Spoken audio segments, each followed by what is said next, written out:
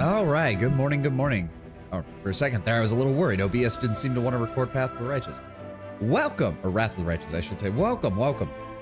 Hope you all have a glorious day. It's very auspicious. Literally right as I was about to unmute the mic, I took a sip of Gamer Sups and immediately started coughing horribly. So that's a great start to everything. That's great. Welcome to Canabras, now the City of Ashes. Yes. Let's go ahead and dive right back in because, quite frankly, we're probably going to be spending the first hour and a half of stream talking to everyone inside the Defender's Heart. Let's be honest. That's what most of this is going to... Okay, so I took care of our leveling up problem before, or leveling up issue before taking off at the end of last session. Apparently I also have a dragon pet that gives me a +1 to all the knowledge checks, so we're just gonna have that on. In tabletop, normally at this point, you pop out into the ruins of Canabras and any surviving NPCs would have requests for you. I mean, yep, that makes sense. God, that coughing threw me off, and now I feel... Yeah. Okay. Hey, wait.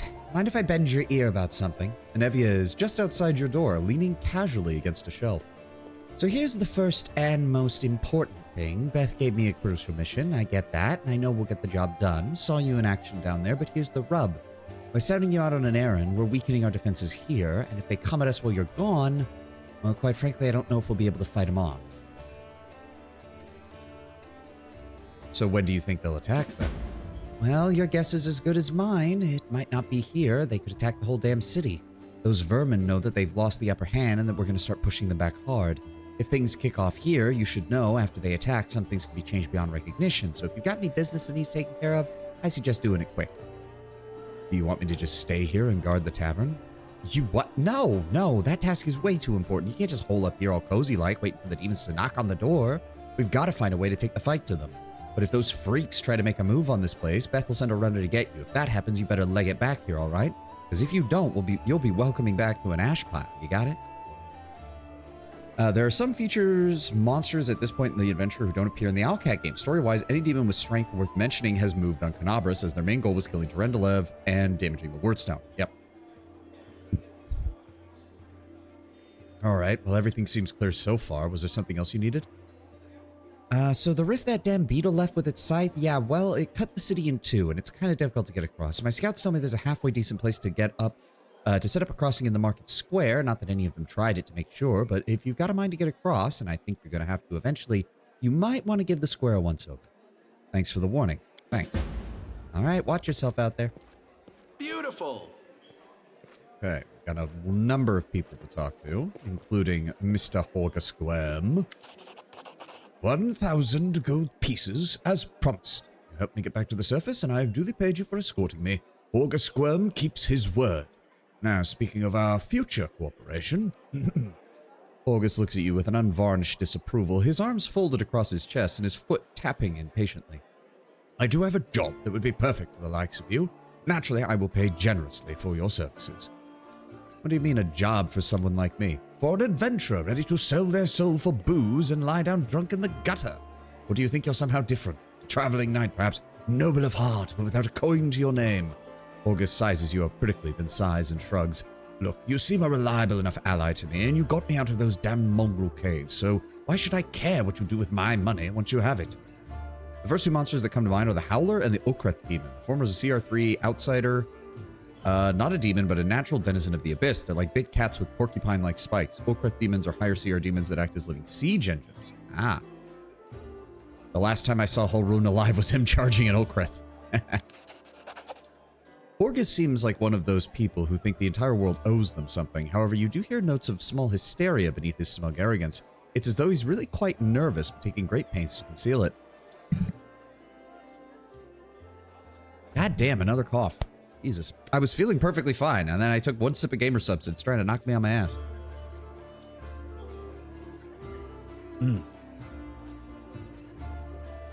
Noble birth alone does not give you the right to treat other people like this. I would ask that you refrain from such statements in the future, at the very least around me. Horgus puts his hands on his hip. Really? How impudent. No one dares tell Horgasquem how to address the rabble. Fine. What does the job involve then, Sir Worm? You should be my bodyguard. I have good reason to return to my mansion here in Canabras. I still have... No, it doesn't matter. That is none of your business. My mansion is a breathtaking building with a large garden in the wealthiest district of the city. Even before the demons attacked, every thief and fraudster in the city had tried to get inside through one way or another. I shudder to imagine what state it is in now. I have little hope that my guards were able to hold the mansion in such an attack. I expect the servants fled when they saw the demons. Only Abadar himself knows what happened there since. Therefore, I would ask that you meet me at my mansion and guard me there until my business is complete. I already asked the local paladins for help, but they have no desire to set foot outside this tavern. Cowards and traitors, that's all they are. And please do take Camellia with you. I trust the girl more than the rest of your gang. She is of noble birth, after all. What kind of reward are we talking about? 1,000 gold coins, August replies without hesitation. Double it. Ha! For that kind of money, I could hire Queen Godfrey herself to guard me. 1,000, final offer. Deal. Marvelous, most excellent. August's face relaxes, smoothing a few of the more tense lines. I'll proceed to my mansion at once and wait for you there. Meanwhile, you needn't worry. I know this city like the back of my hand, but do hurry, unless you want me to lower your reward. Fun little antidote. My gnome character really wanted to find other gnome survivors, so he carried around a whistle that only gnomes, dogs, and badgers can hear. Apparently howlers can hear too, because I once lost it and Howler was playing with it like a toy before swallowing it. There is also this is Defends Her Heart where I was just blowing it nonstop, and Badger, a random crusader animal companion, got sick of it and attacked me. A comedic cutscene. Yeah, no. It's like... Gemmel Hawks. To this day, I regret not casting my spell-like ability to speak with animals to ask why the badger was attacking me for full comedic effect. A strange figure towers over the bar, a huge ungainly man with skin so milky white that his blue veins are visible even from a distance. His bald head is equal parts lumpy and pitted, and blood-filled eyes stare impassively at you from beneath his pale brows. The glass in the albino's large, clumsy hands looks dangerously delicate, as if one touch of the calloused fingers would be enough to crush it. A gold medallion engraved with a tankard gleams around his neck. What'll it be? Medallion you're wearing, the sacred symbol of Caden Kalen. I don't suppose you're technically a cleric. I'm a tavern keeper and the best in the city. That's all I've ever been. But I pray to the best god there is. Who are you? The albino slowly takes your measure with his red eyes, before finally, with a gentle sigh, speaking. Gemmel Hawks. Vampire. Really? He gives you a long look of reproach and then grudgingly answers, No. How did you end up here? How does anyone end up here? How did you? Or them? With a huge hand, the tavern keeper gestures at the ragtag group assembled throughout the common room. The world is big. There's still a place for everyone. There still isn't a place for everyone. People who no longer have a life anywhere else often end up here. Any news in the city from before everything went to hell? The albino looks around. There are demons everywhere, and then your group showed up. Do you know of any places in the city worth visiting? If you mean places that normal people usually stay well away from, there are plenty. The Pataxian wine cellar, for one. Oh, okay, there's no update here from Kingmaker, but I suppose that makes sense. Gemmel pauses for effect, like the name of the place alone should give you a quiver of fear. It once belonged to a Pataxian trade house. Then King Iravetti came to power back in Petax and properly started changing hands. Soon after, the cellar shop assistant was found in a ditch. Not all of him, just his head. Some Numerian gangsters had taken possession of the place. They wanted to sell something stronger than wine, and they ended up on the gallows. Then King Iravetti's number was up, so now the store stands empty and unclaimed. People claim that a headless ghost wanders the place at night, moaning ghoulishly. Ooh. After coming to the end of his story, unusually long by his standards, the tavern keeper takes a swig from his tankard. Just don't ask me how he makes any noise with no head. I wasn't there. I just tell it like I heard it. I see you're not one for talking.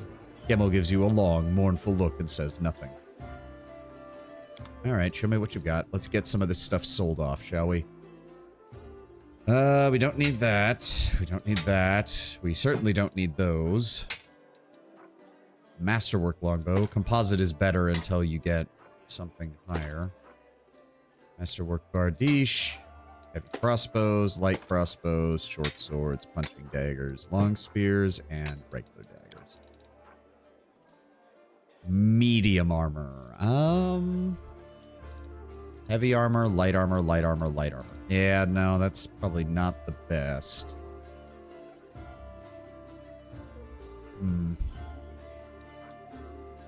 Nobody needs chainmail. Is that a maximum of 2? Wait a second. Okay, no. So, get rid of the studded leather, get rid of the leather armor, get rid of the chain shirts, get rid of the chain mail. Don't want to give up any magic items just yet, until we're sure what we're dealing with. Quartz, hide, all these little bits and pieces. Now, what do you have? No armor, no shields. You do have Dark Omen. Wearer of this ring has the ability to cast spells spontaneously. It grants the ability to cast the following spells: Ray of Enfeeblement, Scare, Ray of Exhaustion, Fear, Waves of Fatigue. Okay. Gloves of the Neophyte. Whenever the wearer of these gloves casts a cantrip or first level spell, that spell deals 1 additional point of damage per dice rolled. Not the worst, but we don't really have a dedicated spellcaster. He's got various foods that we can buy. He's got various potions we can buy, including the Dark Veil. Once per day, you may use this item to grant your party total concealment against ranged attacks for 1 minute. That does sound good. That does sound good. Holy water for anti-demon purposes, various potions, and the bottomless mug.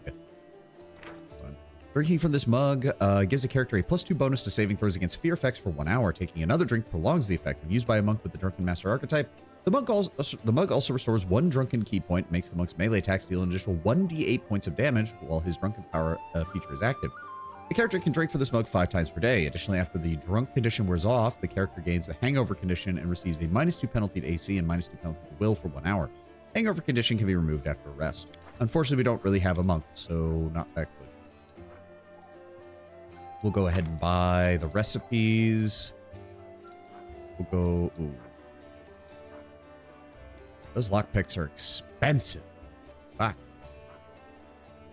I would honestly rather go for the bag of holding, all things considered. There we go. We still made money, and now we have a bag of holding, which increases our carry capacity by. Oh, right. I need to learn the recipe first. Where is it? Where is it? There we go. Copy recipe. Staunton. Ugh. The dwarf resembles an abandoned citadel, one whose high, crumbling walls are still holding fast, but whose empty, lightless windows make it clear that all inside is dead. Oh, it's you. Good work back there in the Grey Garrison. Name's Staunton Vane, and you've heard rumors about me.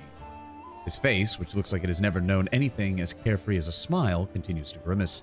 Just so you know, everything people say about me, it's true.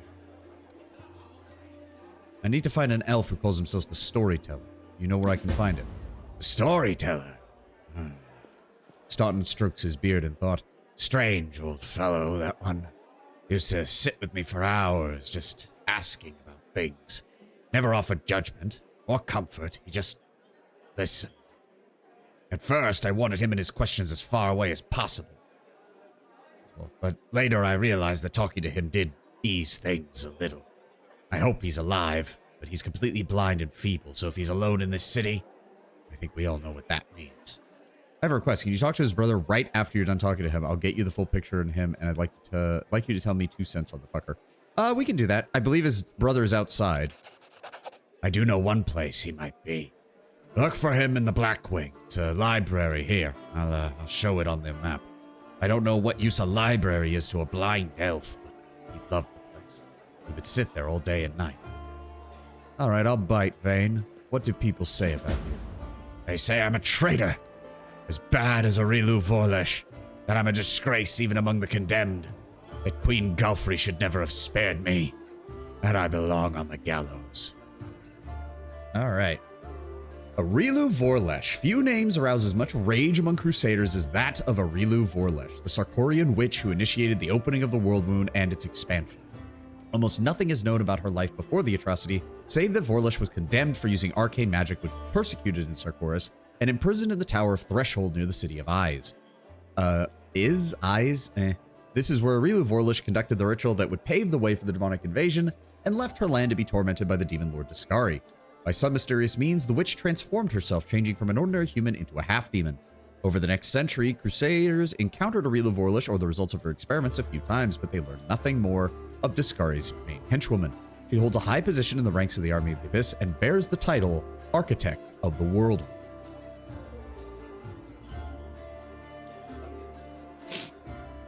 My nose started acting up as well. God, the universe didn't want me to stream today, apparently. In Tabletop, she is specifically a half succubus. The Condemned. The Condemned is a military unit made up of petty criminals conscripted as disposable soldiers and frontline fodder for the Mendevian Crusades. Not surprising. Oh, we're gonna have to open this all up. Queen Galfrey is the absolute monarch of the Crusader state of Mendev and leader of the Mendevian Crusade. While today the name of the Crusader Queen is known throughout the Inner Sea, it's easy to forget that Galfrey did not start her rule of Mendev as a paladin of Iomedae, but rather of Eredin. When the world wound first opened and forever changed Mendev, Galfrey was still an untested young ruler who was forced to deal with the death of her god, while simultaneously rallying her nation against the abyssal threat to the west. She rose to the challenge, however, and her leadership was instrumental over the next several years, not only in protecting Mendev from demonic invasions, but also in holding the border against the world wound. When the Church of Iomedae began to organize the First Crusade, it joined forces with the kingdom to push back the demon armies. During these battles, Galfrey time and time again distinguished herself with a keen grasp of tactics and skill at leadership. But this inspiration went both ways. In the Church of Iomedae, Galfrey found something to replace her lost faith. By the time of the First Crusade's end, with the apparent defeat of the demon armies, Galfrey had converted and become a full worshipper of Iomedae, and had completely retrained herself as one of the Inheritor's most devout paladins. Eager to retrain such a valuable leader at the head of the Crusades, the Church of Iomedae twice purchased and presented to the Queen the rare and expensive Sun Orchid Elixir, which extends mortal life far beyond the normal span. Thanks to this boon, the Queen has lived and led the Crusaders for more than a century. Now, Alcat has their own presentation on the way Sarkoris treated arcane casters, but compared to what my DM presented to us, it's an entirely different vibe. Yeah, I did actually read up on this because this was like a plot point that I wanted to know more about, and the only thing that seems to reconcile between the two is that culturally, Sarkoris basically saw magic as all magic, I should say, as there needs to be some kind of check and balance. So like a cleric gets their power from a god. That makes sense. If you piss off the god withdraws your power. Same thing for paladins. If a druid falls out of balance with nature, the druid loses his powers. Or even a warlock has somebody who is holding their power, and if they fuck up, that can be retained. The real problem with Sarkoris, at least from what I was reading, are wizards and sorcerers and oracles, because there is nothing that oversees their capabilities. They can just do what they want. And Sarkoris apparently hated that. How much they hated it seems to be a different story. Why do they hate you so much, Sylvain? You really don't know. Staunton gives you a long, morose look, then sighs. I'm the reason why we're holed up in a fortress on the edge of the world wound instead of bringing the fight to the demons. We used to have a foothold in the wound, the mighty, unsaleable city of Dresden. We used to have it until it fell because of my stupidity. I gave the enemy our main citadel. Founded as a city fortress during the hubris of the First Crusade, Dresden was overtaken by the demonic hordes of the World Wound and now stands as a demonic monument to the foolish naivete of the early Crusaders. I was tried. They wanted to execute me, rightly so, but the Queen intervened. She said that I should live, fight in order to undo what I had done. So that's how I live, decade after decade, fighting in the Condemned. The dwarf shrugs. As you can see, I've fixed nothing, and I've earned no one's forgiveness. Are you gonna spit in my face too now? It wouldn't surprise me. Hey, Four Leaf, welcome. Is this your first playthrough of the game? This is going to be my first playthrough of the entire game, Four Leaf. When the game first came out, I played through the opening segments a couple of times, so I'm very familiar with pretty much everything up to the retaking of Dresden. Once we get past that is where we get into parts of the game that I do not remember and did not get to. So this is going to be, I'm going to do eventually the whole game on stream, and this is going to be the entirety of the playthrough. And once we get to that point, we're going to get to portions of the game that I've never seen before. I also haven't seen any of the DLC or the DLC companions, so that's also going to be new, because when I first played this game, those didn't exist. Right now, we're neutral good, and it's a kineticist. You can't really see because I didn't want to block the NPC portraits, so you can kind of see my character. He's a fire kineticist over here.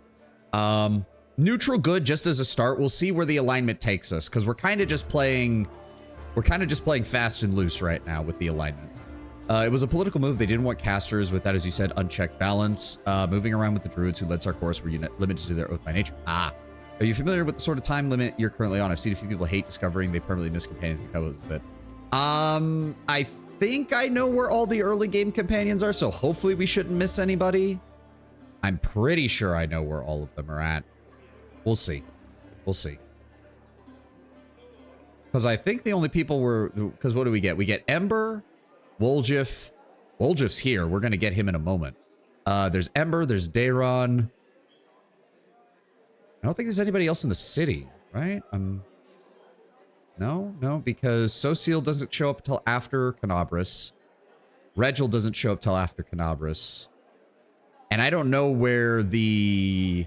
Nenio... yeah, I've never had a problem with Nenio. She just pops up when you're exploring the city.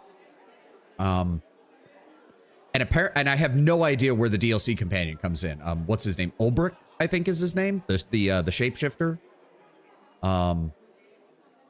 I think he's in Canabras. Do you get him in Canabras or do you get him somewhere else? I don't actually know. Actually, don't answer that. Don't answer that.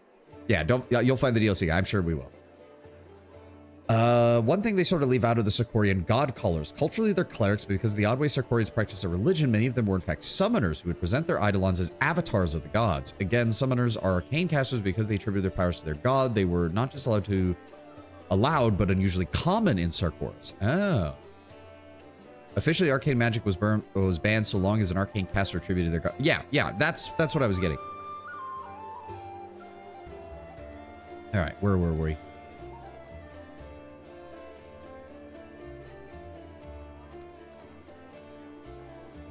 Yeah, I mean, personally, I side more with this because, like, I hope he earns forgiveness, but at the same time, trying to find some meaning in what he's doing. Also, I know what happens with Vayne. Like, nothing we say to him is going to help.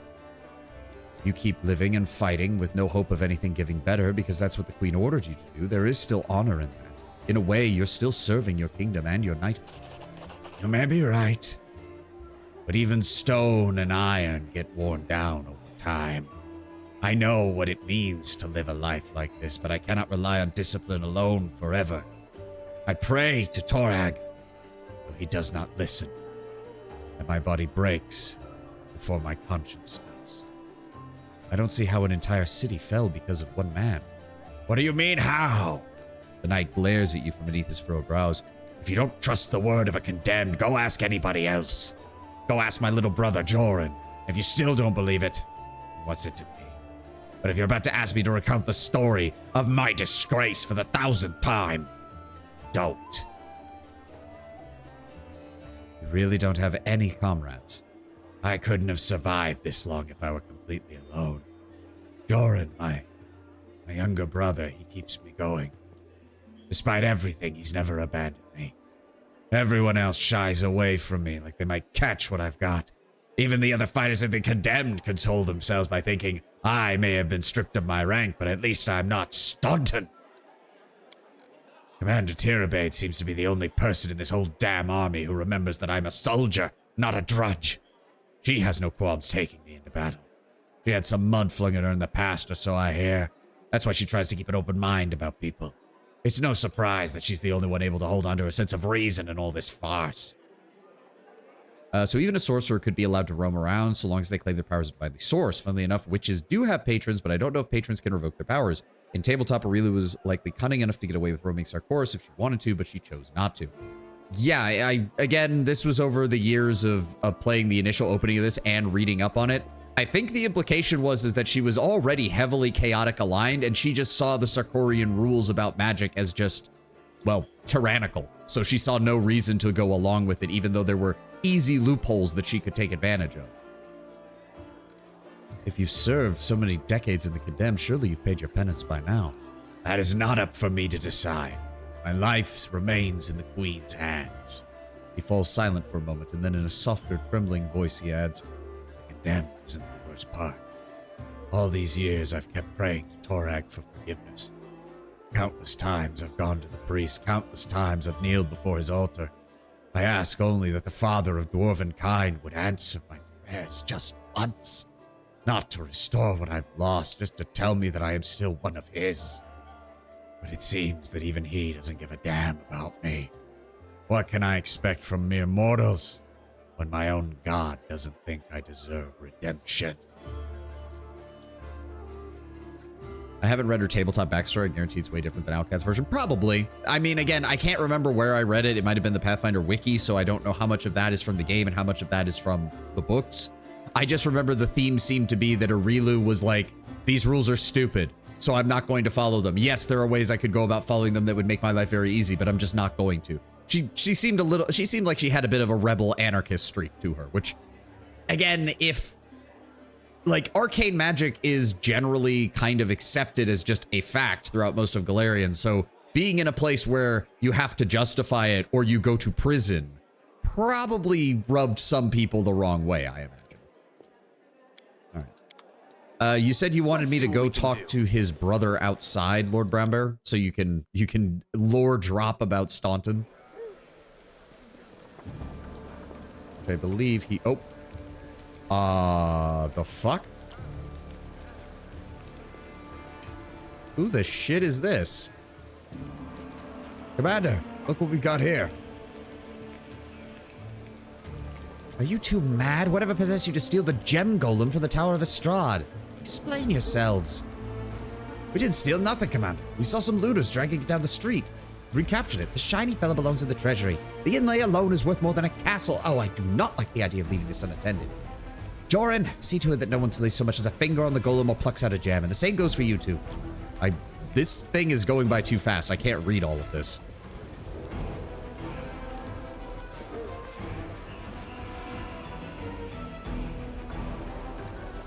Hold on.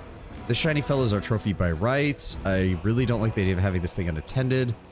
Joran, see to it that no one lays a single finger on this. Same goes for you two. Your new mission is to guard this shiny fella as you call. Okay. I'd say in tabletop, I'm told arcane casters have the option of exile, so again, she chose... Again, from the sound of it, she was basically... Prestidigipainter Golem. What the f... Is this from a mod? What are you? I am the Prestidigipainter Golem. Many millennia ago, I was built by Aslanti clerics of Shelyn, the goddess of beauty, to make the world a better place. In my joyful service, I have visited many lands, and for the past few centuries, have resided at the Temple of the Sunrise Chrysanthemum in Tianxia. But then the good cleric saw fit to offer me as a gift to the Crusaders so that I could share in the beauty I can create. Can you do anything useful? My creators granted me the ability to place illusions on various items. I can change the color and texture to make them more beautiful and appealing to the eye. Would you like me to cast an illusion over your armor to make it green? Green is a very pleasant color and it would match your eyes. No, they don't, because my eyes are like glowing red, but okay. How did you end up here? I was in the Temple of Estrad Museum, but then some not beautiful people came and started smashing everything. I asked them to show restraint, and that is when they decided to steal me. After all, I am beautiful and very valuable. They dragged me down the street, but I didn't want to go with them, so I kept stopping. The least beautiful of my kidnappers threw me over his shoulder and tried to run away with me, but I am very heavy, so his back made a very not beautiful crunching sound. He started yelling, then everyone started yelling, and then some of that yelling was directed at me, and then they started hitting me with their not beautiful weapons, and then some good crusaders drove them. Why do I feel bad for the golem? He's just like, I just want to make things pretty, and then I accidentally killed a man. It lets you glamour your armor. See, yeah, this didn't exist when I played the game originally. It was added in a patch to let you transmog your armor. You destroy an item to place its appearance on other, allowing you to look cool. Oh, but you have to destroy the item? That's kind of annoying. Now I've been lumbered with you. You waste a good metal you are. Instead of working, I'm supposed to keep an eye on you so no one's tempted by the walk-in treasure trove. Is there anything you could do to help the war effort? I am not designed for any type of combat, yet I can bring beauty and harmony to any type of combat. Could you cast an illusion? Okay. Select an item to change appearances and select an item to transfer its appearance from. Okay. Interesting. Okay. Yeah, no, this didn't exist when I last played the game, so that was a little shocking, not gonna lie. All right, Joran. A grizzled dwarf turns a blade in his calloused hands, carefully inspecting its edge. When he sees you approaching, he sets the blade aside and greets you with a nod. New face in the city. Pick a good time to come to Canabras. You can see we're in sore need of warriors. Just read about a disturbing encounter I think I didn't bump into. There are a couple of quasits who capture a bunch of cowed civilians and force them to play where they're given weapons and forced to kill each other. When you show up, there are 2 commoners with 1 HP left. Ooh. I mean, that sounds pretty on point for demons. Let's be very honest. Do you know everyone in Canabras by sight? Well, not everyone, but I make it my business to know the people who might need my services. A blacksmith's work isn't just the anvil. It's hard not to notice your kind. Asimar's on all that count around here. Apart from Ramian, the prior of the Temple of Desna, spiritual fellow, if a bit woolly-headed. There's also Count something or other, some muckety-muck, not the type to visit a smithy in person. Desna, the Great Dreamer, Lady Luck, Mother Moon, Goddess of Dreams, Luck, Stars, and Travelers, is among the most ancient of deities in Galarian. While her peers burdened themselves with the task of creating Galarian itself, she spent her time building the heavens. She knew that there would be plenty of time for her and her followers to explore the many wonders of the world later. She has changed little since those early days, and she and her followers delight in exploring the world. You have all the DLC. As far as I know, yes. I believe you are Staunton Vane's brother? Yep. Here he goes. Where he goes, I go. That's how we've always done it. Before the world wound, I forged the armor. He goes into battle and breaks it. He brings it back to me. I repair it, make it better than before. Everything's changed since then, of course, but that hasn't stayed. That has stayed the same. The book says Canabras has a population of 12,330 people before the attack. It is 3,400. Okay. So, you know, it's just 75% losses, almost. Yeah. How was Staunton to blame for the fall of an entire city? I've told this story so many times already. Well, telling it one more won't kill me. The blacksmith sighs.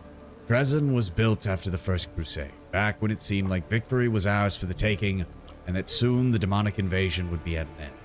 The population of Old Sarkoris was thoroughly diminished. Many of them hoped to see their hard fighting repaid with a small plot of unclaimed and uncorrupted land. Dresden was a fortress built on all those hopes and on Mendev's ambitions. Oh, you're not supposed to say the last part out loud. Oh, there we go. The lost Kelid realm of Sarkoris was a savage land of fiercely painted warriors, shamans, and druids established in 3672. A few years before the prophesied return of Eredin, stirrings of demonic cults began there. Sarkoris' strange mystics made grim predictions of the nation's fall. However, the people were mostly confident that Eredin's return would directly lead to the end of the cults. Unfortunately, the mystics were proven correct. The death of Eredin in 4606 saw the appearance of the Worldwood, a gaping gateway into the abyss in the heart of Sarkoris. The nearby city of Iz was the first to fall to demonic forces. At first, it seemed there was still a chance to stop the invasion, but in 4638, the Worldwood abruptly expanded.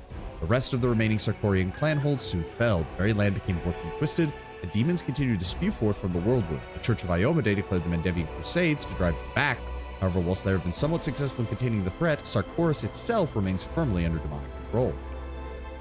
Through the Ashes takes part at the very start of the game, roughly ending at where you are now. It's a separate party. If you want the rewards from it, you should be done before the tavern seat. Yes, I plan on doing that off stream. I'm going to be very honest, Four Leaf. I have played Through the Ashes, have not played the second part of that DLC, and I just did not like Through the Ashes. I didn't.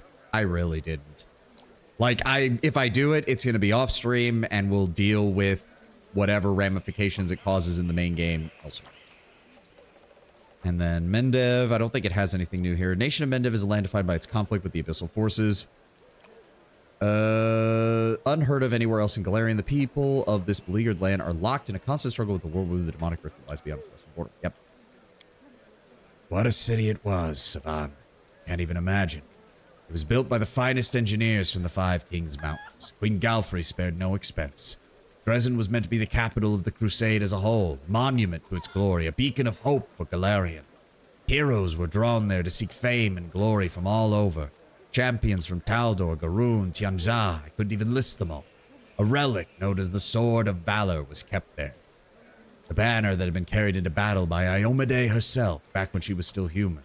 The banner protected the city, kept the demons from teleporting inside its walls. As long as the banner was in its place, Dresden was invincible. Or so we thought. You can play it on the very easiest difficulty to make it go faster if you just want to see how it impacts things down the road. Maybe. Worth playing off stream, I'd say. Through the Ashes, you said it's easy. Yeah. A great Crusader relic, the Sword of Valor, is a banner once carried in battle by Iomade herself. It is both a symbol and a powerful artifact which emits an aura that blocks demonic powers. However, the banner only works this way in righteous hands. Hidden from the eyes of believers, it loses its properties. When the world wound suddenly expanded, the demons launched a new onslaught. Folks started saying it was time to declare a second crusade. Dresden was unassailable, until one young officer was tempted by a beautiful woman. She convinced him over the course of weeks that the banner should not be hanging in the city, that its rightful place was on the battlefield.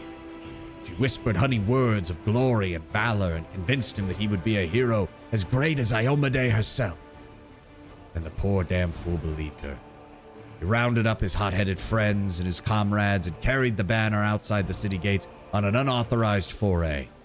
And the demons slaughtered them in seconds. But for some reason, the courageous ringleader was spared. And at that moment, a whole army of demons teleported directly into Dresden, and it was a bloodbath. Joran solemnly shakes his head. As you can guess, that officer was Staunton vain. And the woman turned out to be a demon, not just any. Menago, the foul wretch. She'd given us so much grief here in Canabras, too. Just don't ask me what I was doing while my brother was off having trysts with a beast, and why I couldn't save him from his own stupidity. The blacksmith gestures as if to ward off the inevitable reprobation. Who could have guessed it would have ended like this? I failed him. That's the truth, and I blame myself every day. Looking at his plight. That's the story. Sword of Valor is the name of Book 2 for obvious reasons. Note on Dresden, Menago's role is in taking it is done by a demon named Jerebeth in the tabletop, and it's given to the Merilith general Aponovicius as a literal vacation home. Aponovicius only shows up as an unimportant cutscene character. Now to tell you about the Vane brothers. Please do, Lord Brownbear. Why do you even have your forge out here in the tavern, young? Wherever I am is where my forge is. True master of any craft will find the tools they need. I do miss my old forge, of course. It's just a pile of charred stone and metal now. But I've still got my hands. That means I can work. Do you recognize this sword? Do I recognize it?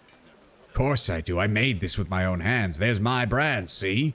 The dwarf carefully takes the sword in his hands, gazing at it like a doting father. Oh, Yaniel. Things have been tough without you, but at least your sword is here. That's something. You have to admit, them letting the guy live was strange. Not the demons, but the Crusaders. I mean, again, I think it explicitly says that everyone was in favor of killing him. He was in favor of killing him. But the queen disagreed. And what the queen says goes. Yep, and what Lord Brownbear says. A demon kills a mortal uncorrupted, they just go to heaven. Or to Elysium, or one of the other good aligned realms. Leaving them alive and giving them time to fall however fuels the abyss. Yep. Joran returns the sword to you. In battle, ordinary swords get blunted, they break. But sometimes a weapon can persevere. I don't even know how to explain it. I'm no authority on these kind of things. But something like an echo of the deeds done with the weapon. Or a reflection of the wielder's soul. I don't know. I will say this. Take care of that sword. Yaniel may no longer be with us, but the demons still remember why they needed to turn tail and run when they saw radiance. But the scabbard's all worn out. Such a fine sword can't be carried around in this tatty old thing. I'll make you a new one. If the city stands strong and we both survive, come see me again and I'll have it ready. No charge. I know that much. I met the Crusaders. Not slaying him was dumb. Them leaving him alive just feels as them setting something up. A lot of people say Galfrey is written like an idiot in this game. Yeah, I mean, I don't remember having very fond memories of her interactions. I don't even remember what this guy has. The attrition dagger. +1 dagger lands a hit on an enemy, deals 1 constitution ability damage. This ability cannot lower the constitution ability below 5. That's still really nice, considering the enemy doesn't get a saving throw against that. Detainer. Whenever this +2 heavy crossbow lands a hit, the target must pass a fortitude. Okay. Sort by price. Detainer, Spike Defender. Crimson Counselor, +2 Fire Gemstone. What does that mean? Staff contains 6 charges replenished each day. Spending 3 charges allows you to cast Fireball. Spending 2 charges to cast Scorching Ray. Okay. Longbow of Erastil. The merry-go-round. No matter if it hits or misses, deals an additional 1d6 bludgeoning. Okay. Pain Channeler is a +1 Falcata with a +2 bonus on attack rolls for all touch attack. So it's made for maguses, basically. So what Jordan said is mostly on point, but what differs here is that Jerabeth, a Glabrizu demon in tabletop, convinces Staunton that the Sword of Valor can be used at the head of an army to recapture the Sky Citadel that's within the Whirlwind's borders. It's actually a point of suggestion for the presence of work he sees. So he's not seduced or corrupted at this point. Because it was a demon who told him of this, she's able to coordinate a mass teleportation, invasion, aggression. Now comes the part of why Staunton is really pathetic on the tabletop. Oh, interesting. Roaring Hand Axe, devastating blow from above. That's for mounted characters. +1 bonus against undead. Whenever this +1 light crossbow confers a critical hit, it deals 2d4 force damage to all enemies in a 10-foot radius. Okay. Cold Iron Masterwork Rapier. I do want that for her. I don't suppose you have a Masterwork... Well, she does have a Masterwork Throwing Axe. What do you have? Cold Iron Masterwork... Okay, no. So until we get an Enchanted Javelin or an Enchanted Throwing Axe, it's still better for that. She does have the improved... I did give her improved dual wielding, so she might actually be decent at that, but I don't think he has... No, if he does, it's... I'm not seeing it. Put that bulk selling. That'll help cut down on the cost a little bit. No, and then he's got regular weapons, which are really not that good. You really kind of want Cold Iron in the beginning because there's too many demons to deal with. Which means Short Sword, Scimitar, Saber, Longsword, Heavy Flail, Hand Axe, Flail, Falchion, Dagger, Battle Axe, Bastard Sword, and nothing else. Okay. Understandable. What does he have for armor? Living Ram. +1 Breastplate uses the charged combat maneuver, deal an additional 1d6 bludgeoning damage. Okay. Deceiving Facade. Buckler receives a critical hit. They are affected with the effect of a mirror image spell that produces 2 mirror images and lasts 2 rounds. That is pretty good. +4 bonus against AC sneak attacks. Then just some regular stuff. If I was going to get anything, it would probably be the heavy shield for Sela, but that's already going to cut pretty heavily into our budget. So Staunton was not threatened, seduced, or even partially tempted, but when he sees the demon Slaughter Dresden, he throws himself at the feet of the demon Jerabeth and betrays the crusade on the spot. Again, this is how my DM explained it, so it could be missing something. Jerabeth sees to his fall, and he becomes an anti-paladin, forming and heading an infiltrator order called the Hammers of Heaven, of which Hosilla was a member of before the start of the adventure. Ah, okay. I mean, I'm not gonna lie, I do think that the backstory they gave him here is more sympathetic. This helmet grants the wearer a DR3 melee, but the wearer suffers a -3 penalty to perception checks. And whoever pulled iron ammunition, I think we picked up a... No, we don't really have anybody who has the ability to use that, so that's... Alright. Give me that rapier. There. Cold Iron Masterwork Rapier. There we go.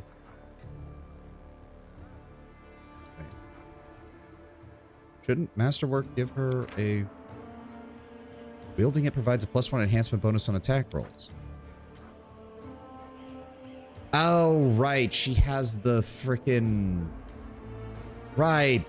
The background options give enhancement bonuses for some fucking reason. Doesn't really make any sense, but alright, whatever. That was a waste of money. Just give me 200 gold back. Alright, let's get back inside. We still need to talk to everybody. Yeah. It's already been 40 minutes and we're not even close to done in here. Jesus Christ.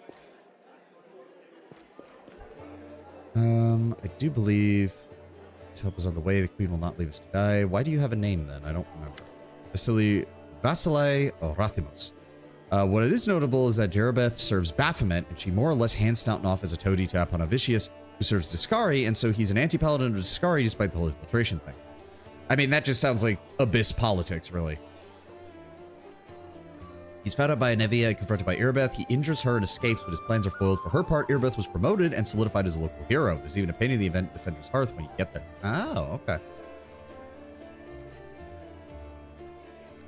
All right. The stout old man with a fuzzy gray beard mumbles a prayer. He looks as tired as everyone else in the tavern, but determination is stamped over his haggard face. What can I do for you? Who are you? Vasile Rathimus. Or Vasile? Vasile? Vasil. We'll say Vasil. Vasily Rathamus, rector of the local temple of Abadar. A temple is gone, though, and if we snooze here for much longer, the city will be lost as well. And who's the boy? This one? Cato the shepherd, my apprentice. Smart boy, his faith is strong. He serves a rastal, though there's still something that can be learned from an old servant of Abadar. He'll be a great cleric once he's a little bit older. What kind of help can I expect from you? Well, I sell scrolls, and I have quite a lot of them. Something for every emergency. Second, while you're here in the tavern, I can read one for you. Guaranteed, no surprises. But you'd better not go into the city without a cleric. It won't be there myself. I'm far too old, and my powers are needed here. Alright, show me what you got. He also has amulets of natural armor, ring of protection, bracers of wizards. Bracers of the wizard. These bracers grant their wearer an armor bonus of 2+, as though they were wearing armor, and a +3 competency bonus on all knowledge arcana checks. Okay. The icy protector. I do know we want that one because it's amazing when you put it on Camellia when she has the ice plant hex. I don't remember if I gave her that yet. Guardian of Life, +2 morale bonus to AC against undead. If they use any single target cure wound spell on a target whose current HP is 0 or less, the target is healed an additional HP equal to their number of hit dice. Okay.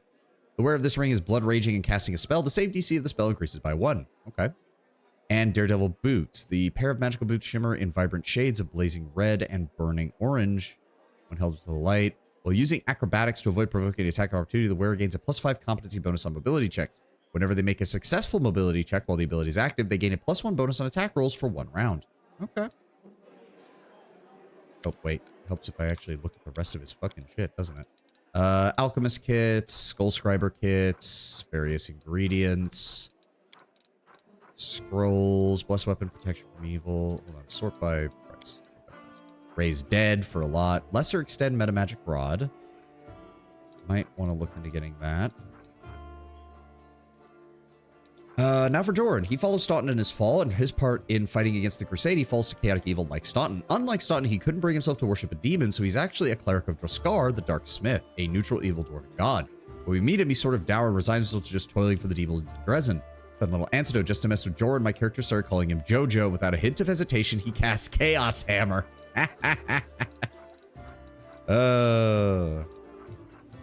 Scroll of mirror image. Okay, yeah. Nothing really that important. The Wand of Bless is... Oh, it only has 9 charges. That's not very good. Diamond Dust, first aid kit, nothing else. Did I give her Ice Plant, or did I give her something else for her 2nd level? I can't remember. Oh, she doesn't have it. Yeah, so we'll get that when we get to level 4 and she gets another Hex.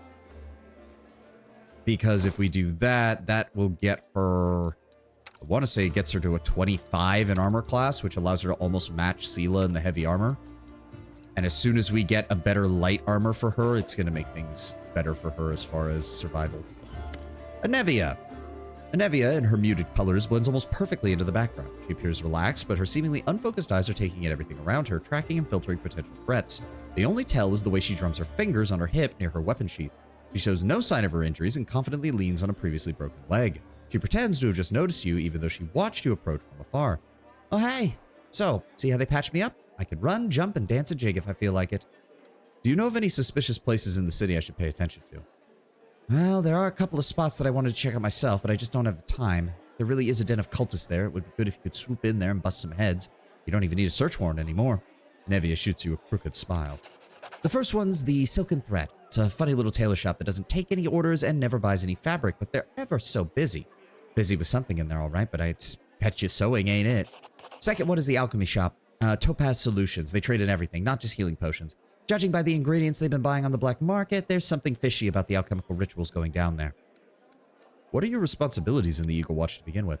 Nothing official. Not even a knight. I just hang around. You really want to know the details? Anevia smiles evasively. Catching traitors and spies and cultists is not a walk in the park. It's a delicate position. You can't always do it with the full letter of the law. What if we surprise some suspicious blighter with an official search?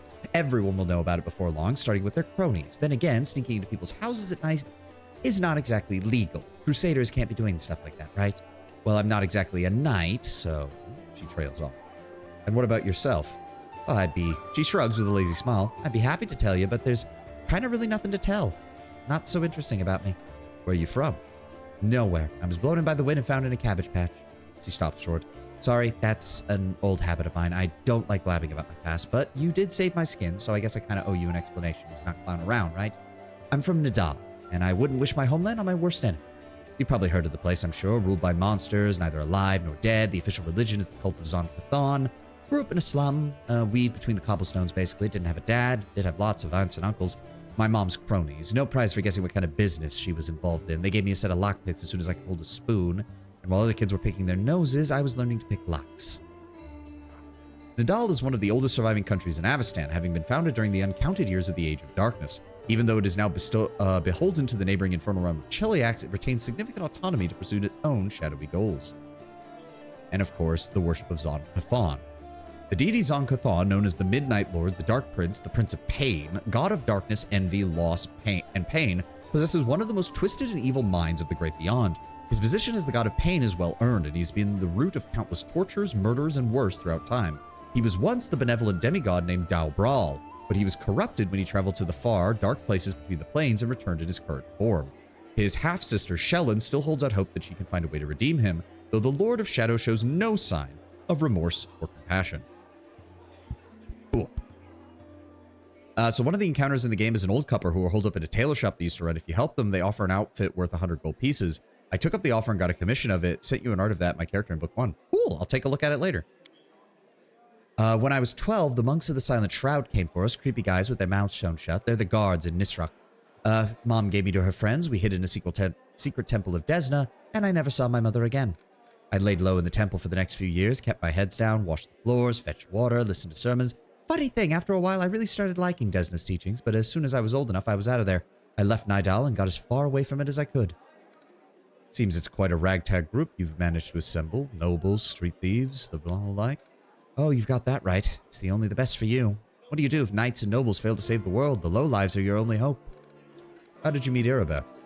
Well, I was bumming around Timon a while back and doing this and that. Desmond Temple sometimes gave me odd jobs. Sometimes they needed me people with skills like mine. On the surface, it was fine, I guess. After Nadal, the freedom of River Kingdom should have seemed like heaven. My chance to just sit back and enjoy life. But honestly, I wasn't happy. There wasn't any joy in my new life. I was completely alone. No one cared about me, and I didn't care about anybody either. I struggled to find a reason to drag myself out of bed every morning. Trying a stone around my neck and jumping into the next river I looked at started to look pretty appealing. Finally, one day, I was hired to follow some fellow who the local authorities suspected were Razmiran spies, and I was stupid, made a rookie mistake, and they caught me. It was like my body had already decided to do what my mind had been fighting, to just put me out of my misery. Get someone else to kill me since I didn't have the guts to do it myself. They managed to grab me. I thought they'd gut me on the spot, but instead they hogtied me and dragged me off. Just like an animal going to slaughter, my only thought was, well, let's get this over with. They brought me to a stinking cave, threw me on the altar, and I realized who it actually was. Kuthites from Nadal. They tracked me down after years. But I didn't care anymore. Wouldn't even have cared if they'd eaten me at that point. We all gotta go sometime, so I was lying there staring at the knives pointing at me, when fate decided to roll the dice and I hit jackpot. Irabeth, there she was, storming into the cave. Valorous Paladin of Iomade, leader of the Eagle Watch. Right. Picture it. I'm just lying on an altar with knife-wielding maniacs all around me, and suddenly Irabeth storms in. I thought it was Iomade herself. Fierce in shining armor with a gleaming sword raised, she made quick work of those scumbags, chopped them all up like that. I didn't even have time to blink. She untied me, and then... Anevia's face lights up as she chuckled. She looked through the papers they had on the table, and she starts swearing like a sailor. So much for Iomade. And how did you two end up in Canabras? After almost becoming a human sacrifice, I never wanted to leave her side. Desna's news, I fell for her instantly, and I fell hard. My misery was gone when Irabeth showed me what was in those papers, proof that the cultist had a nest in her own home city. Well, I offered to help without a second thought. Anevia smiles warmly. She must have figured I couldn't wait to get my revenge on those cultists, but honestly, I didn't give a damn about them. It was her. I'd go anywhere with her, even on the crusade or into the jaws of a dragon. But I took to life in Canabras like a duck to water. I'm used to being an outcast wherever I went, but half the crusaders are the same. After all, who'd volunteer to tangle with demons on the edge of the abyss? You gotta be either a goody two-shoes with too much honor and free time, or a misfit with no life outside the normal, out in the normal world with any normal people. People come here to run away from their debts, their past, from themselves. I fit right in. So what's it like? How are you and Irabeth? Oh, it's like living. Without her, I wouldn't be. Seriously, if I were alone, I'd definitely be dead by now. Sure, sometimes we argue, can't deny that. Sometimes we bang our fists on the table, sometimes we yell so loud the walls shake, but that's all order business. When we're actually at home, well, I've kind of always wanted to move out of that broom closet we call a house and into something a little cozier. It ain't like they take a vow of poverty in the lodge, but every month, somehow, most of our spare money is spent on crusader business. I get mad about it, but Nevia makes a helpless gesture. Part of why I love her. You know, Irabeth has this thing that matters most for a person, a purpose in life. She always got a reason for whatever she's doing. Her whole life is the crusade, and I just drifted, like a leaf in the wind until Desna brought us together. Now she's the meaning of my life, so it really makes no difference if you live in a mansion or under a bush. Thank you for opening up, Nevia. Alright, watch yourself.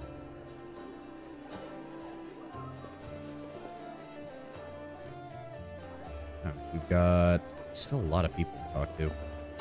We have to recruit Woljif, too. Elor and the Spinner of Nightmares. Oh, that's related to the guy who does the retraining. I just read the lore bit in the book where Nevia wanted a bigger house. Devs did their research. Yep. I think this lady does a shit ton of skill checks for a random reward, if I remember correctly. I'll hold off on her for a little bit. Let's go get Woljif now that I'm thinking about it. Let's just go get Woljif. Let's get him in the party. Take that. You're now. Oh, right. You're the other Erastil cleric. A young man in well-worn traveling robes and a simple wooden symbol of Erastil on his chest is efficiently cutting a linen robe into strips to use as bandages. Despite the visible exhaustion, he works with zeal, singing some tune about red braids and ripe sheaves of wheat under his breath. He raises his warm, chestnut-colored eyes towards you. You're one of the Crusaders. Thank you for defending those whose talents lie in the battlefield. Name's Jurno, servant of Erastil. Pleased to meet you. What are you doing back here? I took my holy orders recently, so my god has only bestowed me a tiny portion of his power upon me. I'm sorry to say the number of wounded fighters in this tavern is simply far beyond my power to heal. But there's a reason people say, have faith in the gods. Look to yourself first. I may not be able to help wounded with the magic, but I can cover up bandages. So Jurno is a weird adaptation. Okay, be careful because I know his quest deals with that weird village, and I've never finished that quest line, so do not spoil, please. Are you from around here? No, I was passing through Canabras, sailing down the old man of ours, the Great Selin River, to a village by the name of Chili Creek. Happened to land in the city on the eve of the festival, and I'm ashamed to say I decided to stay a day for the enjoy myself. But I ended up staying in the city longer than I bargained for, as you can see. Chili Creek, where's that? It's just a small fishing village, not even marked on most of the maps I've seen, but people live there. What they don't have is a priest. They have no one to heal their wounds, no one to offer prayers for a good catch, no one to give their dead a dignified burial, and the world wound's just a stone throws away, so I'm setting sail for Chili Creek to serve my god and my people. Once we've taken Canabras back, I'll be going there, if by the grace of the good gods we all survive this. In fact, you should come and visit sometime. You'll find the village here, on the bank of the river. The priest marks Chili Creek on your map. Aren't you a little afraid to go to the border of the world wound? Right, we're going to hold here while the ad plays. In Tabletop, he appears in Book 2 as a crestfallen and normal fallen cleric of Erastil. For the life of me, I can't remember the exact context in which we found him. I do recall the only art of him is him in this miserable state. Our party saved him, brought him to Dresden, and I think he more or less went on his own way towards redemption. Oh, okay. Maybe they just thought, hey, this character doesn't really have a story. Let's make a story for him. I mean, I can understand that. Pretty much. Yeah. Hey, I'm going to run to the restroom while the ad plays. We'll continue in 2 minutes. I'll be right back.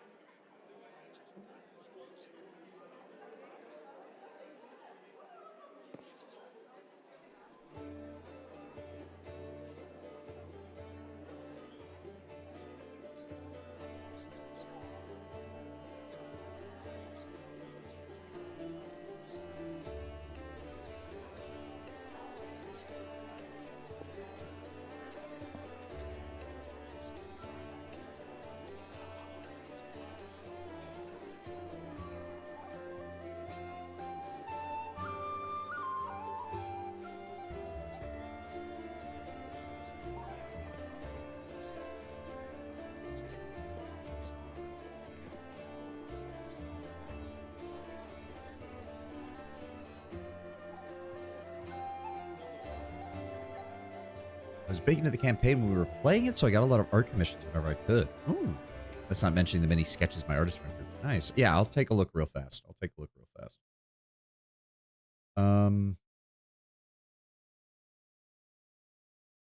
Did you send any? Because I'm not seeing anything on the DMs, dude. What are you talking about? You didn't send them to me. There's nothing on the Discord. I forgot to hit enter. Oh, yeah, that would do it. Okay, I see.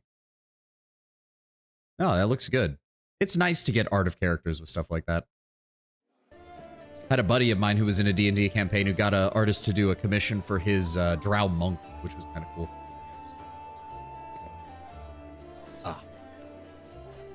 Definitely something I'd love to do if I actually did do a full-on campaign at some point. My artist friend didn't realize that alchemists have chemical explosives, not black powder ones. I mean, it all works in the end. Explosives. All right, ads over. Let's keep going.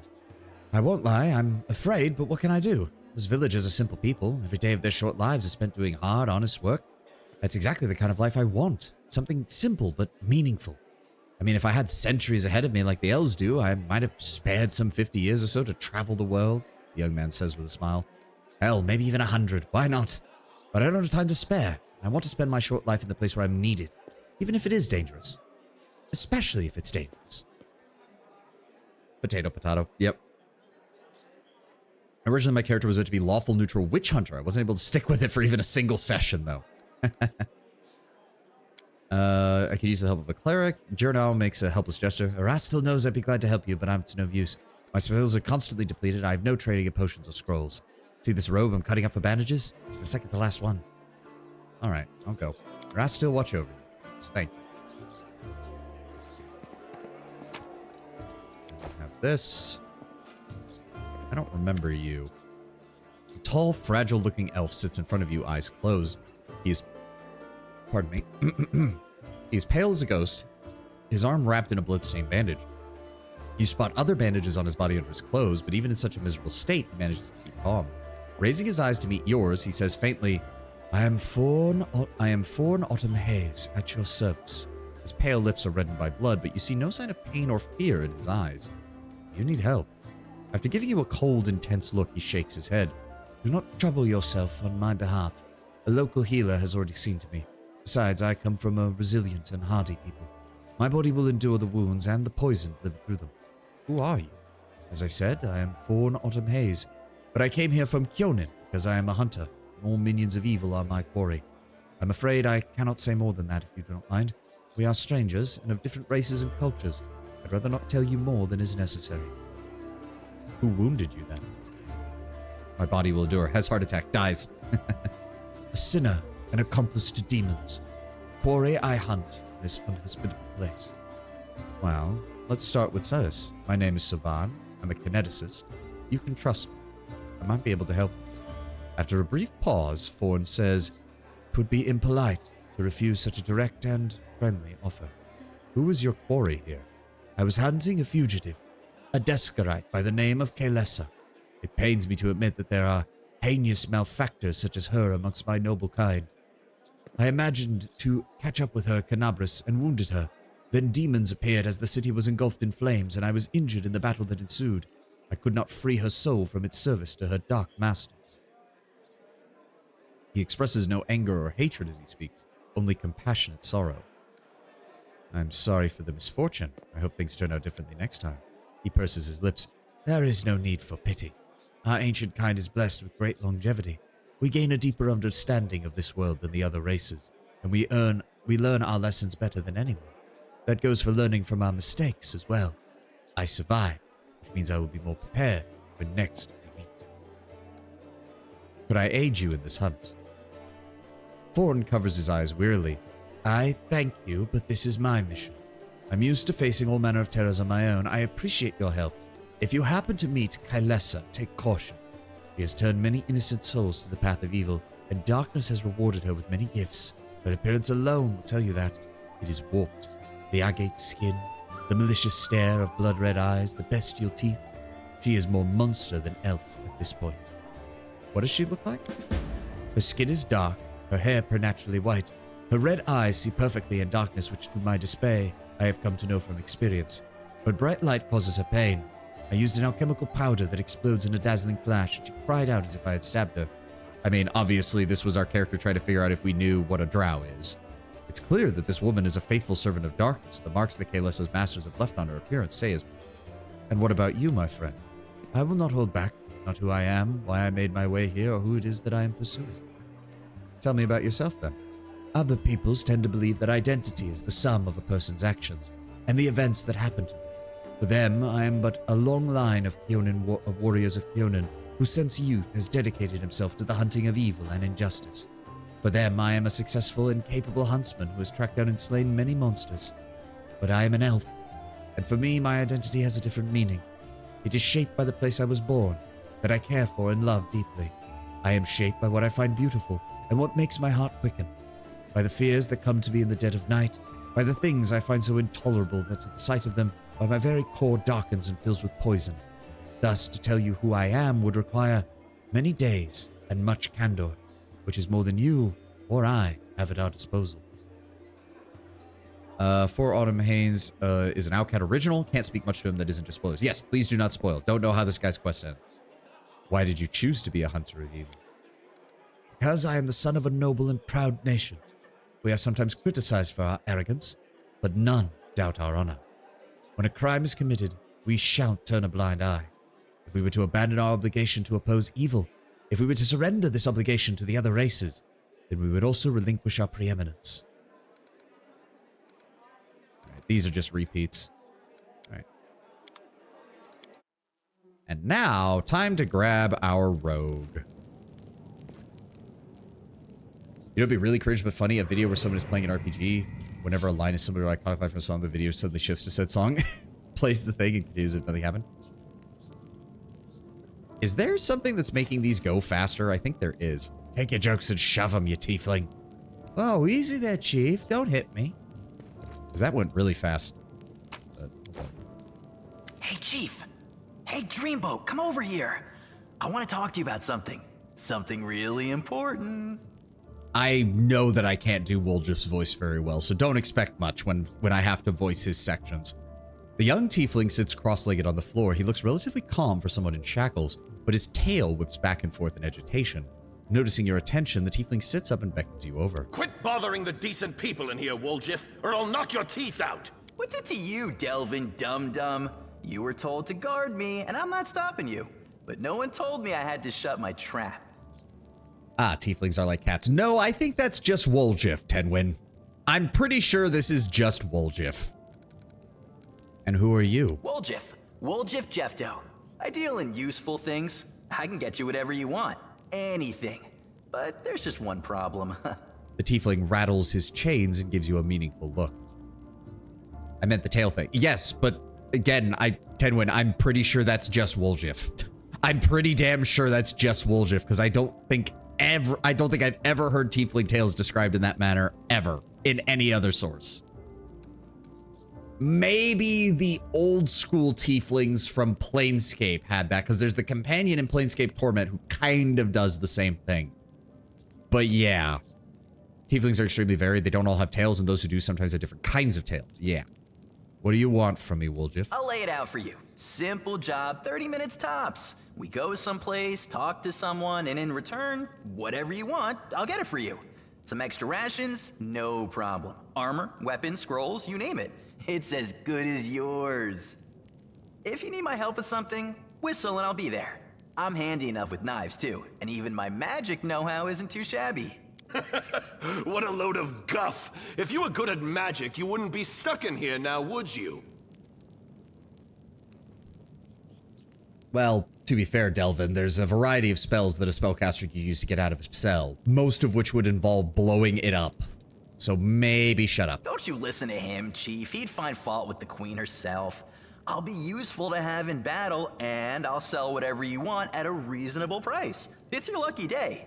You won't meet another gem like me in Canabras.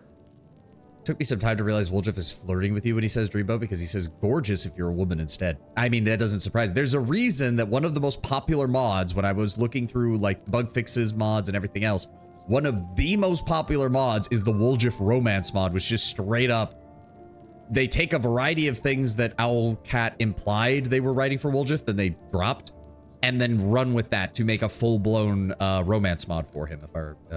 Because he actually has a lot of stuff that got cut, if I recall. Like, people have found a lot of cut stuff in the game code related to Woljif that just never got in. He's obviously just flattering you to get on your good side. Oh, obviously. Duh. And why are you in chains, Woljif? Does it really matter? Don't get hung up on the past, Chief. Don't look to the future. Live in the here and now. He was caught thieving. I mean, I doubt he wouldn't be up for a one-night stay. I mean, it's very much implied Woljif has done... Woljif is a child of the streets, and he has done anything and everything if it means getting a payday. Your shadow, what was that? Get me out of here and I'll tell you. And don't worry, it's not contagious. Well, I can't help you if you're chained up in here. How do I get you out? That's easy. You know Irabeth? Feisty looking gal, always wears armor. You can't miss her. She's the meanest fighter in the whole city. When you see her, put in a good word for me, will ya? Tell her there's this guy Woljif locked up for no good reason in the Defender's Heart. Well, for the follies of his youth. And he really wants to get out on bail so he can keep up his good behavior and make a contribution to society. Got that? Will you do it? The funny thing is, as well, is I'm pretty sure some tieflings get elongated lifespans, so it's very likely Woljif is actually older than he looks. All right, I'll talk to Irabeth about this. I knew I could count on you. Knew it the moment I laid eyes on you. We'll talk later. Can't make the demons Pretty wait. sure there's some stuff to find. So we want you, and you, and you. Okay, there's a switch over there.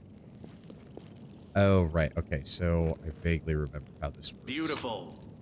Let's just clear this out first.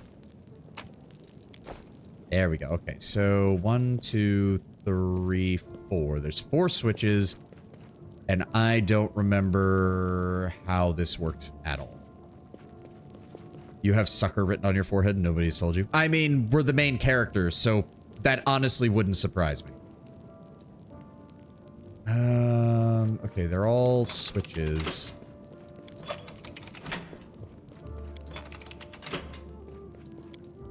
Nope.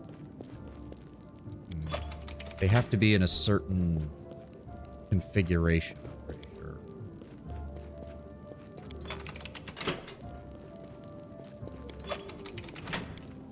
Let's see what we can do. Is it a certain configuration, or do I have to do them in a certain order? I don't remember.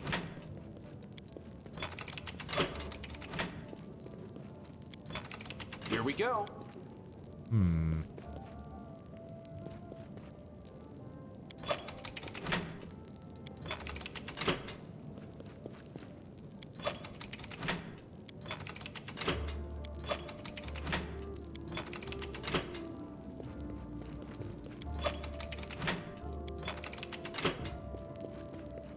I don't remember if there's even a clue for this. I don't think there is. It's literally I just... feel like a chosen one. Okay, hold on. Okay, all of them are in the up position right now. Does not budge. All right, you in a lower position. Does not budge. Upper position, lower position. Does not budge. Upper position, lower position. I can handle it. Does not budge. Okay, so...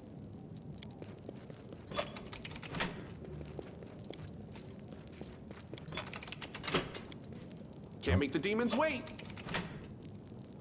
I don't like this. I don't remember there ever being a, like, hint to this. It's literally just do it until you find the answer, which I... yeah. Beautiful.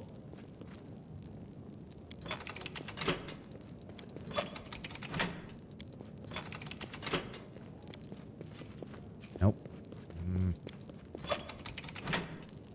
Let's see what we can do.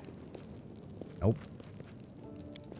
Is it just the 3? Am I missing one? Am I missing... What's going on here? No, there's no other switches around. So I'm digging through my old tabletop server to find my friend's sketches. She put her 6-something bard and my 3-something gnome at a height comparison tool. It was literally ass height to her. Here we go. I mean, there's a reason some people play gnomes and halflings, and it has nothing to do with chaotic tendencies or anything like that. No, that's not... I don't want to just look it up, but I'm kind of annoyed that there's, like, no logic to this whatsoever, and I have no idea.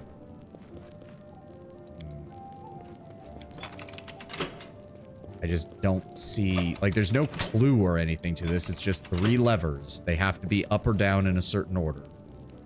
It's just brute force. That's annoying. That's really annoying.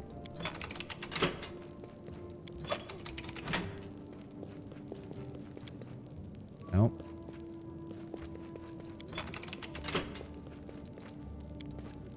Nope.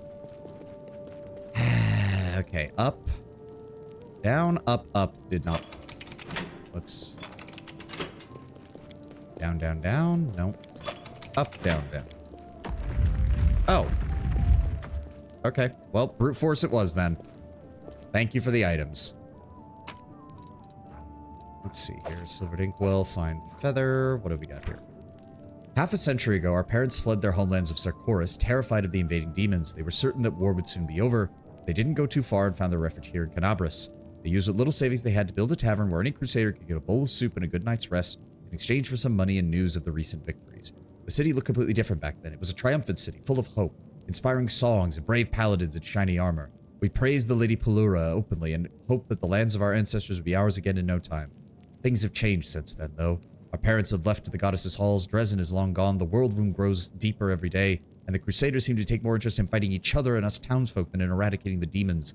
Hulrune has started to go mad and now puts all of his inquisitive zeal into burning witches. Today, Canabris is a city of fear and suspicion. We even had to hide our altar to the Shimmering Maiden in the basement so they wouldn't accuse us of demon worship. I mean, putting it in a hidden compartment in your basement is probably going to look a hell of a lot more suspicious if Hulrune starts investigating you than having it out in the open. Queen Galfrey has recently appointed Hulrune the prelate of Canabris. Now nothing will stop this murderer from taking complete control of the city into his hands and serving so-called justice upon everyone. His previous acts of violence were just the beginning of a full-scale massacre. We have to flee, run like our parents did, this time not from demons but from the crusaders. Soon we'll sell the tavern and leave. Anywhere else from the agony of this endless war. May Pelura protect this city from whatever comes next. 10th of Lamashun, 4682, Swargel family of the Devimai clan. Well, they left at least something of value. And no one was able to identify this, so we'll have to go talk to a merchant. I'm pretty sure it's just a basic stat increasing helm. Yes, I know, game, but I have no one with knowledge arcana, so that makes it kind of difficult to identify this shit. Okay. Go talk to the merchant then. And it is a headband of alluring charisma, which I don't need because I use wisdom for my charisma. Leona, welcome.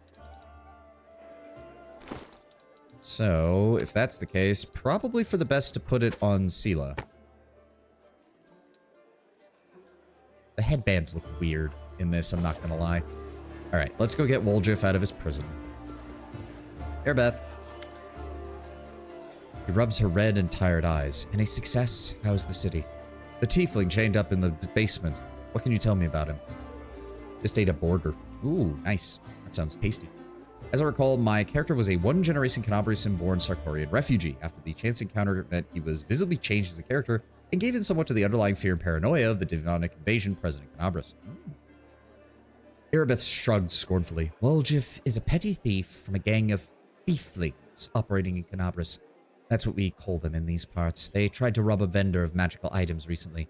Unfortunately, we apprehended only one of them, and the rest managed to escape. We have nowhere else to keep him apart from here, but that's hardly a prison. Woljif knows it too. He's been begging us for days to just let him go or have someone vouch for him. He's already asked you to put in a good word with him, hasn't he? Irabeth squints at you thoughtfully, then shrugs. Look, if you want to recruit Woljif and actually put him to a good use, go ahead and take him off of our hands. We can ill afford to let soldiers spend their days watching a middling thief. I hope the tiefling proves useful, should you decide to take him along. I even wrote a flash fiction of the campaign trait. Oh, alright. Alright, let's go get him out of here. Do you actually have anything? Yeah, I can handle it. He doesn't say. Well, Chief, what do you got for me? I talked to Irbeth, and you'll be part of our troop. We'll see how it goes. Ah, you must be a smooth talker. Come on, Delvin, get these bracelets of yours off me. I'm going free. Woljif leaps to his feet and gleefully rubs You're his hand. sure to regret this. This tiefling will fleece you for everything you've got. Mark my words. You're a bitter little man, Delvin. Petty and mean. You can't even be happy for me, can ya? I pity you. I'll leave you alone with your sad little soul. So long. And now, Chief, straight down to business. You see, I'm one of those guys that people around here call thieflings. We just call ourselves the family. After we knocked over that shop and I got stuck here in the Defender's Heart, a little bird told me that big sister Charisme wanted to see me. That she had some questions to ask me. You following? I thought you were a goat. I mean, I would say those are more ram horns than goat horns, but yeah. Now, she won't be asking me questions like, Woljif, how'd you manage to get out of this one? Or, Woljif, you're so thin, didn't they feed you? No, something serious has gone down, and I just know they want to try to pin something on me. I can feel it in my tail. So I knew right away that I couldn't go alone. You turned up just in time, Chief. You don't need to do anything when we get there. Just stand behind me and look mean, and I'll handle the rest. Somehow. Let's go, I'll show you the way. I mean, we have other things to do, Woljif, but yes, we will handle your story quest in a moment. Can't make the demons wait. Why does he have... Wait, what is he?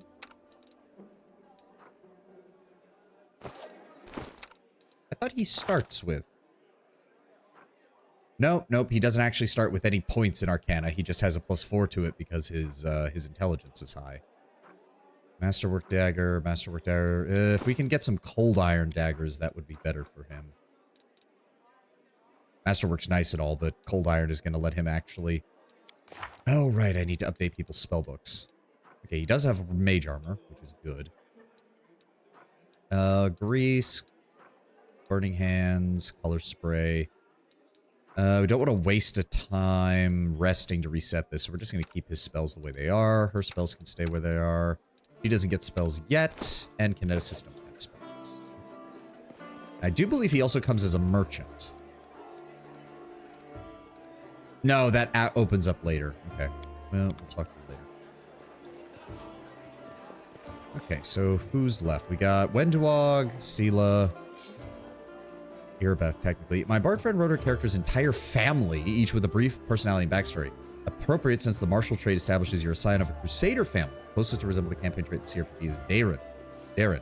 When we found her family in the ruins, their estate was intact and surrounded by dead demons. Oh. That's a good way to do it. Do I want to waste time talking to... You know what? We're going to talk to Wendua because we're going to be romancing Wendua, and then we'll just head out, and we'll actually get something done because we're an hour and a half into stream, but we still have not left this building. Wendua's tense stance reveals her constant vigilance. Her eyes are focused and resolute. Noticing you, she lets you speak first, bowing respectfully. Master, I am at your service. I want to know more about you. The underground warrior looks flattered, raising her chin proudly. You can ask me anything, Master. What do you think about what you've seen on the surface so far? She scoffs arrogantly.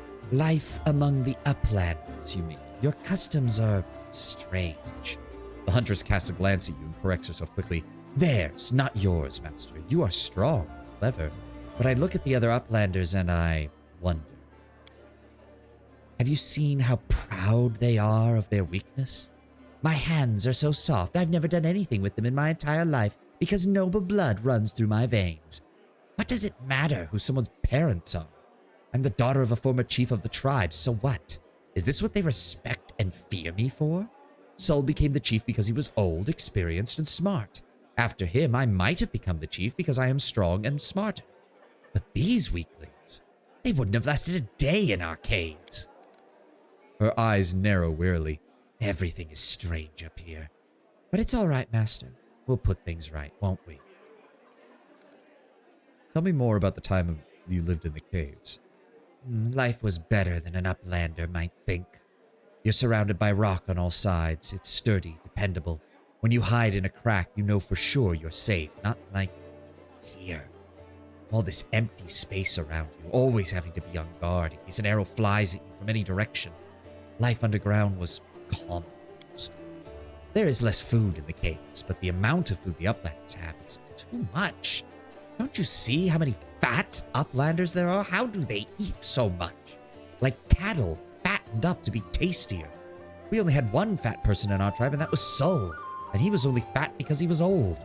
But up here, everything just seems fairer in the caves. When there's not enough food for the weak, they die. The lazy die. The sick in the head or the body die. The strong and the skilled survived, and the blooded become thicker, tougher. You're proud of your strength. Wendoag throws her shoulders back proudly. Of course. Let everyone see who is standing before them. The weak should obey the strong if they don't want to be reminded of their place. Even when I was a snot-nosed little cave rat, I would bring neithers twice my age to heal, because I feared nothing and no one, pain least of all. I was showered with praise and compliments. The best hunters of the other tribes wanted me. But what did that matter? The moment you start listening to flattery is the moment you get soft and you die. I pushed myself further, challenging myself, taking myself to the edge. Many times I almost died, but I always got strong.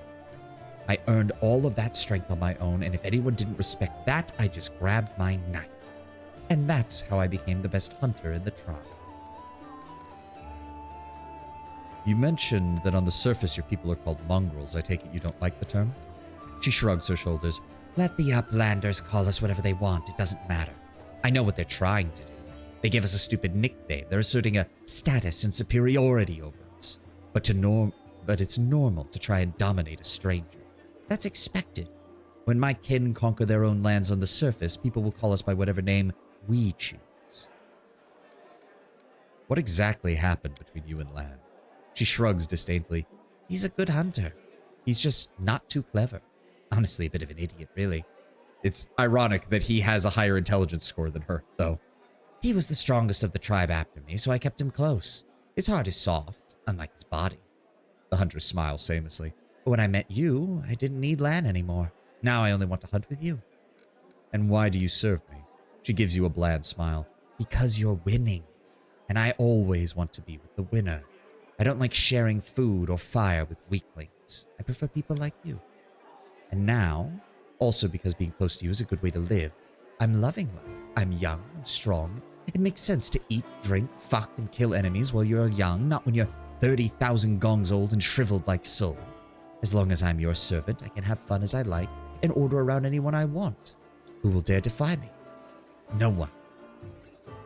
Her eyes drift half closed in smug satisfaction. I think I can guarantee you fun and entertainment, Wendua. She shoots you a feral grin. Then it's good we understand each other, Master. Or as the Neithers say, we hunt in the same cave. Tell me about your time serving Hosilla. Uncertainty sparks in Wenduag's eyes as she curls her spider legs on her back closer to her body. Of course, Master, but I only serve you. Has someone said something about that? What did you do for the demons? I brought my kin to their lair so they could join their army and accept the power given to them. One by one, I was making the tribe stronger. Later, once we no longer needed the demons, my kin and I would have fought for me. The hunter shoots you a grim and bloodthirsty grin. Like, on the one hand, betraying demons, okay, fine. On the other, Wenduag, you're a fucking idiot. We totally could have taken on powerful demons once we had their power. It's like, you don't know how this works, do you? You really don't. Wenduag talks a lot like how I'd expect an orc or orc-raised half-orc to talk. Yeah, not wrong. Do you care at all about betraying your kin? She replies respectfully but defiantly. Oh, I know that Sul would have called me a traitor, but for only one reason. He grew old and cowardly. I accepted the same fate as my fellow tribesmen. I ate the flesh, and for many gongs I thrashed with fever, growling like an animal, lunging at anyone and everyone, my body burning from the inside. But I handled it because I was the strongest of them. Not a single day have I regretted the power I gained, and that's why I'm not ashamed of sharing my power, that power, with my tribe. And why did you decide to start working for me? I was only serving the demons because they promised me power, and only for so long as they had something to offer. She chuckles, revealing her sharp teeth. But Hosilla can't offer me anything now that she's dead, and I was never going to risk my life for her. You're a true leader, one worth following, the huntress says in a fawning tone. Then how can I know I can trust you? Windwog's voice gains a fervent edge. Why would I betray you, master? You're the strongest. It'd be stupid to defect to your enemies and die along with them. I'm not that dumb. You don't need to grovel. She shakes her head. I'm not groveling. I'm showing respect for your power. This is exactly how the weak should behave in the presence of the strong. You promised me an army of mongrels, too. She narrows her cat-like eyes. And I will give you one, master, but first we must rebuff the attack on the city. Sul has spent his entire life preparing for the underground crusaders to return to the surface, and he's not going to take any risk. He will order the tribes to hide in the caves like rats, and he will decide whether they are strong enough to fight side by side with us. Maybe he will decide that it's better to sit this one out and wait for another chance to come. We have to fend off the demons, win a glorious victory, show Sul that ours is not a lost cause. Then he will send us his warriors, and it will be my job to turn them into soldiers. She is playing. Yep. No shit, Tenwin. All right. So we have our team. Most of our team, I should say. Is there anything else scattered around? The place has been sanctified to protect the area around it from the corruption of demons. There is some random stuff around here and on the rooftop, if I recall. Beautiful. Random loot. Never say no to some random loot.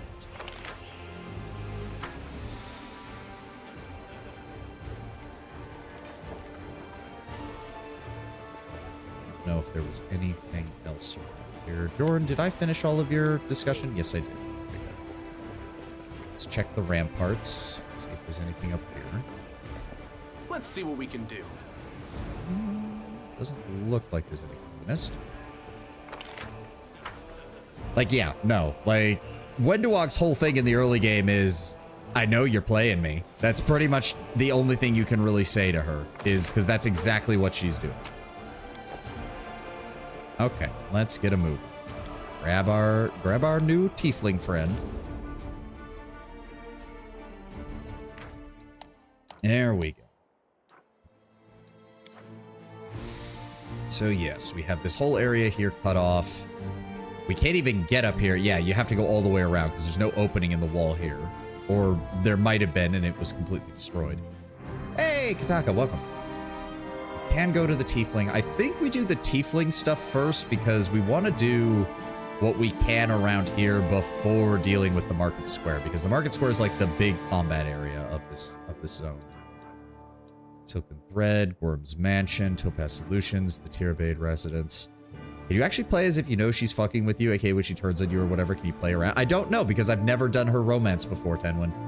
A lot of her dialogue is completely unknown to me. We'll see when we see it. I do know that it doesn't really kick off until we retake Dresden, but that's kind of true for all the companions. Except for Regil, because Regil is a bro.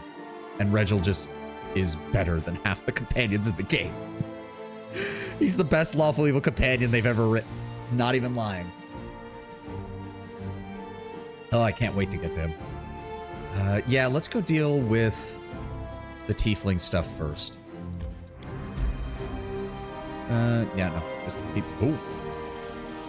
I don't remember changing any settings for travel. Hold on.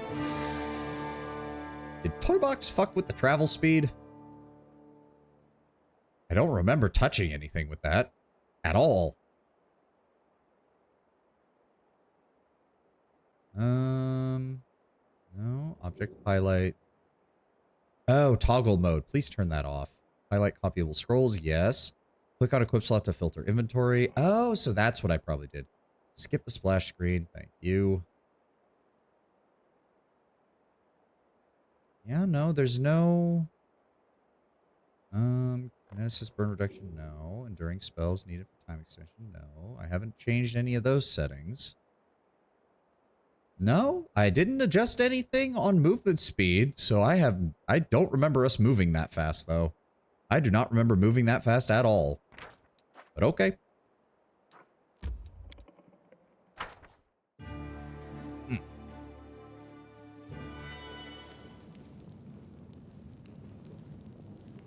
Here we go. What's up, guys? It's all tieflings, all the time.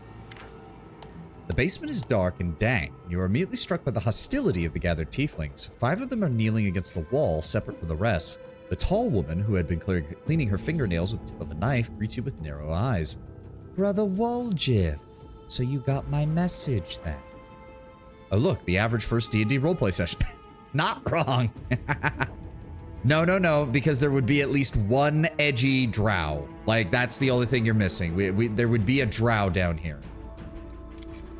Well, sorry I couldn't swing by sooner, dear sister Charisme. Okay. It was just one thing after another. First, I was in shackles. Next, I was still in shackles, but now I was being watched. And then the chief got me out here, and I came here straight away, and I knew you'd be waiting. Tiefling looters are a random encounter, but as far as I can tell, the tieflings are an outcat. The tieflings are an outcat original. I mean, it makes sense, though. Like, it makes sense. Tieflings are discriminated against to a certain extent. Charisme. Okay. Tieflings are discriminated to a certain extent. Some of them join the Crusades, some of them join the cults, some of them don't want to be involved. The ones that don't want to be involved end up to a life of crime. They band together because they're all equally shat on by Mendevian society, for the most part. Enough talking or we'll be here all night. We had a clear plan. We were going to wait for nightfall, slip into the shop, grab the goods and leave. Even if the neighbors called the guard, there was more than enough time to get away. But what happened? That bitch Irileth showed up right away. She knew we'd be there. Someone betrayed us, and I have a good idea who it is. What do you have to say? Make it quick, Woljif. An edgy drow and a racist dwarf. The rest is tieflings, all of them with dead parents, and 2 of them will spend the roleplay trying to kill people at random or kissing. Or both! Woljif, what's your side of the story? Charisme. All right. Charisme turns to you. He speaks. I thought Woljif only brought you so you'd have someone to hide behind if things went south. Oh, what's there to tell? You know, about a week ago, Sister Charisme got the 6 of us together in this very basement. She and those 5 over there. Woljif jerks his head towards the 5 tieflings kneeling by the wall. She rounds us up, says we got a score, ancestries and wonders, the one place nobody's ever been able to hit. You know, the place is guarded by a golem, but now a powerful scroll can knock out the golem, just happens to come into our position, along with a tip-off that the shop owner would be gone on a particular night, so all 6 of us know a little bit of magic, and we knew that any enchanted junk will sell for a pretty penny, so we're all in. And the most important thing was that none of us was to be seen hanging around the shop ahead of the job. No casing the place out, no calling attention to ourselves from either the golem or its master. This job was top secret. And one will try and fuck everything that moves and things that don't move. Yep. Well, that's all true. So far. Go on. Well, we did everything right. With the locks and the golems. I picked the lock. I remember it clear as day. Sister Dalna was on lookout. Brother Melrune had the scroll. Doffy, Tavi, and Varnir brought the sacks. We covered the windows, lit the torches, and I remember scooping up rings and tossing them in one of the sacks, and one expensive one rolled away from me. So I crawled under a table to go after it, and the next thing I know, Irabeth was there. Everybody started scampering, but I was still under the table. Not my finest moment, I'll admit. I was gonna wait it out, but then those blockheads dragged me out by my tail and put me in shackles. They took all the rings off me, gotta be at least 20,000 worth, and add insult to injury, never even found that last one. And in the end, I got busted over nothing. So they caught you, poor thing, stripped you of your loot, you didn't even manage to stash any. Charisme is pointedly polishing her knife. Where's the moon of the abyss, Brother Woljif? The moon of the abyss? It's an amulet. It used to sit on a little cushion in the window of the Ancient and Wonder shop. Sterling silver, sparkled like a star, fine piece of work. On one side was a half moon, you know, a crescent, a waning moon. In the middle, there was a dark crystal, like it was eclipsing the moon. Old man Fellerman was so proud of that amulet, he used to say, "I'll never sell it. It's the jewel of my collection." Woljif sighs unhappily. I used to go there to see those kind of treasures that there were in the world. There's nothing else to look at in Canabras. People used to claim it was a powerful thing, but who's to say? If you ever stole a thing like that, you'd have the guards on you in seconds if you tried to fence it. Everyone knew that you always hung around Ancestries and Wonders, drooling over the moon of the abyss. Did you really think you could swipe it in the commotion and keep it for yourself? Did you hope that we'd all be locked up and you'd get off scot-free with a fancy trinket to boot? Don't take me for a mug, Woljif. I see through you. Why would Irabeth arrest her own informant? Yeah, took the words right out of my mouth, Chief. It doesn't make any sense. If I was the rat, I'd have kissed her on the hand and been long gone. You know me, sister. I'm a cautious fella, not an idiot.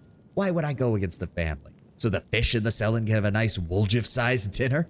The Moon of the Abyss is a pretty bauble, to be sure, but it's just an amulet, and it ain't worth dying over. You knew Erebeth's people would protect you. You knew you could pin the moon going on missing on them, and now you've come here with backup. You knew exactly what I was going to ask you. Only problem is, nobody's returned the amulet to Felaman. Are you giving Erebeth the cut? Is that it? Have you seen the woman? Do you think she'd take a cut of anything that I offered? She can't be bought. She's like 3 heralds of Iomade rolled into one. He does speak the truth. You'll find some knights who take brides, I'm sorry to say, but Erebeth Tirabade is not one of them. Woljif, continue. That's the whole story. Woljif crosses his arms, looking affronted. Some family this turned out to be. It's just a name in the end. In a real family, people take each other at their word. They don't throw around accusations. I didn't take the Moon of the Abyss. What am I gonna do with it? You can't sell it to no crusaders. It's a special item. You can't wear it. It'll get nicked or identified. It's pretty to look at, sure, but it ain't that pretty. If it's that important to you, Sister Charisme, I'll find it, and I'll drag the traitor here by his horns, just so you don't end up at the bottom of the cellar. But you do know that you're gonna owe me for that, right? An apology, right here in front of everyone. You're gonna apologize loud and clear so everybody hears it. And you'll say, sorry, Woljif, you're a good guy and I was wrong about you. Fine, you're still one of our people, which is why I'm going to give you some time. But if you run, Brother Woljif, the family will get you wherever you go. And you will spend the rest of your life looking over your shoulder, tossing and turning at night, fearing poison in every cup and in every meal you eat. You'll look into the eyes of every tiefling, wondering if the family has come for you. You'll have no peace, but one day, when you're tired of running, when you stop to catch your breath, that's when we'll get you. You got that? Oh, you have a way with words, sister. A way that almost made me wet myself, but a way nonetheless. Come on, let's go, Chief. We'll go chat to that scary gal, Erebeth. She knows you a little. You can ask her who ratted us out, and I'll let you do the talking. We'll find the real traitor. And I'll get my apology. Come on, onwards to Erebeth. Chief, come on, let's go clear my good name. Such a drama queen. Yep. I am unsure how much of Woljif is honest here or hiding stuff. You'll find out, because I distinctly remember how this quest goes. You'll find out. Root out the traitor and be quick. Time's running out and I don't want to get chewed up by demons. I do know we come back here, so I will leave your guys' stuff so we don't accidentally loot anything. Let's go ahead and back me and her up slightly. We'll put Woljif in the middle because he's mainly just there to do sneak attack damage at this level. Alright, now we have to run back to the Defender's Heart.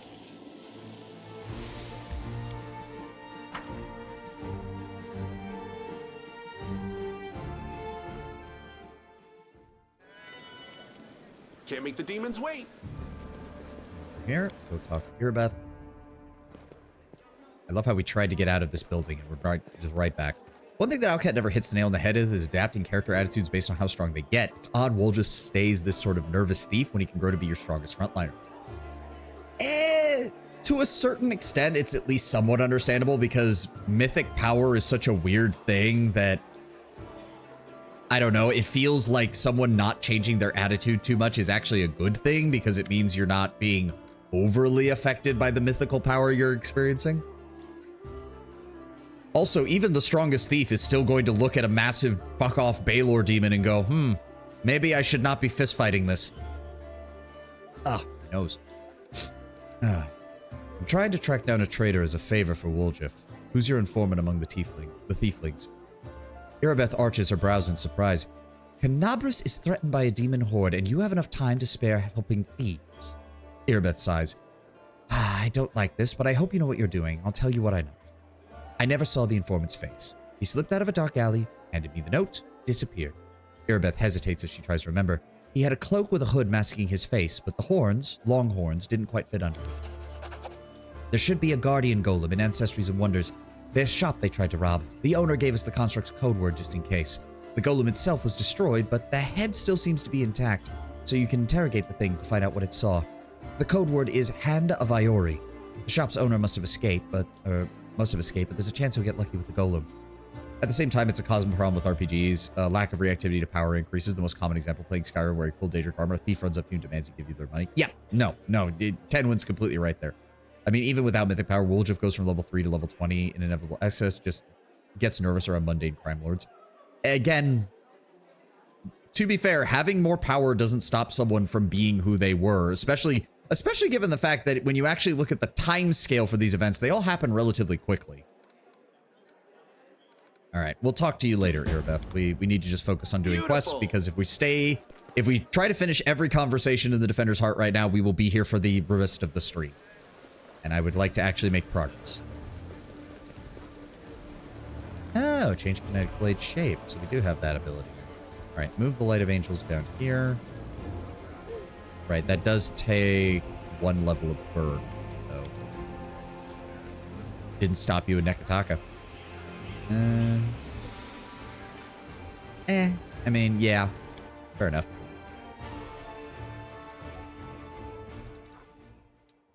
Okay, so we need to go over here. Oh, random encounter. Who we got? They will break against Oh, our giant resolve. spiders. Now I remember why I didn't like the Canobras random encounters, because they always start with the enemy in weird positions. Okay. The inheritor, guide my blade. Rendua, fall back. Woljif, fall back. I'll fall back. There we go. Engage. Engage. No match for me. Woljif. Cover go. me, all right? There we go. There we go. Nice and simple. How far are we from the next level, I should say? 3,000 experience Let's points. see Okay. what we can do. It's going to be a while, but still. They always start with the enemies in weird positions. Random encounter the cultists are all spread eagle. Stop that. You know what I mean. Like, the most of the random encounters throughout the game aren't too bad, but Canobras in particular is very... I mean, I know part of it is to sell the whole urban environment where it's like enemies can come from literally anywhere. So I do get that to a certain extent. It's just annoying after the first couple of times. And given that I've played through this starting zone Here we go. so many times. Hello? Is anyone there? Roll a blessed weapon. Oh, right, is, Free at last. I thought I'd be floating Finian. like a pancake under that rubble. Much obliged. Damn, I'm not in any pain, but my head is still foggy for some reason. What's with all the hubbub in the city? The name's Finian. I'm a Pathfinder. If there's anything I can do to help, I will. I don't remember if we actually read all of this for the Pathfinder, but yeah, they're based in Absalom. I do. You're a Pathfinder? That's right, Finian Dismar, Pathfinder and Crusader. I roam around the world wound wherever my tasks lead me. Scouting mostly, but this last while I've just been hanging around in Canobras, waiting until I'm needed again. I'm bored out of my mind, but at least this shop makes for better lodging than some inn. Fun fact, Finian used to be partially voiced, so most of his lines were silent until he surprised the shit out of me by talking during camp scene. Yeah, I do remember at one point they added in a patch that added more voice lines for him. What I meant was, what are you? What's that supposed to mean? I just told you. You want to know where I hail from, is that it? Well, I'm from around here, actually. We Helots of the Star Eye clan fled when the World Wound troubles began. But I couldn't stand by while the demons wreaked havoc, so I came back. Or did you mean to ask about my weapon of choice? My best weapon is every weapon. I'm a skilled and capable fellow, if I do say so myself. I can swing a sword and poke with a spear, but what I am best at is communing with the spirits. They call folks like me Phantom Blades. A Phantom Blade? What is that? It's like a spiritualist, but with a twist. It means that some spirit took a liking to me at some point, and it can turn into whatever weapon I need. Handy, eh? I don't need any whetstones or enchantments. Doesn't take up space either. Although, to be fair, it's not a barrel of laughs. The spirits that bestow this kind of power don't come from happy places, and they're not exactly bright-eyed and bushy-tailed. They usually appear after great battles that leave few survivors. Well, the city is under attack by demons, so... Wait, what? The last thing I saw was some thieves breaking in here. And then the guards came, everyone was running around. After that, it's a bit of a blur. Right when things got intense, they dropped the cabinet on me. I couldn't even help the owner. I was just lying under the shelves like a dimwit until you came along. Oh, poor Finian. I do like Finian's writing because it really sells somebody who just does not understand what has happened to them. Does he know? I never finished his quest line, so I don't know how much he knows Tenwin, but I do know part of it is denial. Part of it is just straight up denial. Oh, he doesn't? He fully doesn't? Okay, fair enough, Lord Member. So the adventure encourages the DM to use any would-be family they have in the city to potentially be found dead or alive while exploring. If there are demons in Canabras, we must do something about it. The city needs every blade it can get. Hey, do you mind taking me with you? I don't think I can handle this alone. And besides, the more the merrier. How did you end up in this shop? I've been waiting here so long I don't even remember anymore. Just sitting and waiting for any word from the Pathfinders, but it looks like everyone has forgotten about me. The shop owner is an old friend of the Pathfinders, so I've taken up residence here. All right, I guess I'll take you with me. I swear you won't regret it. I can do all sorts of things. Is there anything your party is missing? A sword, a spear, a bow? Just say the word. You now have a unique companion, Finian the Talking Weapon. You can access him through the special button in your inventory. Click on it to start a dialogue with him or to change his form. You can take the shape of it. He can take the shape of any weapon, and you can give him to one of your characters in the party. There are no limitations to changing his form. Finian will become more powerful as his personal story progresses. Now, I do have a mod that changes this slightly, where it's based on overall story progression rather than just his quest progression, just to help smooth out his power spikes a little bit. What is it with CRPGs and having talking weapons? It's a cool trope. It's a cool trope, Tenwin. I don't see a problem with it. So, I believe he starts as a +1, I want to say. So I'm actually thinking maybe Javelin. Yes, he starts as a strength, he starts as a cold iron, ghost touch, +1 weapon. My bard found her paladin sister died while fighting, and my character, his parents are alive in the backstory, but when we went to find his parents, the whole tenement he and the other gnomes of Canavers lived in had been totaled by a demon, and his parents' bodies were in the wreckage. Problem not necessarily just saying it's a common and sometimes annoying. I've never really found it to be annoying. As long as the writing isn't like particularly bad. But yeah, she's got Radiance, which is already going to be good and will improve over the course of the game. Ooh.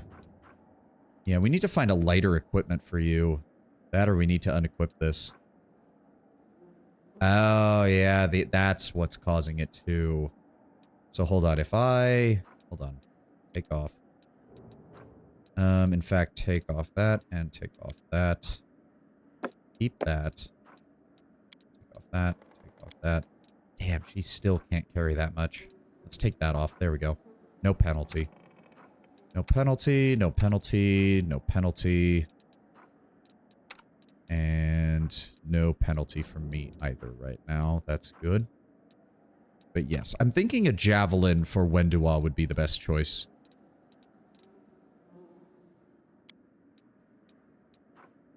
And there we go.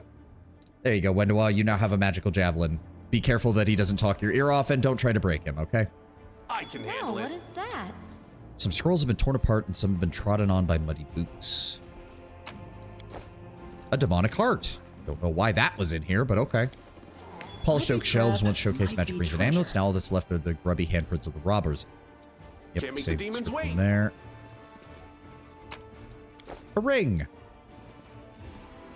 Although Modweir is the best one, Orgasm Battle. So yeah, I mean, she's pretty good. She is pretty good.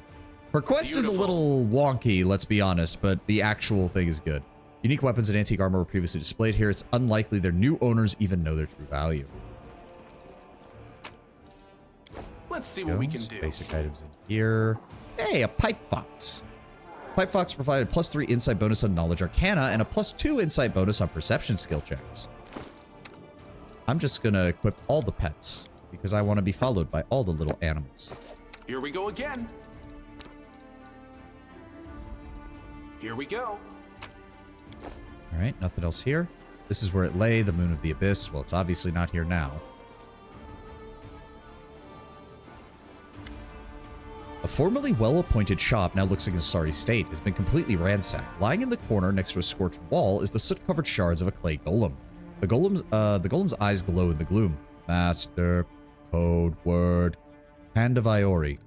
Code word, correct. The golem's eyes glow brighter. Awaiting orders. Where did you come from? Who created you? This golem was created by Gaffrian and Son. Address 3rd building on the right, Jeweler's Alley, Nerosian Mendev, model G-504-ENE, which stands for Experimental and Enhanced. For all inquiries, please contact Mr. Gaffrian. What can you tell me about any suspicious people who came to the shop in the last week? Where did you come from, Golemayo? The golem is silent for a moment. 56 individuals entered the shop. Human, female, old, gnome, male, old, human, female. He'll be reading off customers all until nightfall. I need to ask it a different way. Were there any suspicious tieflings? The golem is silent for a moment. Tieflings, 3. Tiefling, male, middle-aged. Tiefling, male, young. Tiefling, female, young. Young male tiefling. Tiefling, male, medium height, short horns curled backwards, medium length tail, hair color, or eye color, yellow, hair color, black, special observation, annoyed master. Horns, hair, tail, that sounds like me, but, you know, it's not possible. I know that the security like here. I didn't come near the place. I give you my word, chief. No special observations. Subject was unremarkable. There, see? Couldn't have been me. What about the middle-aged male tiefling? Tiefling, male, medium, height, long, horns, medium, length, tail, eye, color, pale blue, skin color, dark, special observations, red hair. Oh, that's our traitor, I'll bet your life on it. Charisma drilled it into our heads that we shouldn't go hanging out about the shops. Red hair, we got a couple of gingers, plenty more we get out of the bottle. So much for special observations, golems ain't all they cracked up to be. Maybe its master knows more. What about the female tiefling? Female, tiefling, above average height, hair, long, pale, tail, not observed, long horns, eye color, blue, special observation, scar on nose, baldric with gold stitching. Huh, I don't even know that one. New arrival maybe, gold stitching, huh. Wouldn't mind getting to know her a little bit better. And there's the ad, so we're gonna hold here for a moment. I'm gonna do some stretching, and we'll be right back in a moment.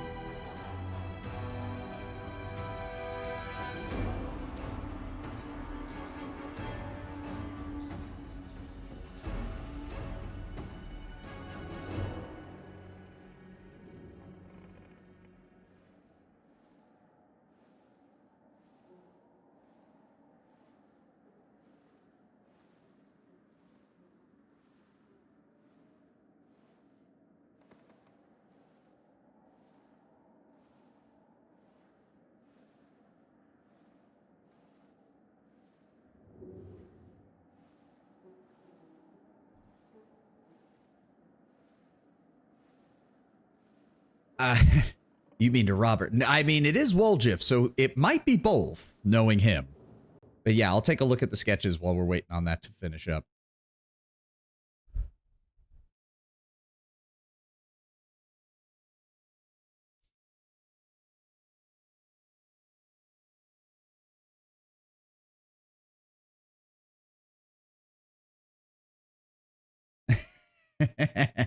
Wizard, you think you could cast some light in here? It's dark. Wizard currently wearing a full thing over their face because they got injured on the head. Boo fucking who. All right, that's pretty good.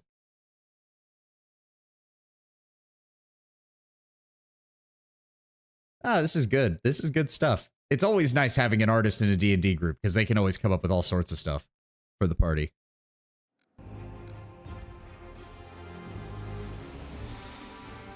That's some good stuff. That's some good stuff.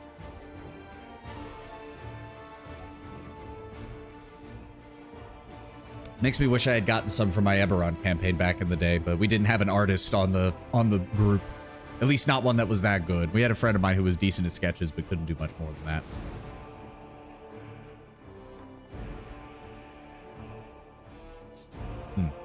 All right, we're just waiting on the ad to finish.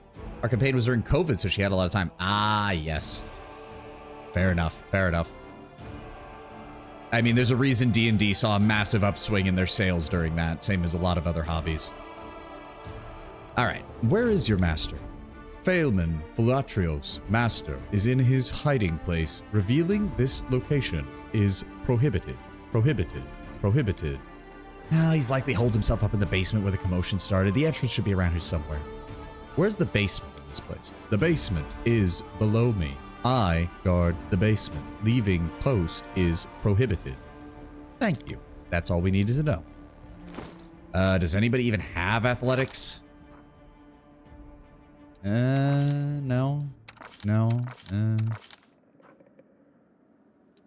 That's not good. That's not good at all. Son of a bitch. So hold on. If she takes that off, that gets her to a 2. That still means we need, what, a 12? And we have nobody else who can get close to that. Shit. Okay. Well, let's try it. Damn. It's just not my lucky day. And it caused everyone to get fatigue. Really? Oh, and we rolled a 1. Thanks, game. Fucking fatigued is one of the worst goddamn fucking shits you can get in the early game. Fuck. We are on a time limit, game. We are on a time limit in Act 1, or at least for the first half of Act 1. You can't be doing this shit. I can handle it. We're gonna have to go rest after this, aren't we? God damn it. Isn't the time limit extremely generous? I don't remember, and I don't like risking it. That's the main issue. There we go. Put that back on her. Alright, well, at least we don't have to worry about Camelia's trickery score right now, because Woljif is better at it. Woljif is just straight up better at it. I'll watch your back. She has an 85. She She has, restless. let's just go with it. This is my kind of work. Yep, thank you. Can't make the demons wait. And there's some alcohol. Let's grab that. We can always sell it later. Hello, Philemon.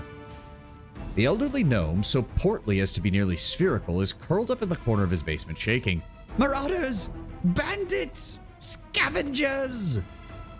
Please calm down. No one's here to rob you. The gnome peers at you.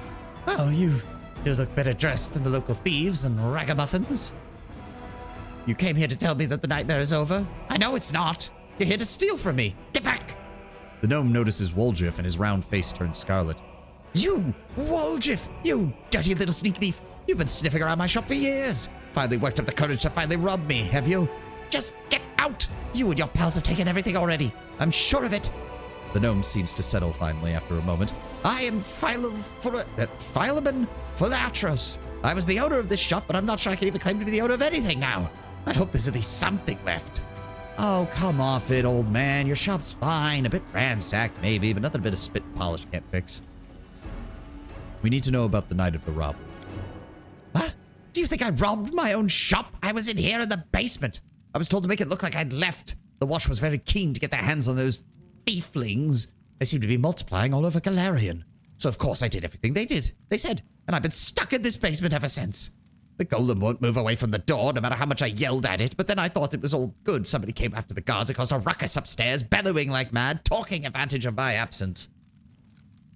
Just tell me about the tieflings that have visited your shop recently. Why should I tell you anything about my customers? You're not from the city guard, the Eagle Watch. Chief, if he keeps digging his heels in, just say the word. I know how to loosen his tongue. I'm helping the Eagle Watch to catch the culprits. It's in your interest to tell me everything. Oh, of course we failed. Good lord. The gnome casts a suspicious eye. Is that so? How do I know you're telling the truth? Since when is the Eagle Watch in the habit of sending strangers to do their work for them? Fine. Woljif, you're up.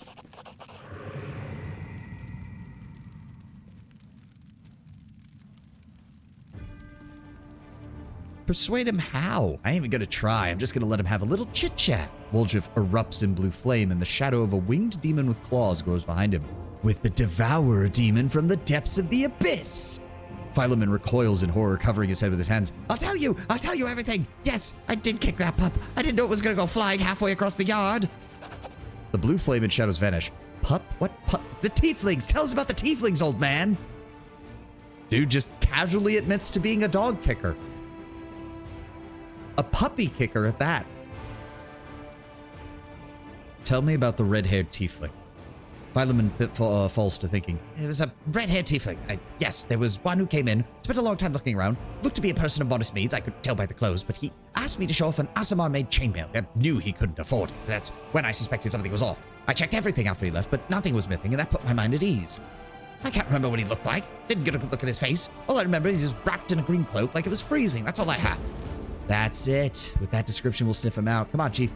Back to Sister Charisme. We have a good, long, shifty look at all my brothers and sisters and put these clues together. Something tells me our traitor isn't going to wriggle out of this one. What do you know about Woljif, old man? Philemon's face wrinkles in disgust. Oh, Woljif Jetto, right. I've known him a long time, though I'd rather not have known him at all. He's been skulking around my shop for years, treating the place like a free museum. He always wanted to look at the moon of the abyss, and I'd chase him out. He'd just slink back in again a few days later if he was with the gang that robbed my shop. I'd bet anything he swiped the moon. Oh, how come I'm the prime suspect? Whoever betrayed us is the one who's got it. I want to see it returned too, you get me? I don't like the idea of other people's grubby mitts on it. And what about the tiefling woman? Philemon scratches his chin. Tiefling woman, tiefling. Yes, I remember now. Noble lady, unlike those ruffians we have around here. She purchased magical equipment for the crusade, and she promised to come back again. Oh, if only all tieflings were like that, I'd be laughing all the way to the bank. All right, we found out everything I wanted to know. If that isn't enough to help you catch the thieves, then I don't know what else to tell you. Now please be on your way and leave me in peace with my wreck of a shop. Beautiful. All right, let's get going. Time to leave.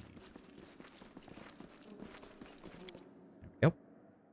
And now we can go handle this quest real fast.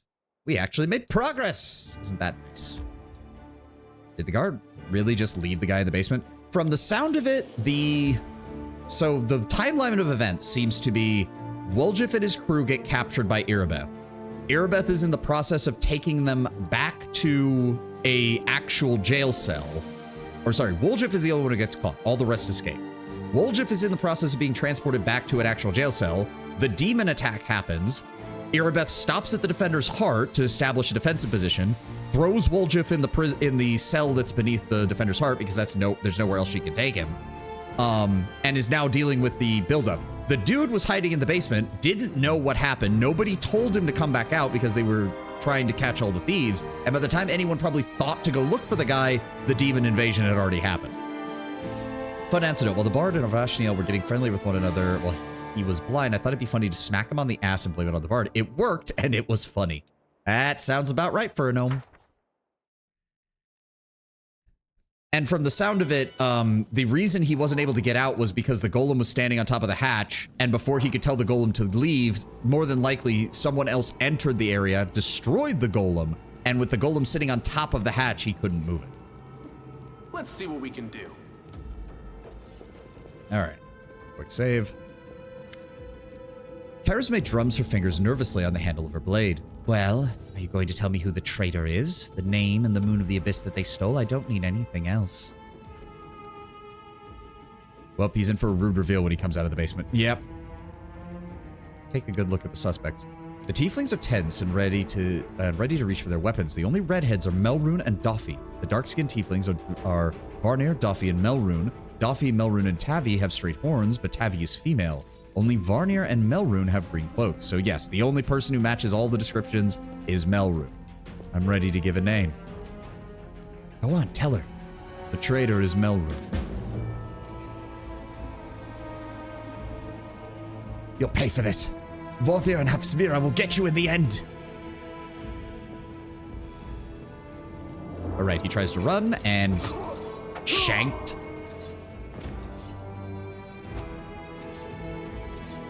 Take him away for questioning. Charisme looks weary, but her earlier tension is clearly lifted. He's already confessed. Someone connected to the cult of Baphomet ordered him to steal the moon, and the best idea he could come up with was to drag all the rest of us into it. He got the scroll to take out the golem, he betrayed us to Irabeth so he could swipe the amulet in the chaos. He thought we'd get nicked and slink off back to meet with his customer. Hepsamira, remember that name? I will. So you've got the moon of the abyss. Oh, let me look at it one more time. My whole life I've dreamt of holding that thing, if only for a second. He said he got to the window display, the moon was already gone. He's lying, of course. He just had time to hand the moon off to the person who ordered it. Bloody cultists. I don't really give a toss in the end. I'm just glad we got to the bottom of this. What is your group going to do now? We're clearing out. The sooner the better. The city's dying, and I'm not dying with it. The city would have already died if not for the people who stood to defend it with weapons in their hands. So defend it. I'm not stopping you. It's your city. We've always been the outsiders here. Why should we fight for you now?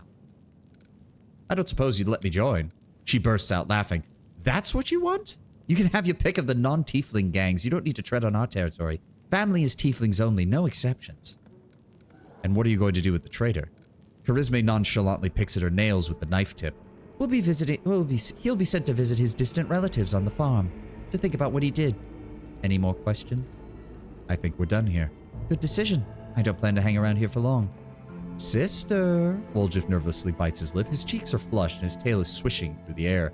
You forgot something. You should be happy to be alive. An apology?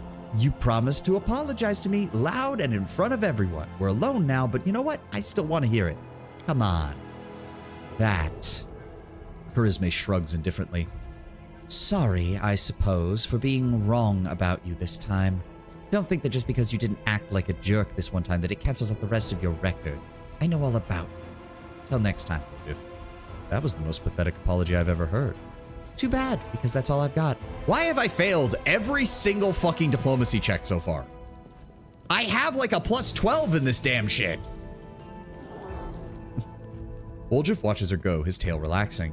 Better than nothing. Listen, Chief, well, we got a spare minute. Come see me. I got something I want to discuss with you, but for now, let's just get out of here. I don't like sitting below ground when the building above is ready to crash down on our heads. Jesus Christ, I put all of my points into fucking persuasion and I get nothing out of it. Alright, let's see what they left around here now that they've cleared out the place. Oh, a kukri. Lockpicker's kit. This lockpicker kit grants its owner a +1 bonus to all trickery skills. Yes, please give me that. Where is it? Yep. So that should... Yes, lockpicker's kit 1. There we go. What else I we can got? handle it.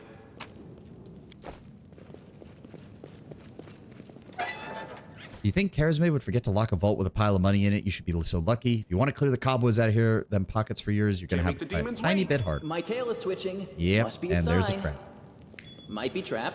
Might be treasure. There we go. What did she leave? Some gems, some basic stuff, some jade, and a secret compartment. Which, what do we have in here? Kukri. Nothing really. And Tiefling account book. Let's see.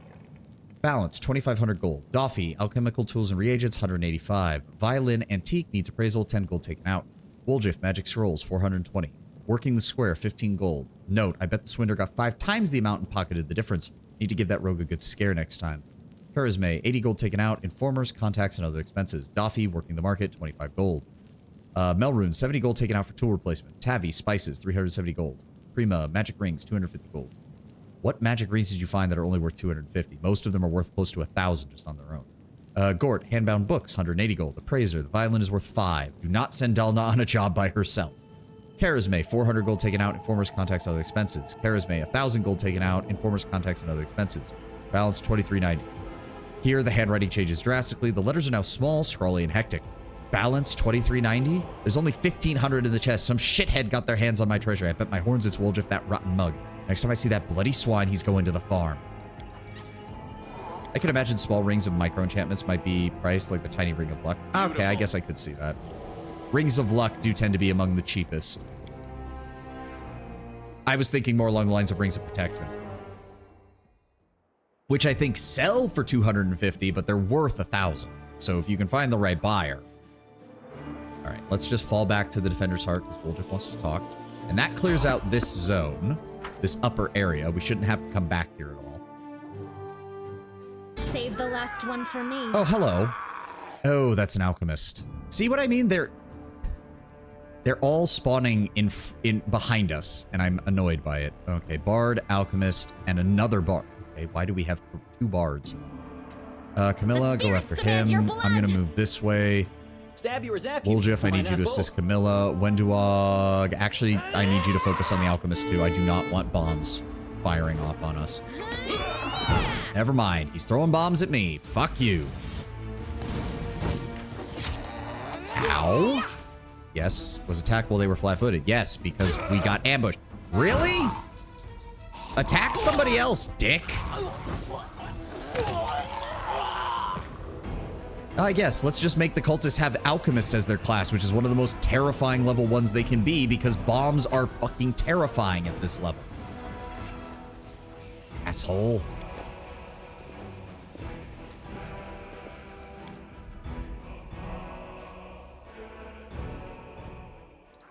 I shouldn't talk. I'm also a kineticist, which is equally a class that can be horrifying at level 1 because it can hit harder and more consistently than just about anybody else. And with elemental damage. Let's see what we can do. With touch attack. Alright, so maybe I should just shut up about it. Alright, Woljif, where are you? Right, you hang out in the kitchen. Psst, look, Chief, I got something to show you. Ta-da! A real beaut, isn't it? Woljif comes closer and looks around quickly to make sure no one is eavesdropping. He makes a subtle gesture and the amulet on a chain drops into his hands. A silver amulet in the shape of a waning moon with a dark crystal in the middle, the moon of the abyss. Yeah, you called it, Tenwin. They're less scary in tabletop when they're relying on gear that can be snatched from them, tight corners, a bunch of details that just aren't in this game. Yeah. So you did betray the thieflings. That cuts me deep, Chief. You and I saw who the traitor was. It's just that when we robbed the shop, I went in first and took what I wanted. Nothing wrong with that. Although, of course, I did think about hiding the moon and just taking myself off somewhere warm when all this blows over. But only because I want to see the world. Is it a crime to want to travel? Huh? Is that what counts for treachery these days? So you really had the amulet this whole time? Since that night, Chief, Melround didn't even set eyes on it. While he was dealing with the golem, I sneaked past them, and that was that. Why is this so important to you? Do you really not remember it? Oh, I thought you would appreciate it. It's from the old man Fileman, the owner of the Ancient Trees and Wonders shop. It's the pride of his collection. The Moon of the Abyss, an amulet with a rare crystal crafted by an unknown maker. When I think of how much this thing is worth, it makes my head spin. You were searched by the guards. How the hell did you manage to hide it? Thieves have their ways. I don't want to know anymore. And why didn't you just give the amulet to Charisma? What? So she would slay me right away, you mean? You saw how antsy she was over Canabras and all this. So I did it. I took the Moon of the Abyss. But I didn't go to Erebeth. And Big Sister wouldn't hear my explanations. She doesn't have the time. I even thought I'd hide the moon somewhere, and then when all the noise had died down, I'd go get it and make a run for it. I'm sick of the thieflings. And they never appreciated me anyway. So why did you steal it? You wouldn't have been able to sell an item like that. Why, he asks? It's expensive, pretty. And you know, it's my amulet, actually. Not meaning I stole it, but I mean, this is my inheritance. My grandma and I were poor. All we had was a jewelry box with the moon in it. She used to store it under the floor in the basement, and she'd take it out sometimes just to look at it. Woljif's VA is so annoying. He sounds exactly the kind of dudes that annoyed the shit out of me in school, but so the VA is perfect for him. Yeah, no, like, the VA's performance is great. It's just that it's Woljif, and he's fucking annoying. Like, there's no denying that. She was always nicer when she had a few drinks in her, so I could ask her things then. One time I asked where she got it from, and she said it was from a demon. You know, the demon who was my grandfather. He said the moon was to be passed down. My ma was good for nothing and nobody, so that's why Grandma decided to keep the amulet for me. She used to say it would be mine when I grew up. But she couldn't wait until I grew up. She squandered my inheritance when she became a drunk. Took it to Fileman's shop and pawned it. He gave her some coppers for it, and she didn't even haggle. Just grabbed them and ran back to the tavern before last orders. I've been going to Fileman's to look at the moon ever since I was a kid. He chased me away, but I just kept going back, so eventually he gave up. He didn't skimp on security. The place was like a fortress, so he wasn't worried about a street rat like me pinching anything. Even when I got more skilled, I couldn't get any closer to it. One day, I had no one to go with. Another day, there were only oafs who'd never stolen anything more than a church donation box. But when Charisme had planned everything out, I realized I had a chance to get the moon and move away from here. Maybe to Garen. I hear it's warmer there. I've stayed with the family for too long.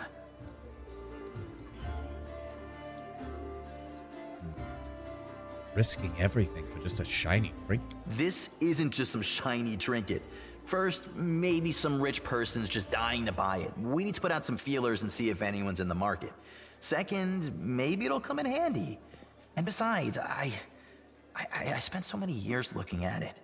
I imagine things like, what if my grandfather left something else and my grandma spent that too? Maybe I could have had my own barony already if things had turned out differently. Or got some decent education in the capital. They're all just dreams, but the moon is right here. You've got to hold on to what's yours, Chief. I do know that so I don't know how Woljif's story ends, but I do know that there's a lot of choices with him in dialogue where you either push him closer to his human side or you push him closer to his demon side. And I'm definitely thinking going the human side because the build that I have in mind for him, I think would fit thematically with that as well. You deceived people who considered you a friend. How am I supposed to trust you if you consider me a friend? Because that's not how you're supposed to treat your friends. Family, friends. You know, some people don't believe in gods, so gods don't exist for them. That is not how that I don't works. believe in family. Not in Galarian. All that heartwarming talk about sticking together. Ugh. People like to say those things, but when push comes to shove... Some people don't believe in gods, so gods don't exist. That is not how that works. That is not how that works, Woljif. I'm gonna have you sit down once we get a cleric on the team, and he can explain to you how utterly stupid that is. Sister Charisme used to say that us tieflings were one family, and you see how that turned out. And did you hear that excuse for an apology? I did the right thing, and I was right to want to run when I just planned on stealing the Moon of the Abyss. Everything turned out as it should. Tease me slightly that Woljif is so close to his demon heritage, but they use the base tiefling stats for it just to make building it easier. I mean, it's kind of... I mean, it would be more understandable if they didn't eventually give you a companion who is just a straight-up demon and is statistically one of the best companions in the entire game because she's simply better statted than everybody else. Whatever you think, I owe you. I'm not just a thief. I have my own business selling things. Thanks to you, I'm still in the family. And we have the black market sewn up in this city. It's a good way to sell valuables. Making sure no one is going to take the amulet from him, Woljif hides it under his shirt and folds his arms over his chest. So, if you need anything, a scroll or something, just say the word. I have a little portal to our people in Nerosian. You put a note there, and you get what you need.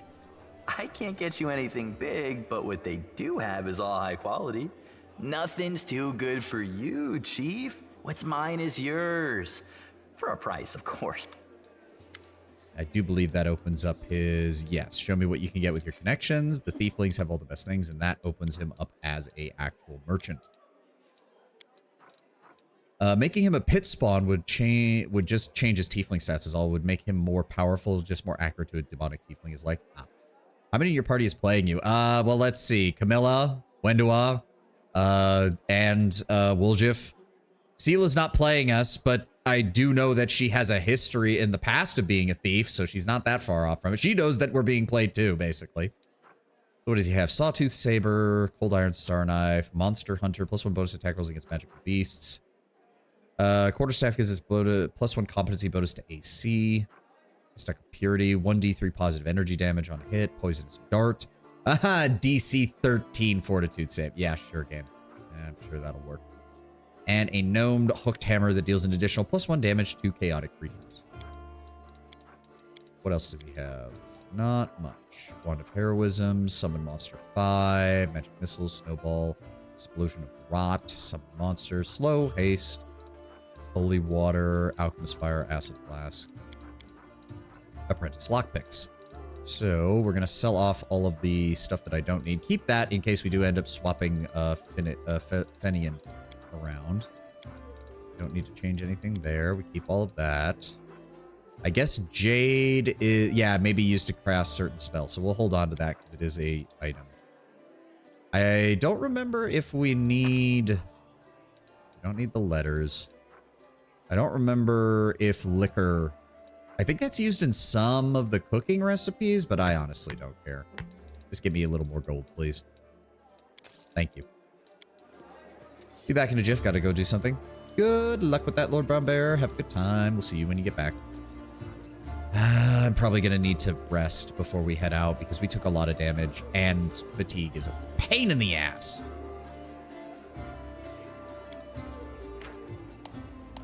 Yep, we're gonna camp. Roll is unavailable. We can put someone on alchemy, but we don't have an alchemist kit and we don't have a scroll scribing kit, which means we can't really do anything. Rest for the recommended period. Use healing spells and abilities before resting. What the fuck do you mean 1 day, 9 hours? What the shit? The hell do you mean 1 day, 9 hours?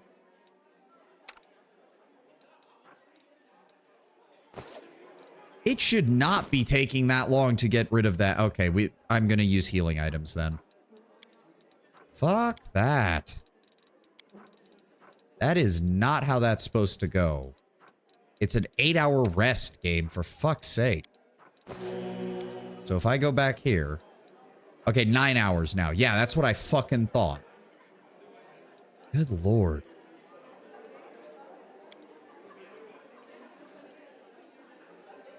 The Defender's Heart is where the commoners drown their sorrows in tankards of cheap ale. There were other sites in the city far more deserving of protection. Why did the Crusaders establish their base in a dotty little tavern? It makes sense to protect the taverns first and then the palaces and the temples. Our faith will still be strong even without a temple, but ordinary folk need somewhere they can go to forget about the demonic terror. Yeah, Sela is the only one who is not playing us, basically. No VA during rest? Unfortunately not. At least not for all of them. I know some of them are voiced, just not all of them. I think they dropped that from the original because in Kingmaker almost all of them were voiced, but there weren't really that many. Whereas in this one, some are voiced, but a lot of them aren't. But it also allows them to just have more. And more character interactions that happen outside of it. Alright, let's get moving. Grab everybody. Now, let's see here. We've got a fallen horse. There we go. Collect some reagents, and we can start making our way to the market square. And random encounter, of course. Oh, we didn't get ambushed this time. That's nice. Where are they, though? Here we go. Ah, there he is. Marauder Archer. Ooh, Marauders. Those are actually... That's actually looters. Yeah, they're level 3. Okay. Is there just the one? That's a bit weird. Handle it. Ah, there he is. Okay, another Marauder Archer. Anybody? Okay, so it's just the 2 of them, I think? Okay. Can't make the demons I think wait. we can make this work. So, Should I? give me gather power, long range shot. Can we retreat already? Go, damage, and down he goes. Did that aggro the other one? The heartbeat quickens. Yep, there he is. You are today's sacrifice. Go and engage. Ow, 7 fucking damage. There we go. Yes, I know the enemy has energy resistance. Game, they're a tiefling. I get it. Don't worry. Beautiful. I will, with the second I get my first mythic ability, we will never have to worry about that with fire ever again. So the reason there's so many named non-demonic bugs, at least name-wise, enemies around is because of the Demon Lord. What? Let's see what we can do. The reason why there are so many non-demonic bugs, at the least name-wise, enemies around... Oh, you mean like the giant spider and stuff? Well, it's also because he cut a hole into the ground, and these things are coming up from the underground. That's also why. Yeah, the giant spider is huge flies. It's partially the Demon Lord guy, and it's partially also because he... See where these are? There's literally giant cracks in the earth that have opened up to the underground that are now that things can get in and out of. Like that's why they were also found underground where the tiefling or where the mongrels were.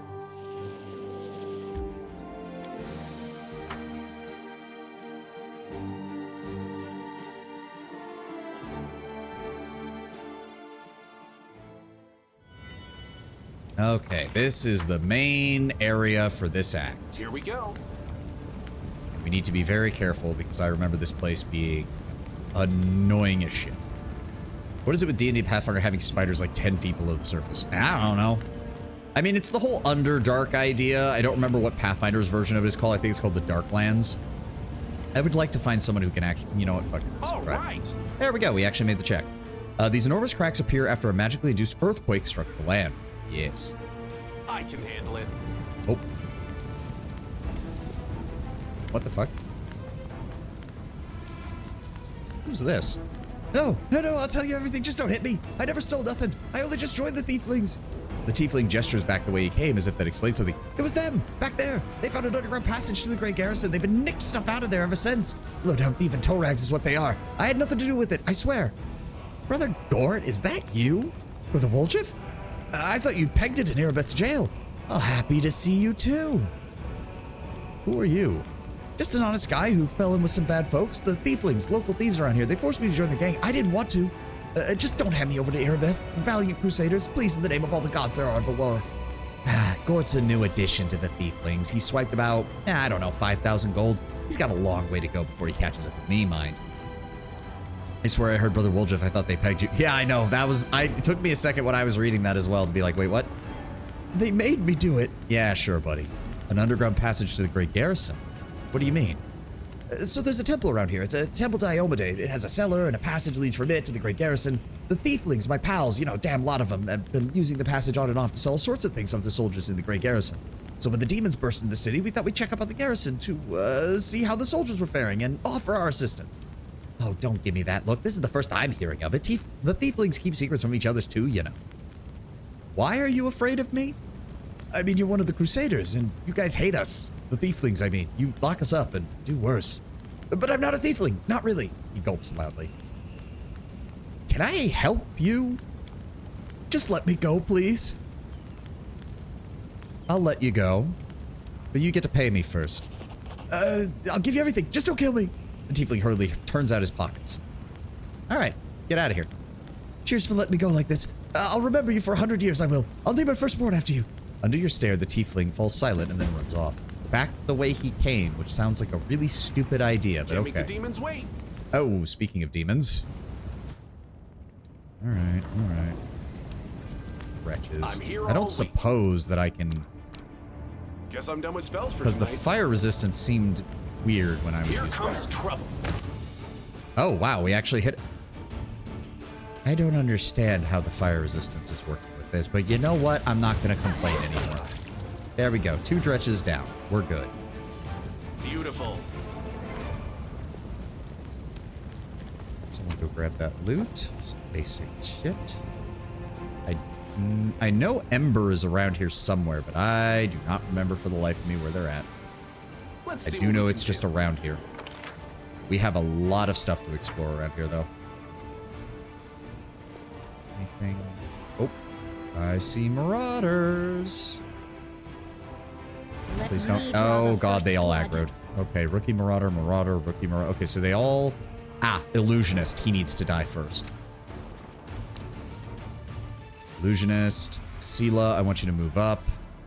Melia, go ahead and... There's not really much you can do. Let me see here. Go with... I want you to reduce the attack rolls on the higher level marauders. That would be great. Windowog, help me with the illusionist. Woljif, fall back. Let Sela draw them in first. There we go. Go after him. And the illusionist still got off his stupid ability first. God damn it. Woljif, how did you end up aggroing the entire enemy group? Why am I attacking him? I literally told him to attack the illusionist multiple times. Okay, Woljif is assisting us with the illusionist now. That's fine. There we go. There we go. Okay. Little bit of damage. We should be fine. Yes, I know the critical hits. Dude, we've been getting critical hits for a while. Why is the tutorial showing up now for that? Rely Alright, on Sela, go ahead and heal. Yes, Sela, 1 hit point is going to help us with that. Please heal yourself slightly better than that. Thank you. Lord. Rookie Marauder, short sword. Let's take all I that. can handle it. Okay. I don't remember. Again, I vaguely recall what the like general encounters in this area are. I don't remember the specifics at all.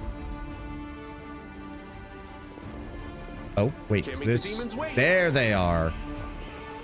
We'll make this quick. She won't feel a thing. I don't know. Can we really do this? Listen, we don't have a choice. There are demons everywhere. What else would you have us do? A group of knights surrounds a young elven girl. She's dressed in rags that barely cover the hideous scars all over her body. The beggar girl is on her knees, watching placidly as the people argue heatedly around her. It's as if she doesn't sense the looming threat at all. A black crow flies in an agitated circle above her head. In Iomede's name, we're sorry, girl, but it is our duty. We have to do this, not for our own sake, but for the sake of everyone who can still be saved from the demons. If we don't win this battle, you won't have long to live anyway. The knight brings his sword up above the girl's head. They're insane. We've got to do something. Sela looks at you, terror in her I eyes. understand. You're scared. You feel powerless. You think this will help. You don't have to justify yourselves to me. Just do what you've decided to do. The girl smiles serenely, as though she isn't at risk of imminent death. What in the hells is going on here? We... The knight's hands are shaking. Our weapons barely scratch the demons' hides. We're sacrificing this girl to Iomede so we can consecrate our weapons with her innocent blood and gain the power to destroy the spawn of the abyss. I don't have words to describe how utterly stupid that plan is. It's extreme, but we have no other choice. We have to defend this city somehow, or else we'll all perish. That is all her. kinds of wrong. Yes, Tedwin. Yes, it's completely wrong. Who told you to do this? This sounds like cultist work. Good point. Whose idea was this? I think it was yours. The knight begins to look at his comrades in suspicion. My idea? I was against the whole thing right from the start. Who said we needed to make a sacrifice? Wasn't it you? You can't blame anyone else for that. Please don't fight. All of you are good people, defenders of the city. You just made a mistake. Please don't hurt them. The girl turns towards you. Hey, I know her. I see her all the time on the street. She's a couple of cards short of a full deck, if you know what I mean. Hi. Remember when we used to play together when we were little? But then you went and got all big. And I stayed the same for some reason. The girl waves at Woljif with a bright smile. I've played with you? Pull the other one. You did. We played tag and hide and seek. Then you and the bigger boys came up with the game where you all threw stones at me. You laughed so hard. It made me happy too. But then you grew up and went away to do grown-up things. Want to play with me now? For the love of... Canabris is too damn small. The tiefling turns away, covering his reddened face with his hands. All 3 of you go to the Defender's Heart and report to Irabeth Tirabade. That's where the survivors of our forces are gathering. And don't even think about doing something so disgusting ever again. Thank you. The knights hurry away before you can They're change your gone. mind. And they all lived. I was sure that someone would die today. So many people have died here already. But we are still alive for some reason. Strange, isn't it? The elf girl smiles at you. The crow alights on her shoulder and looks at you with eyes that are very much too intelligent for an ordinary bird. But you shouldn't listen to me. I don't know what I'm talking about. I'm just a silly girl, really. I don't trust her. She isn't what she seems, what she would have us believe she is. That is no simple-minded child before us. Wenduog says all of this quietly, but you see the tension coiled in her, as if she's poised to fight or flee at any moment. This is one of my favorite interactions because I have seen some of the dialogue between Wenduog and Ember, and Wenduog is terrified of Ember. She is absolutely convinced that Ember is way more powerful than she lets on, which is technically correct. And Wenduog is the only one who notices. The only one. Who are Call you? me Ember. I live here, on the streets, for many years now. but there's nothing to say about me. I don't think you're an ordinary girl. And that crow you have there is not ordinary either. No, don't be silly. I'm very ordinary. Well, I know different types of tricks, but Soot taught me those. The elf girl strokes the crow's beak. Its eyes narrow in satisfaction. It makes a cooing sound. Now Soot here, she truly is unusual. She's clever and she can talk, but only to me. She teaches me magic tricks and lots of other stuff. I don't know what I'd do without her. And now for one of the just random moments of writing that is... It sounds so stupid. Unless you're playing a video game. Magic tricks, you say? You could prove useful when fighting the demons, and I'll protect you from insane soldiers on the streets. Come with me. I must have misheard. This girl? Join our party? What could we possibly want with this dirty little beggar? Sure, let's go. The girl gives you a smile, joyous and untroubled, just like a child's. Welcome to the team, Ember. Says the psychopath, yes. Unironically. Now if I remember correctly, yeah, she starts with pretty much nothing. Do we have, I think we have a bracers of armor we can give her, so she at least has something on. She does not do, this isn't going to help her because she does not use ice spells. She uses fire spells. Also, can I just say how disturbing her art actually is? Like, her model looks fucked up. I mean, yeah, it doesn't do a very good job of like, she is meant to be an elf, like full-blooded elf, not even a half-elf, full-blooded elf. So she's meant to look a little alien. But the completely pitch black eyes, the damaged skin, the, like, everything with her character screams creepy. Like, I'm gonna be very honest, I do love her portrait because it's exactly that. Like, she's got the scars that go from her lower jaw all over her upper torso. It's implied that she's also burned pretty much everywhere else. Like, she is creepy. She is creepy, which is why it's hilarious that she is the goodest of good girls, because she's literally like peak neutral good. Oh, right. What spells does she start with? I don't actually remember. Right. She's a witch, so she has spontaneous casting, and her focus is on fire. Stigmatized witch, yes. Vulnerability curse can make enemies vulnerable to certain energy types. She starts with slumber, which is great because this basically will help us no matter what. She also starts with a raven familiar, giving her advantage on persuasion, giving her bonuses to persuasion and perception. And she has the blackened curse, right. So yeah, she takes a -4 penalty on weapon attack rolls, which means she can't fucking hit shit. But she gets Burning Hands, she gets Scorching Ray and Burning Arc at 5th level, she adds Fire Snake at 10th level, and Hellfire Ray at 15th level. But her main thing early on is the fact that she has access to Slumber, which is a surprisingly good spell right now. Surprisingly good spell. Alright. Oh, we missed some stuff. Hold on. There we go. Double back for a second. Let's go ahead and move all this. Did I miss some bodies back here? I think I did. Trying to figure out where that, because it says loot on there. Let's see what we can do. Ah, there we go. There we go. Okay, now we can check out the building. Now that I'm sure we've got this area cleared out. Oh, swarms of rats. Oh, that's not good. Swarms of rats. Fuck me. I hate this.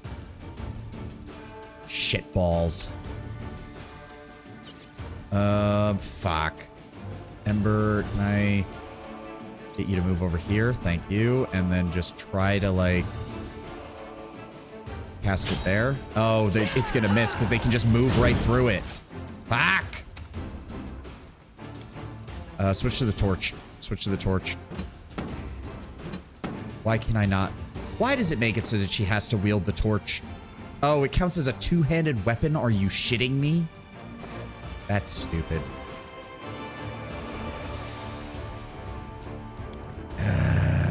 Fuck.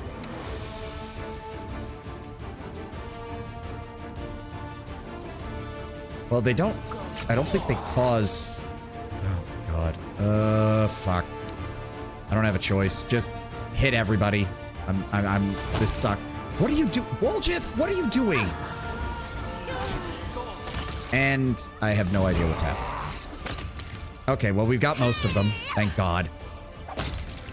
And they're now sick. Oh, God. 1d3 dexterity damage and 1d3 constitution damage unless you pass 2 consecutive saves. Great. Thanks, game. No reason to pause. Please make the saves, guys. Please make the saves. I'm begging you. Lead on. Yes. Welcome back to early game fucking D&D, where everything can cause you problems. Literally everything. Is it? Help where I can. Oh, the saves are once per day, so they haven't taken any real damage, so that's at least something. Here we go. What is that? Seasoned wings and thighs. Okay. I mean, it's still good. Let's go ahead and copy the recipe. Yep. And then we have a... Where's that? There we go. Get that disarmed. Pretty good, aren't Thank you, Woljif. I can handle it. Okay, pick the lock. This is my kind of Thank work. you. Ooh, hide armor +1. Ah, it's medium. It's another medium. Why do you keep giving me medium armor? Nobody uses medium armor. You either want light armor or heavy armor. Nobody uses medium armor. I do not remember what this is. Let's see here. Finish the summoning ritual. Destroy the magic circle. I think we destroy the magic circle. That sounds like a better idea. Oh, something tried to come through and it exploded. An incomplete magic circle for a summoning ritual. We destroyed it and gained 90 experience. Okay. Solve that problem, I suppose. Rats, cats, that rock over there, all causing problems. I mean, you're not wrong. When you're level, like, 3, which is all we are, which you think would be enough to start doing something, but it really isn't in Wrath of the Righteous because you're so far away from actually getting to decent levels. We will win this war. Just heal yourself, Sela. You heal yourself for barely anything, but it's better than nothing. Melia, take one of the good healing potions, please. Everybody else, let's use the lower ones so we're not wasting too many resources.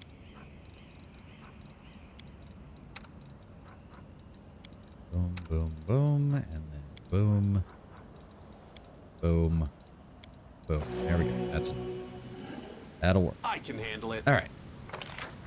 Well, we cleared out like one corner of this map, and we've almost died twice. Great. Oh, okay. Hold on. Rookie Marauders. More. Okay. Okay. I think we can do this. We must stop this war. I would really There's no like. hope. Only us. The The gods vulnerability have curse is abandoned. great, but slumber is going to be the main thing that What we was I use saying because if just I now? recall correctly, Wanna play together? yes, which can cause a creature within 30 feet to slide into a deep magical sleep as per a sleep spell. They get a will save to negate the effect. If the save fails, the creature falls asleep for a number of rounds equal to the witch's level. The hex can affect a creature of any hit dice. That's the main advantage. Any hit dice, which most sleep spells do not let you do. This hex ends immediately if the creature takes damage. Whether or not the save is successful, a creature cannot be the target of the hex again for 1 day.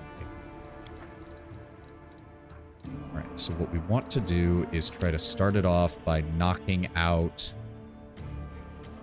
Welcome back, Lord Brown Bear. We got Ember. Save the last one for me. And she failed. Let's try knocking that one out. There we go. Another one down. Now let's try getting the fighter. I can't even tell who he's fighting. Nope. Made the will save. That's fine. It's just one dude. We should have this. And now kill the guy who's on the ground. There we go. And that's why slumber works so well. I really hope we make the saves on these. I'm going to be very annoyed.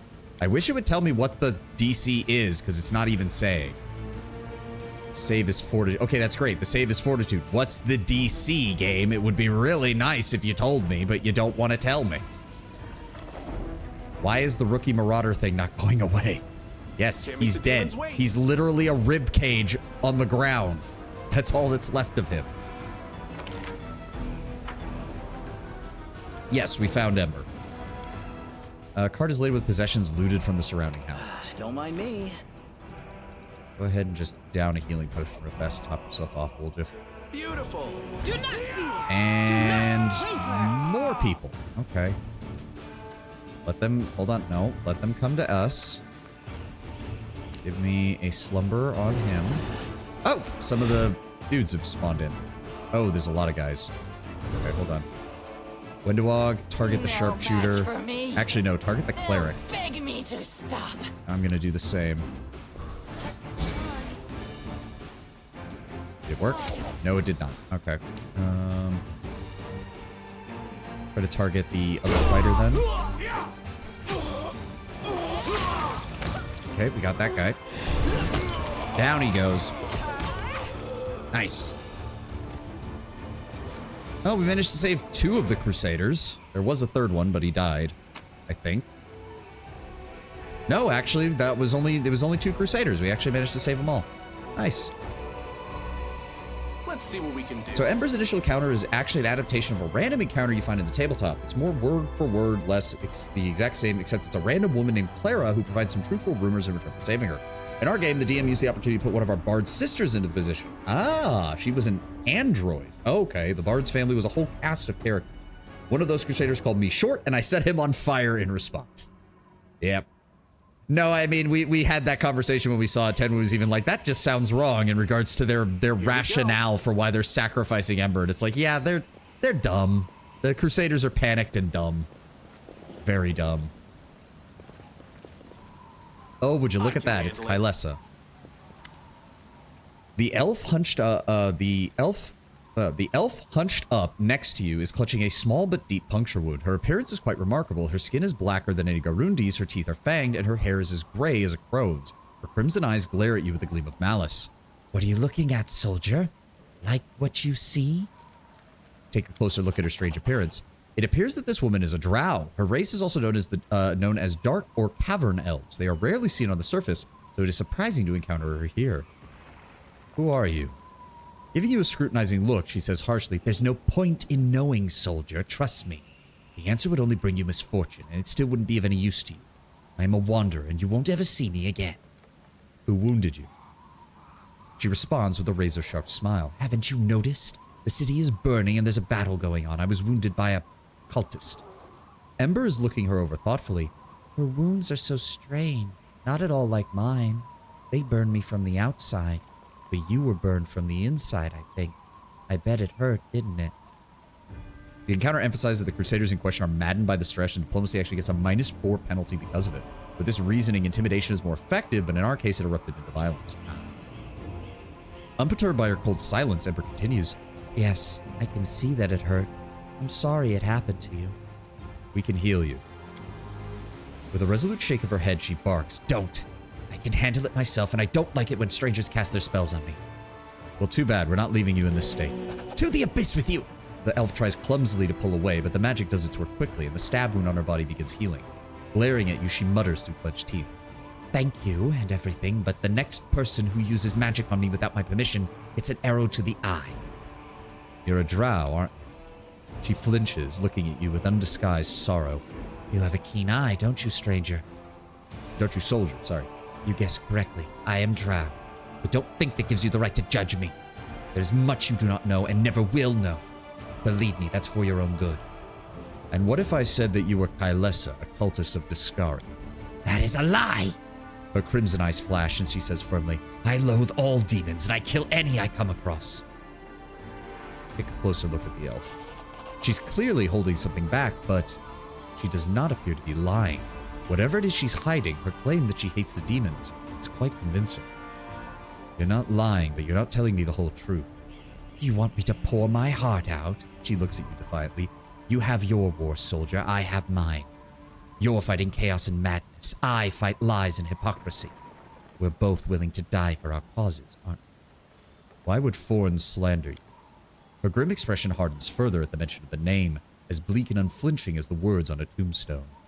"You ask questions that are dangerous in and of themselves, so I tell you to stop. The more you know about me, the higher the chance that a traitor's dagger finds its way into your back." "Fine, I'm convinced. Foreign is at the Defender's heart, by the way. I would suggest you steer clear. It was never my intention to even go there, but thank you. Farewell, and thank you for believing me." Edgelord elf, a little bit. a little bit. Again, I've never finished her quest, so I do want to know where it ends up, because, like, it's very obvious that both her and Thorn are not giving us their whole stories. I do wish, because you find these random Crusader groups scattered about this area, I do wish you could actually tell them to go back to the Defender's Heart, and that would give you more people to fight in the battle for the inn. I really wish there was a way to do that, but they don't let you, which is annoying. Alright, so if we double back this way, this leads back to this. So that's pretty much the first quarter of this area cleared. Now, if I remember correctly, we're going to run into another pack of dudes over here. You'll make a Yep, fine Abercrombie and multiple. Alright, Ember, let's try to get... Let me see here. The Abercondilu is the most worrisome. Sela, you go after him. Woljif, I need you to full back. Wait until somebody else gives you a chance to set up a flanking attack. And then I'm going to go ahead and start firing at him. Wenduog, you do the same. Woljif, go join Camilla and attack them. There we go. Yes, I know they have damage reduction game. I know. I don't have much of a choice at this level. You should use your valuable spell slots instead of firing the infinite fire blast. It's like, no. No, I'm not going to do that. That's stupid.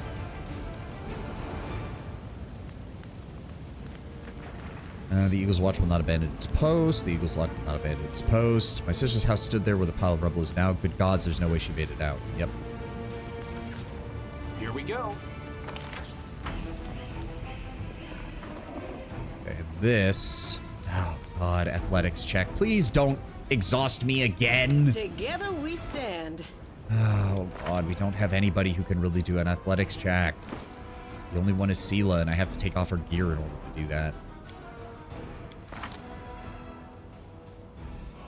Oh, and there's the ad. So we can pause here for a moment.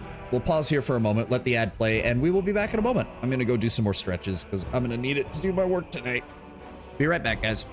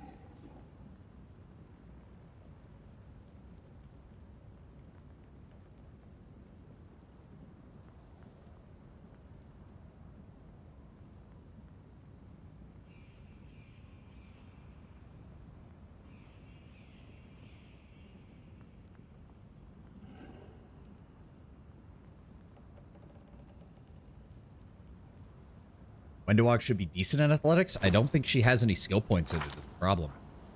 Yeah, she has no ranks and her strength is a +3, whereas Sela has +4 and gets a racial, or no, she gets a +4 from a racial, she gets a +4 to strength, so even though she has no ranks in it, she still has a higher than Wenduog. Recommend making that her main skill? Yeah, I might do that as well. The problem, yeah, because I don't, well, the problem is she only gets two skill points, and perception is kind of necessary on everyone, is the problem. And I don't have anybody to cover lore nature yet, either. What does she even have? Oh, good, she has knowledge arcane. Thank God, we at least have somebody who can do that.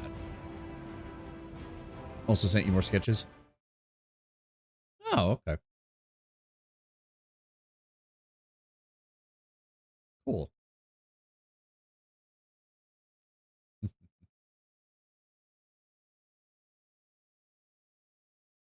Okay. No, that's good. Your artist friend does a lot of good work. Again, it's really nice to have an artist in a D&D group because it makes things a lot easier as far as like imagining things.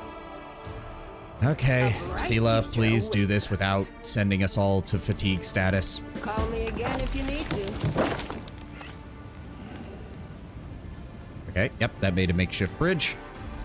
Go, let's get your armor back on. Is Banded Mail really the best we still have for her? Lord. Alright. I can handle it. She was the same one that did the Baldur's Gate portrait. Oh, well, please pass my thanks on to her. Because I tried to post about that, but you said she didn't have a Twitter, and I think I used the Blue Sky account you sent me, but I still don't. I don't know if that. But if you get the chance, please tell her thank you for me.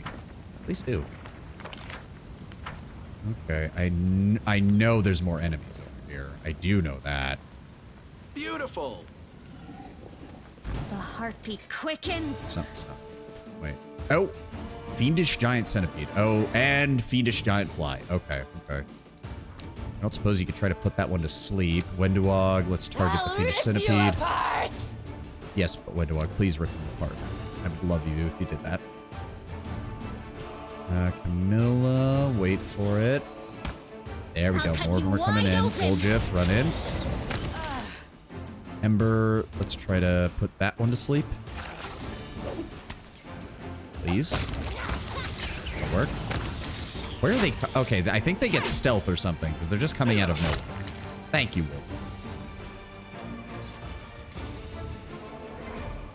Alright, doesn't look like there's anything else here, unfortunately. We're making steady progress towards level 4. I know we want to be at least level 5, or at least as close to level 5 as possible by the time we get the battle for the Defender's Heart. Because that is where the game that is the first real big encounter of the game. The original adventure emphasizes that barring some exceptions, most of Baphomet's servants moved into other settlements where their skill and infiltration is more useful. Yeah, they're not the actual holding force in Canabras. They caused all the initial confusion, and then most of them fucked off because that's not what they specialize in. And the cultists of Discari are just a bunch of crazy nut jobs, so of course they're running around all over the place. Oh, Ramian and Hulrun.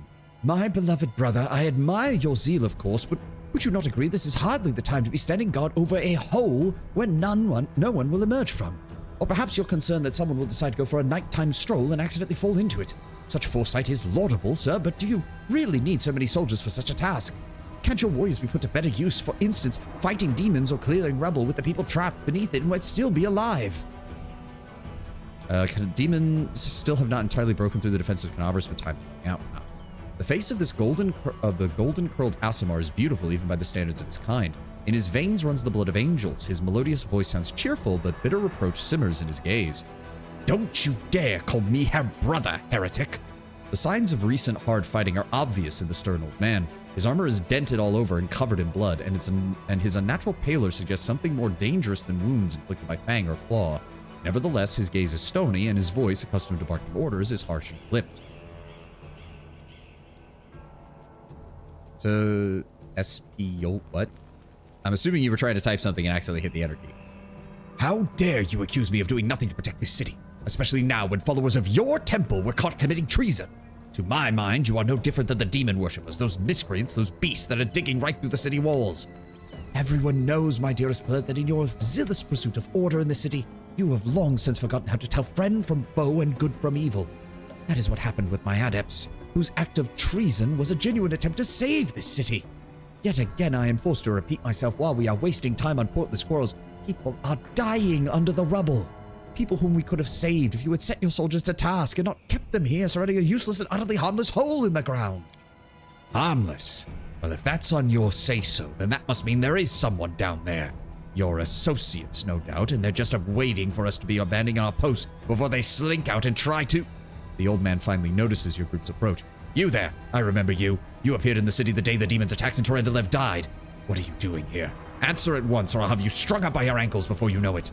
Don't think that the demons have wounded me overmuch. I still have enough strength to take on 100 of you. And what is this hideous creature? Holroon peers at Wenduog with suspicion. The Huntress shoots him an icy glare in return. We call ourselves the Neathers. Our forebears bore the brunt of the demons' first invasion. It is thanks for their sacrifice. In thanks for that sacrifice, you sent them into the catacombs. But now that the demons are mauling you in the street, you need allies. Even hideous ones like us. Oh, you're not hideous, Wendu. Love you. Wenduog pointedly spits on the floor. I'm not entirely fond of what they did with Holroon here. In any primer you can find about it, Holroon mentions used to be an avid witch hunter, but in his old age he realized that his efforts may have been overboard and he's been a net negative to the Crusades. He normally dies in book 1 in the fighting. We found his body strung up outside the Grey Garrison. Here, Alcat decided to have him at his peak unreasonable zeal. Again, that does make him a more interesting character in my mind. It also helps explain why even if he doesn't die, why he's not as central to your crusade, because for all her faults, the Queen Galfrey at least acknowledges, like, you know, maybe putting Holroon with you guys wouldn't be the best idea. Mongrels, descendants of the first Crusaders. Feral specimen, no doubt. You obviously know human speech, surprisingly well, in fact. Fine, be off with you. The prelate looks towards you once more. If she causes any trouble, I will hold you responsible. Come to think of it, you still haven't told me who you are. I'm a crusader, and I'm fighting to liberate Canabras from the demons. What else do you need to know? A crusader? I'll be looking into that. You obviously don't know to whom you are speaking.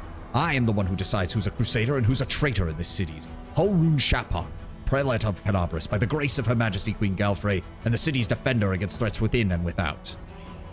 Canabras' famed prelate, Holroon Shapak, first gained the trust and admiration of the city's people by organizing inquisition against suspected demon worshippers and witches. Holroon and his force of elite witch hunters exposed dozens of cultists and spies, and it is said executed many more under suspicion with no real proof.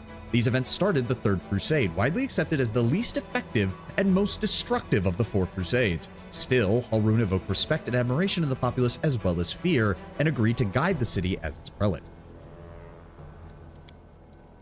As you can see, you've done a sterling job protecting the city. The golden-curled Aasimar flashes a flinty smile. And I am Ramian of Edme, prior of the Temple of Desna, which alas currently lies in ruins. Wise Holroon here believes it's vital to guard a hole in the ground, from which he is certain the demons will emerge at any moment. I've been trying to convince him that the city has more urgent matters to deal with, for instance, rescuing those currently dying in the rubble. You know what?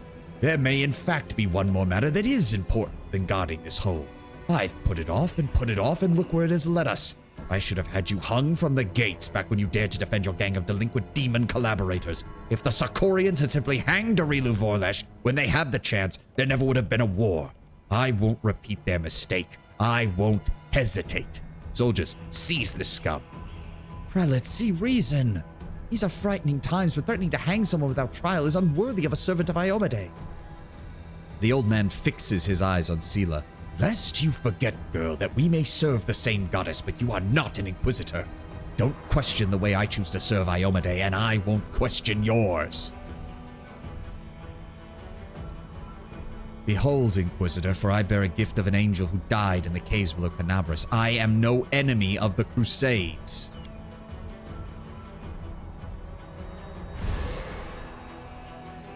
The old man frowns and whispers something, a prayer or a spell, but with each word his face relaxes. You are telling the truth. The light in your hand was wrought by the power of heaven. I will keep an open mind with regard to you, stranger. And later, under less fractious circumstances, I will need to ask you about how you came to receive such a gift. Generally, Inquisitors are kind of the opposite of Paladins in that they can bend the usual tenets of their respective deities. Obviously, he made use of his authority to carry out sentences, but not everyone was totally just, as you'll soon learn. In fact, my Hell's Vengeance character took the ex-Iomedean campaign trait, as he used to be a Crusader until his brother was burned at the stake for indulging in dark knowledge as a demonologist. Yep. But that can wait. I must deal with this filth once and for all. What are you even accusing him of, Inquisitor? Treason! Not long before the city was attacked, several followers of the Temple of Desna tried to secretly access the Wardstone and perform an unknown ritual over it. Holroon is trembling with fury. The Wardstone of Canabras, gift of Iomade, bringer of light, wrought by the hands of her herald, the first in the chain. Followers of that crazy runt of a goddess tried to meddle with it using their magic after hearing a voice in their dreams. Thankfully, my soldiers almost had them caught. Then Ramian got in the way, allowing the traitors to go to ground. I made a mistake already. I didn't have him locked in a cell and interrogated to within an inch of his life. Now our city lies in ruins, and I will rectify that mistake. I have told you before, and I tell you again, my people foresaw the attack on the city. They knew the Wardstone already carried the seed of corruption within itself. They were trying to heal it. I have heard similar claims before. Where was it? Ah, yes, from Staunton Vane, the traitor who brought down Dresden. The lessons of the past have taught us a great deal, and that is why I never believed you or your mob's lies even for a second, and I was right. Holroon, do not lay a finger on him. We can't afford to have the city tearing itself apart. Yasimar holds his hands up in a placating gesture. Please stop, all of you. Every one of us is defenders of what remains of Canabris. Can you not think of anything better to do than to be at each other's throats in the ruins of a city? Ramian looks back at the prelate. You are a fool, Holroon. A zealot and a murderer, but you are a fool first and foremost. I told you, warned you that the Wardstone was weakening. You wouldn't listen. I warned you that the city was going to be attacked. You shooed me away. The truth is that my adepts were trying to save us all, and you stopped them.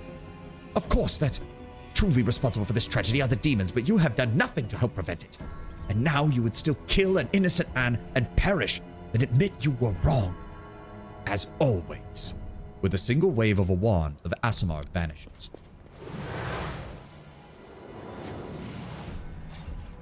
Fleeting heretic.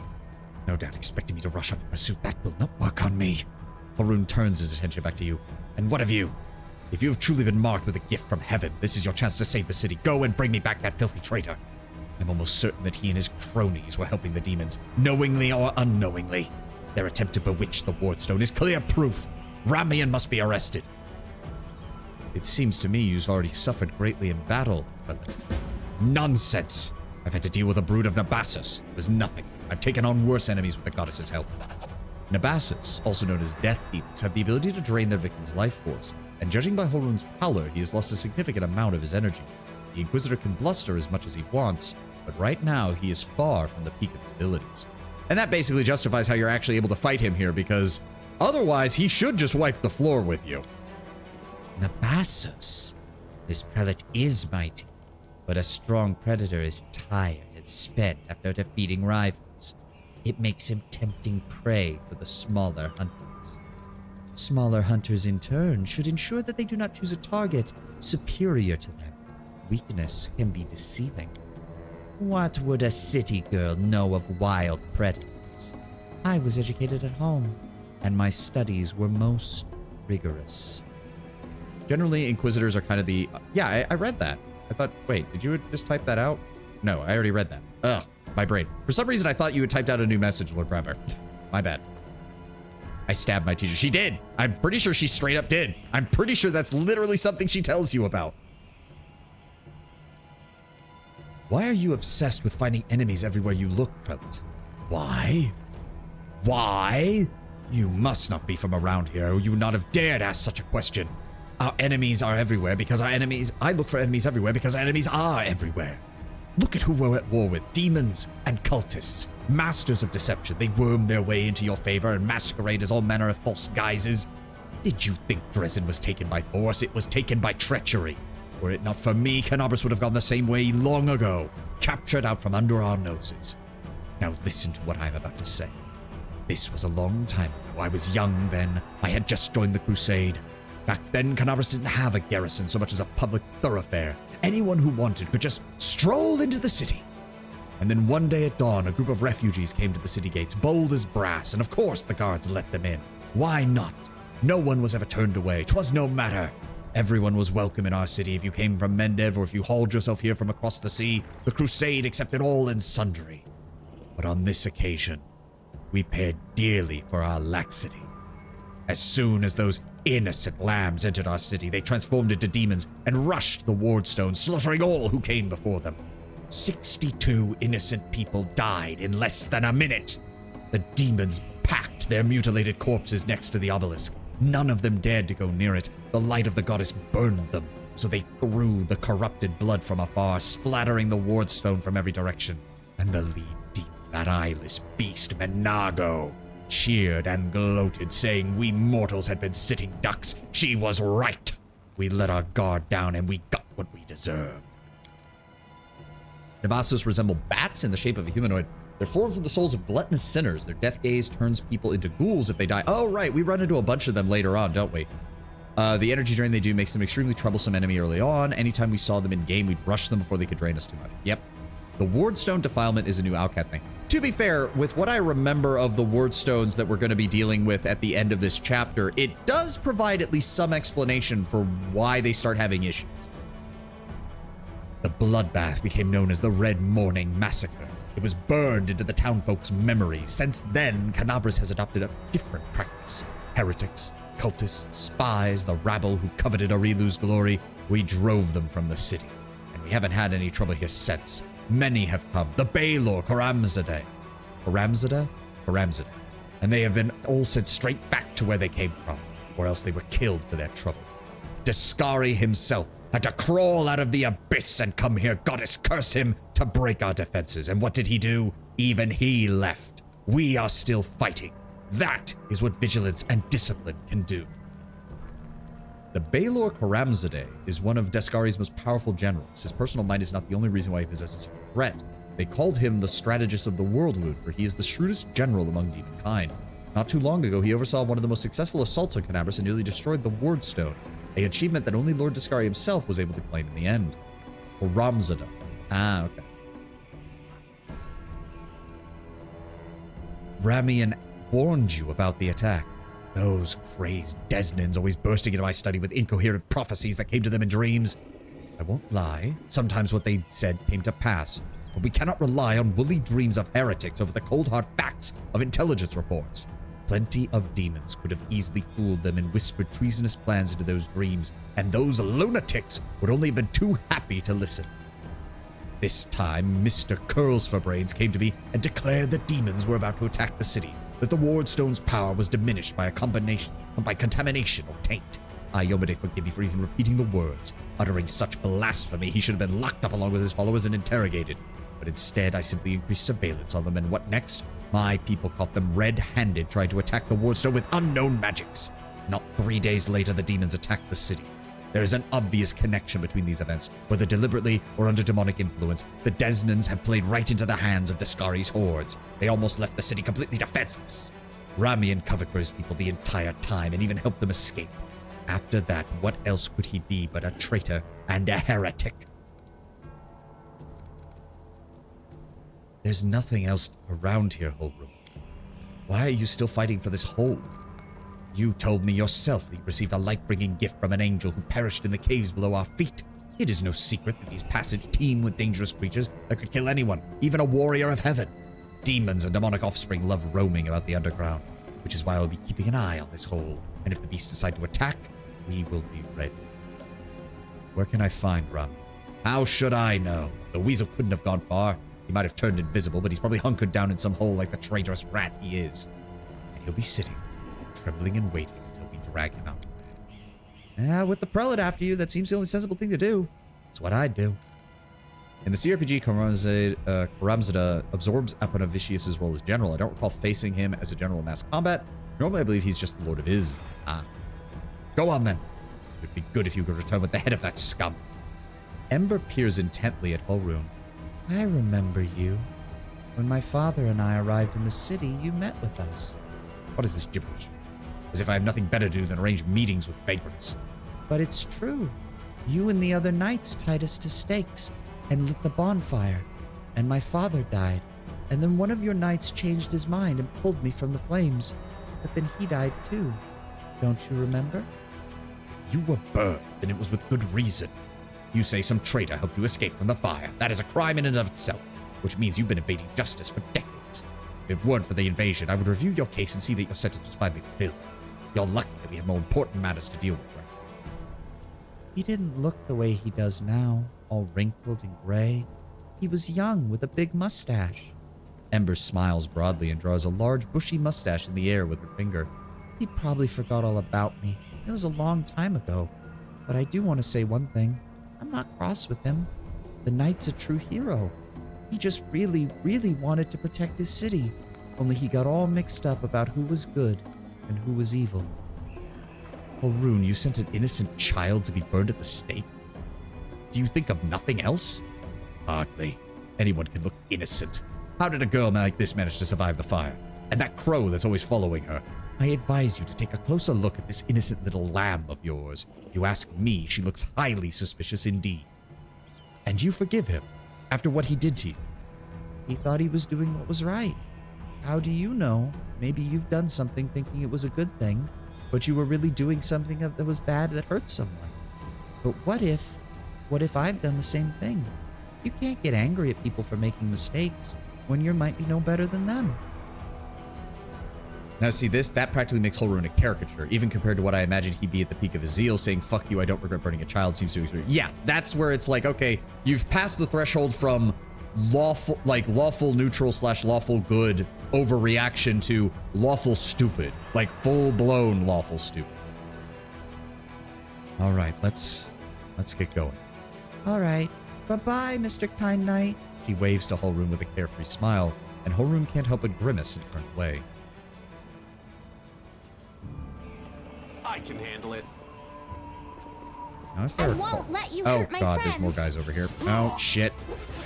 Let's go help these guys. I got this. Surrender or else.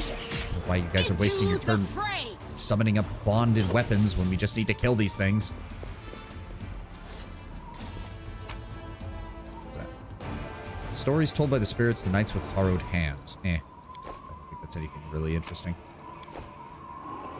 They're basically daring you to attack him at this point. Yes, which I do know that you do get some good buffs if you don't, or not buffs, but you do get some good crusade moments if you don't. And to be fair, like, I'm willing to, like, it's one of those things where it's like, yeah, Holrune is an ass, but he's also probably the strongest fighter left in the city right now. So killing him is still not a good idea, unless you're just being a jackass. Which, don't get me wrong, you can absolutely be a jackass. I mean, that happens a lot in this game. You can absolutely go full demon and just be like, I fucking hate you, Holrune, time to die. Ah, and here's where you open up the Aeon path. I remember this. Some good writing here, though. The demon invasion transformed all of Canabras into one great battlefield, but nowhere in the city suffered as much as this square, which saw the clash of titans between Discari, leading his horde, and the dragon Terendelev, the mightiest of the city's defenders and the first to fall. I don't think we've actually read this. The demonic threat united all kinds of creatures supporting the Crusades. Among them was a silver dragon named Terendelev who protected Canabras for many years, aiding the army of Queen Galfrey. It was the power and courage of Terendelev that held back the hordes of the Baelor Koramzada in 4692. However, even the silver dragon was helpless when the demon lord Discari himself appeared in Canabras.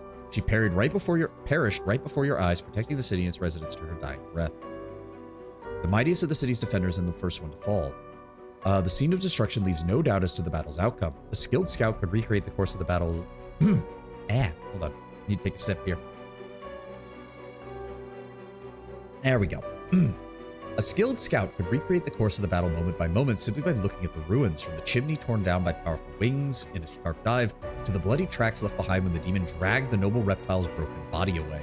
But it is no hypothetical scout gazing upon the ruins. It is Savan, and he is not alone.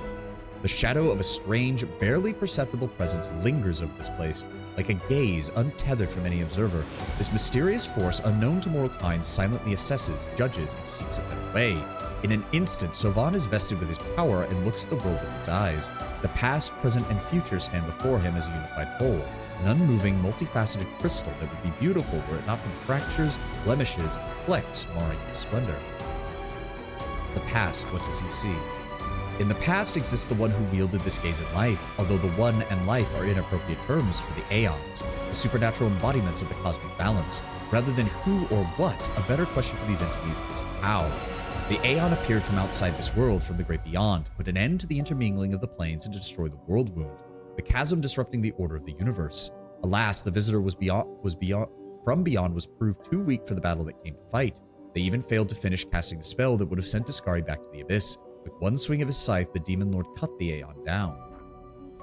Aeons, beyond passion, beyond mercy, beyond reason, the faceless caretakers of reality toil without end, silently struggling to preserve the tenuous balance upon which all existence demands. These voiceless forces are the Aeons, inscrutable shapers and eliminators of the multiverse. They exist beyond the understanding of most mortals, endlessly striving towards goals unfathomable even to many of the plane's oldest inhabitants. Aeons build order from the chaos of the Maelstrom, seed new life upon barren worlds, and halt the rampages of forces grown overbold. They rend nations to vapor, dismantle planets into cosmic dust, pave the way for calamities. Aeons embody the plane-spanning hand of metaphorical omnipotent clockmaker, endlessly tuning and adjusting the myriad gears of reality in pursuit of ultimate perfection. And the Great Beyond is a term that encompasses all planes of existence that make up the known multiverse. These realities beyond ours are the domains of the gods and are home to non-godly powers fit for worship, planar dragons, and entirely alien races. What present does he see? Ruins, blood, corpses. None of this perturbs the Aeon's dispassionate gaze. The living are alive, the dead will be judged by Pharasma, all is as it should be. But the demons circling in the sky, prowling the streets, these are a jarring juxtaposition. Like splashes of blood-red ink on a restrained pencil sketch, they should not be here. The world of mortals is for mortals. The demon's place is in the world of demons. How sublime the world would be if everything in it knew its place. But even the demons aren't as abhorrent as the sharp-edged, unassuming crystal languishing in the dirt among the bricks and smashed cobblestones. No mortal would notice it, but to the Aeon's eyes, its mere existence is an outrage against every universal law. If the Aeon still existed, they would not stop until that crystal was unmade. But the Aeon is gone, only their gaze remains. Savan picks the crystal up out of the dirt and stows it in his pocket. He is mortal, which means he has the power to decide what to do with it. And what future does he see? Good and evil, chaos and order, everything is in its lawful place. In the multiverse, and no longer trespassing where it does not belong. Nothing is disrupting the smooth and steady current of the river of souls from life to death and back to life again. Reality, rid of its flaws, is now perfect, and the Aeons withdraw to eternally admire its beauty, which will never be threatened again. So I won't comment on the stone knife much yet. Originally, you only find it in book 6. Yes, if I remember correctly, the stone knife leads to the secret ending, and its whole point in the game is more to build up to that. The same way that they rewrote Narissa so that she's more involved in Kingmaker, the secret endings path is more interwoven into what's going on in the main story here. The River of Souls is the name given to the constant migration of mortal souls from the material planes to Pharasma's boneyard in the outer sphere, where they are judged and sent to their eternal fate. On the astral plane, the River of Souls resembles a massive winding silver thread. Those who approach can see the countless souls moving through the silver haze like so many schools of fish. The esoteric tradition considers the River Souls to be a ley line and simply one part of the multiverse's network of magical pathways. After allowing the hero to view the world through their eyes, the little that remains of the destroyed Aeon is killed even appropriate for an entity that is removed from life and death as we understand them.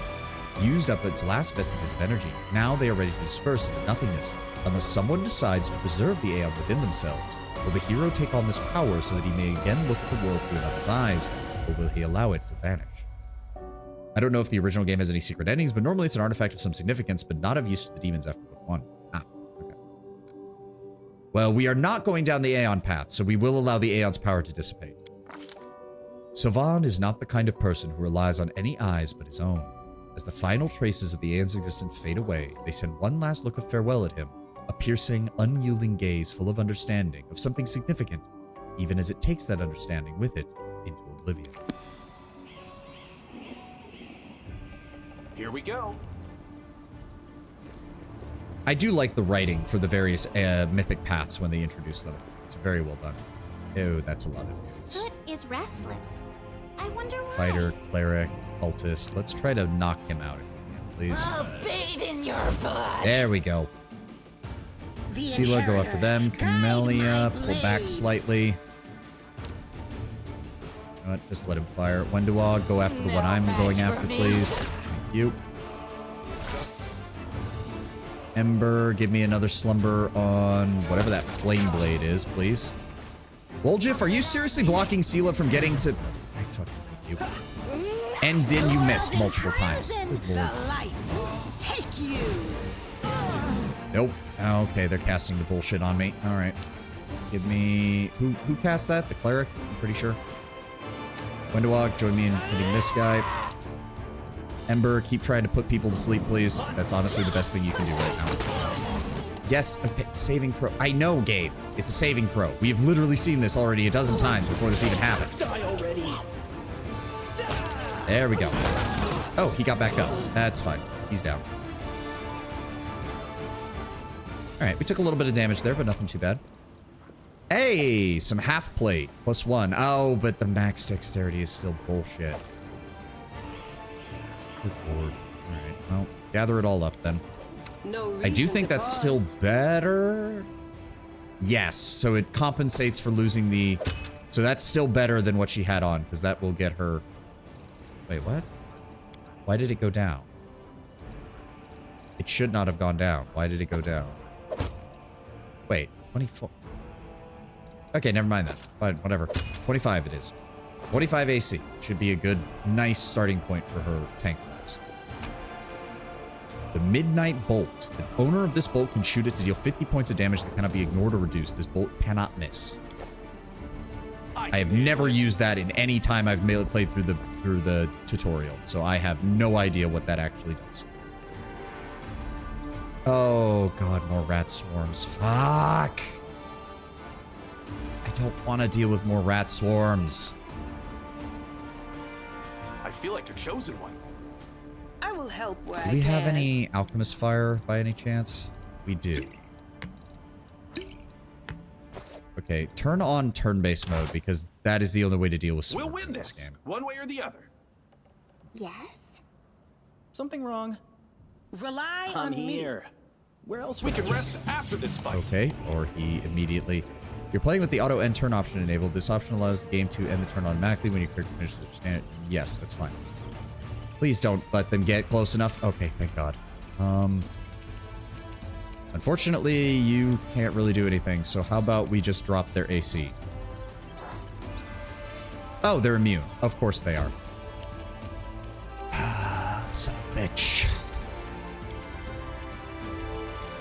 Does she start with a cantrip that would actually allow her to deal damage? Design zap. Guidance, light, unholy zap, touch fatigue, stabilize. No, she does not. Okay, she can move here. And then let's use a burning hands this way. Okay, that dealt a whopping 3 damage. Alright. Give me another burning hands. What the fuck are you doing? Why did he move? Why did he move? There was no reason for him to move. There was no reason for him to move. Try to attack it, Windowog. I'll rip you apart! Thank God, we actually hit it. Alright, that's 1 down. 2 to go. 3 to go. Apparently they were stealthed. A swarm of rats was stealthed somehow. Just on that one. Okay, another 1 down. Can't do anything else on my turn. Sela, I would appreciate it if you could throw the alchemist fire at them. That was nowhere near fucking enough. Well, now he gets to attack all of us, because of course he does. Or not? Okay, whatever. Demand your blood. Just attack him. Just attack him. Hair. Try to use Divine Zap. Will that work? Oh, immune. Of course. Cover me, all right?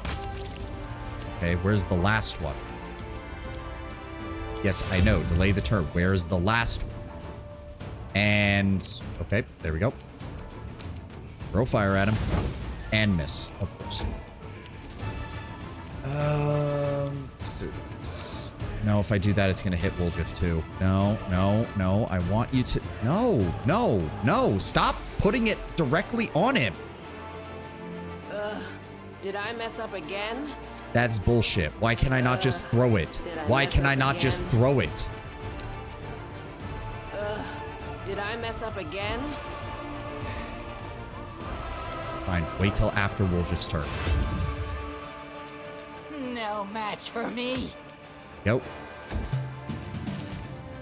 You are today's sacrifice. Go. A bit of damage. Ember, you may as well try shooting it. Wow, she actually hit it. Color me shocked. Alright, Woljif, just get the fuck out of there, please. Thank you. Try to use Firebolt. go. That's better. Now throw it. Thank you. Nobody got infected? Well, we already had 3 people infected, but they haven't made their saving throws yet, so. These people were not killed by demons. Their mortal wounds were inflicted by ordinary weapons. Can't make the demons wait. Well, that probably means the cultist pack we killed over here was probably responsible. Well, tabletop and CRPG have a lot of swarms in. They are the worst. Yeah, I don't like swarm enemies. I really don't. Beautiful. Like, I get what they try to do with them. It's an interesting concept, but good lord, they are aggravating as all hell. And it would be one thing if all the swarms were just incredibly weak and they were just designed for, like, harassment and causing debuffs. But we all know that there are also high-level swarms that can do all sorts of crazy shit, like we saw with the Mandrake swarms back at the end of Kingmaker. Like, yes, it's a swarm enemy with multiple hundreds of HP and the ability to almost one-shot you if you're not careful. It's like, yeah, that's great. That's what I want to see out of a swarm. Thanks for that, game. Oh, look, it's another one of the mask guys. The absence of an answer is an answer, too. Can't make the demons wait. Oh, and here's the thieflings. Yep. Oh no, wait. It requires an athletics check for this guy, doesn't it? Fuck! Alright, take off the shield, take off the armor. There we go. Lord.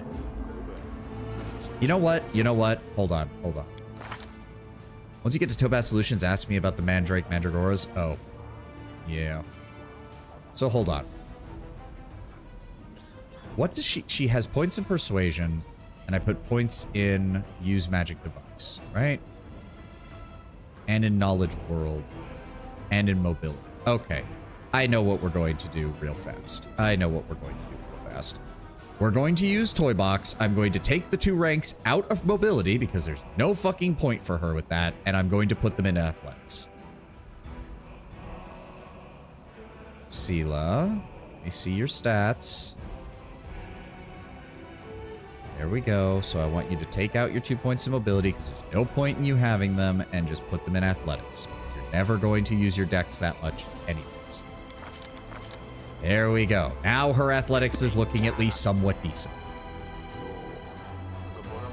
Let's try to get this guy out of here. Watch it! Watch it! What are you goons doing? You're bloody crushing me! A young tiefling lies trapped in the collapsed section of a tunnel. Another 2 tieflings are scrambling around, trying in vain to free him from the rubble. Quit whining. Oh, shit. Someone's coming. Maybe he can help us.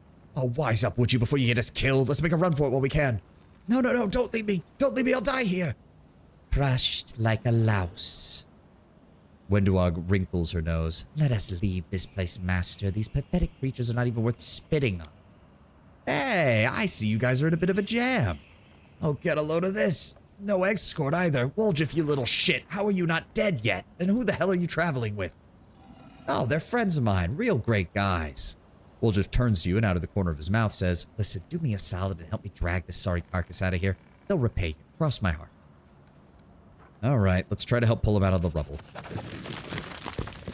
Please tell me you got that. Thank you. You easily clear the rubble and free the trapped tiefling. I'm alive. And in one piece, give or take.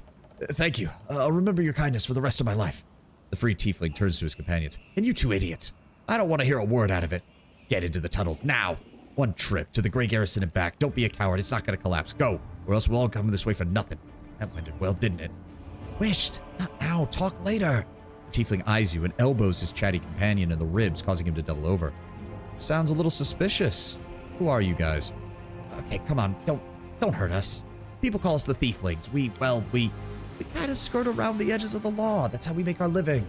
Say some tyrant bans books that show stuff he doesn't like, or fancy Kionan wine he doesn't drink. Is it wrong if we step in to fill a gap in the market? If there's demand for it, someone's got to sell it. Just don't go thinking we're gangsters or anything. Our only concern is making the lives of our citizens a little easier for some coin. People in this city can't even breathe without breaking some stupid regulation or restriction. Take that tunnel that collapsed on top of our friend, for instance. It leads straight into the Grey Garrison. Thanks to it, any soldier whose throat is feeling a little dry or who needs some nighttime reading material, we get him everything they need that his heartless superiors refuse to do. We're providing a public service. Well, I helped you, and now you can help me. Commander Tirabay needs assistance in saving Canabras, and the militia will need people with various skills, even ones as unusual as yours. Are you what? Are you blind? Tiefling points at his horns and his tail. You know what people call us? A Rilu spawn, and that's the nicer nickname. Crusaders and Tieflings don't mix. We'll be torched on sight. Wait. Did he say Tirabay? Erebeth Tirabay, the Eagle Watch, right? Okay, lads, we gotta help her, because she's one of the only big shots in the city that actually treats us with any decency. Why the hell should we risk our necks for the Crusaders? Because Erebeth risked her necks for hours. She saved me personally from that creep hull room when she yanked me straight out of his torture chamber. Only a worthless toe rag would refuse to help somebody like that after they do that. No more. I'm not listening to any more of this. The Tiefling takes a show of covering his ears. You do what you want. I'm headed for the River Kingdoms. Fine then, go on then. I'm going to go help the Crusaders. And I'm going to round up the others to help too. The Tiefling smirks. We've made good money in this city. It'd be a damn shame to surrender our meal ticket to a bunch of fucking demons. Enough yammering. We'll see you soon.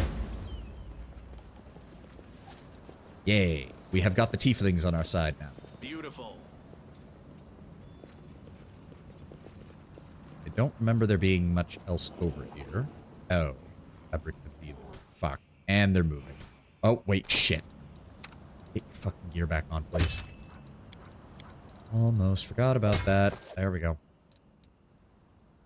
No. Back it up. Back it up. Alright. Maximum dexterity. Yes, I know, game. I know, but it's still the best armor that she has. Let's try to put these guys to sleep, shall we? First come, first Oh, served. good. Oh, I forgot to take the turn off. Alright, turn that off. Sela, I need you to move in. Camellia, give me reduction of AC. Woljif, come over here. Windowog, target him. Beg me to stop. And I'll target him. There we go. Sneak attack. Woljif, get the fuck. No. There we go. Let other people engage, then attack him. See if you can put that on him as well. Come on. Sneak attack. Come on. Come on, guys. Kill him. There we go. Yep. There we go. Nice and perfect. Here we go. I don't like that most demons don't drop gear, which is annoying to me.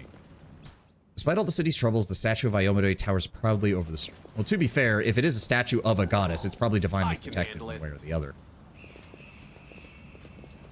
Okay, that allows us to climb down. Oh, great. It's mobility check. I don't think I have anybody who... No, wait. You should have mobility, right? Yeah, okay, good. We do have a way around. Can't make the demons wait. I don't think there was anything else over here. There is... Oh, that's the guy who gives you the quest to go save Darren. Hold on, let's go proc that. What was that? Hey, Apprentice Lockpicks. Good. The rift in the earth left by Daskari's massive scythe. You and your companions fell through here during the Let's attack. see what we can do. Judging by the size of the bloodstain, the body of something truly enormous was dragged over these stones. Tarandalev, most likely. By now, you've probably noticed the Abracandilu demon. Yes, we've been fighting them already since out of the Grey Garrison. Here we go.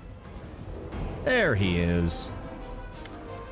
Thank the gods. I have found someone who isn't fleeing. Are you crusaders? Mercenaries? The comely half-elf is so frightened he can barely get the words out. I am a servant of Count Darren Kael Nevis Arunday. My lord's mansion is under attack by demons. The master himself and all of his guests are trapped inside, and the house guards are nowhere to be found.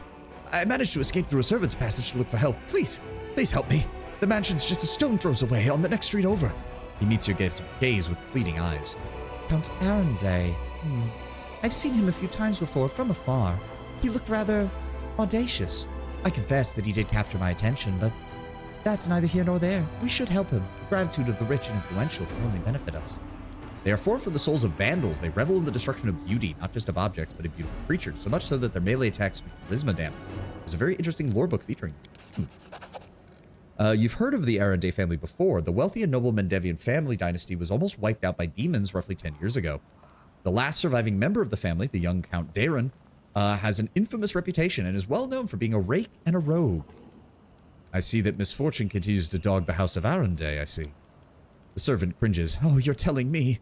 Everyone tried to talk me out of taking the position, but it just couldn't have been bad luck that brought the tragedy of the family and almost killed off the line. But I reasoned that since my master was the only one to survive, that meant he may be blessed by fate and the powers of good. And the pay was nothing to sniff at either. The servant casts his eyes about the street. I should have listened to people smarter than me and gone to work elsewhere, preferably as far away from Canabras as possible. What exactly happened? I'll tell you what I can. I was working from dusk till dawn and back to dusk again, serving guests at the Count's banquet. When the other servants came to relieve me at my post, I went to sleep, and next thing I know, I wake up and there are demons inside the mansion. I couldn't even reach the Count. The monsters had blocked the way. The Count's banquet was still going on. He and his guests were in the Great Hall, and as far as I could tell, the door to the room was sealed and the demons couldn't get in. I'm begging you, please hurry.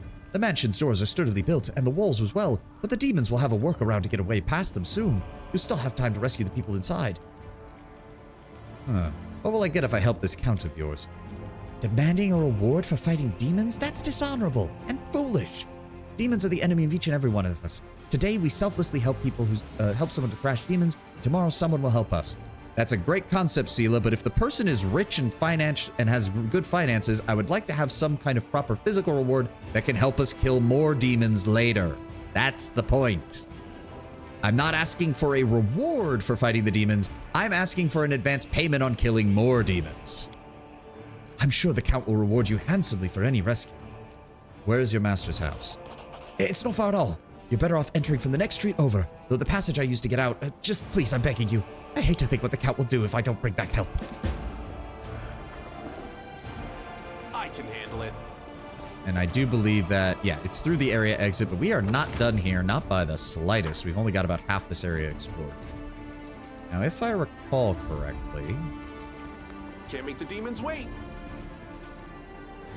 Ah, yes, this is the Church of Desna, isn't it? Hear me, take heed. The hordes of the Abyss march at Canabras. The Wardstone is their target. They must not be allowed to capture it. The consequences will be disastrous. Yep, and there's Rami.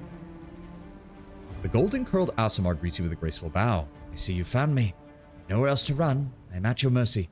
Kill me if you wish. I ask you, hear me out first. I tried to do this with a smaller party for the extra ESP and for the challenge, and man, yeah, no. Canabras is not fun trying to do any kind of challenge in, because, oh boy, some of these encounters in the early game are meant to fuck you hard. Did you really know about the demon attack before it happened? I did. We have a secret ally in the demon's ranks. No one knows who this brave soul is, but she has been feeding us information for several months now about the demon's plans. These dispatches have come to us by the most reliable channel bestowed upon us by the great dreamer herself. I'm assuming that's Desna? Yep. They've come to us in our dreams. Prelate Holroom brushed them off as meaningless reveries. And well, I admit that it isn't always easy to distinguish our allies' messages from ordinary dreams. But even ordinary dreams are a gift from the goddess, and are always worthy of attention. The prelate, and all the crusade leaders for that matter, should have put less store in reason and more in intuition, inspiration, spontaneity. The longer this coward blabbles on, the more I want to give into inspiration and spontaneously knock his teeth out. What's more, not long before the attack on the city, a blind elf known as the Storyteller arrived in Canabras. This wanderer isn't merely the collector of legends, but a scholar of the unknown. According to him, the Wardstone in the city, the first and most important in the chain of Wardstone, has weakened long ago and is teetering on the brink of corruption. It seems that the Red Morning massacre of the other demon attacks, even the ones we fend off, oh, pardon me, I burped there. Let me take a drink. Did not leave us unscathed. Unfortunately, the prelate did not wish to listen to the storyteller either. I suppose we're lucky he wasn't burnt at the stake as a heretic. He had such vital information on our hands, information that could have saved the city, but no one cared to listen all the way to the catastrophic end. More whole room stupidity. Yep. And it's especially galling with the storyteller because he canonically, he comes here after helping succeed in the River Kingdoms in the Kingmaker campaign, which means he probably would have a letter from our character in Kingmaker saying, yeah, no, this guy's legit. You should probably listen to him. Which means Holroon had a letter of introduction from a lawful ruler of a kingdom and said, fuck it, I don't trust you. Again, he blows past the line of lawful neutral and just skyrockets off into lawful stupid. Not all dreams have benign origins, prelate. Or no, his rank's not prelate. He's like a high priest. Whatever. Not all dreams have benign origins around me. And what if those dreams were sent by demons? In a different time and place, someone perhaps could have become the demon of victim of false dreams sent by the monsters. But here, in the war with the Abyss, The goddess is keeping a close eye on her most faithful followers. I have no doubt that if a demon tried to intrude upon the dreams of any one of us, Desna's punishment would be swift. And what about the strange rituals that your people were performing on the Wardstone? Ramian looks slightly abashed. When my attempts to open Holroon's eyes ended in failure, a few of my younger adepts resolved to take matters into their own hands. They did not consult me before doing so, but I have never demanded iron discipline from my followers. Army commanders may have subordinates, but I have pupils and fellow worshippers. I can only inspire them. I cannot command them. And it seems they were inspired all on their own. They did not have ill intent. They only wished to access the Wardstone in secret to cleanse it. But Holroon, to him, this became performing a suspect ritual, after hearing even more suspect voices in their dreams. The children wanted to save the city, but the Inquisitors detained them and almost killed them. I had to intervene. I used my authority and my power as a cleric to give them a chance to flee. If they hadn't got away, they were destined for a cell in the Prelate's dungeons, and quite likely, death. With Holroon the way he is in the CRPG, it makes sense why he's Prelate and not a proper mayor of Canabras. Yep. Why are you and Holroon feuding to this extent? It seems insane. I am not feuding with him. I sincerely wish only the best for the man. In an ideal world, he'd be far away from the front lines, enjoying a peaceful retirement. But even if that isn't possible, I've always tried to help him fulfill the mission that he's taken upon himself, to which he has proven fatally ill-suited, protecting Canabras against the demons. Unfortunately, he's convinced that the followers of Desna are heretics and saboteurs. He refused to listen to me, and it was only the knightly orders that deterred him from including us in his witch hunts. Now there is clearly no one left to stand in his way. He's finally free to get rid of us once and for all. You definitely can't imagine him being the leader of the city the way they represent him. Yeah. To be fair, like, even the implication here does seem to be that Terendelev was the special protector of the city. Holroon was in charge of just the Inquisitors, because even Ramian here mentions that the knightly orders, while they listen to Holroon, they don't take direct orders from him. And then there was probably some kind of civilian leadership as well, since there are nobles in the city.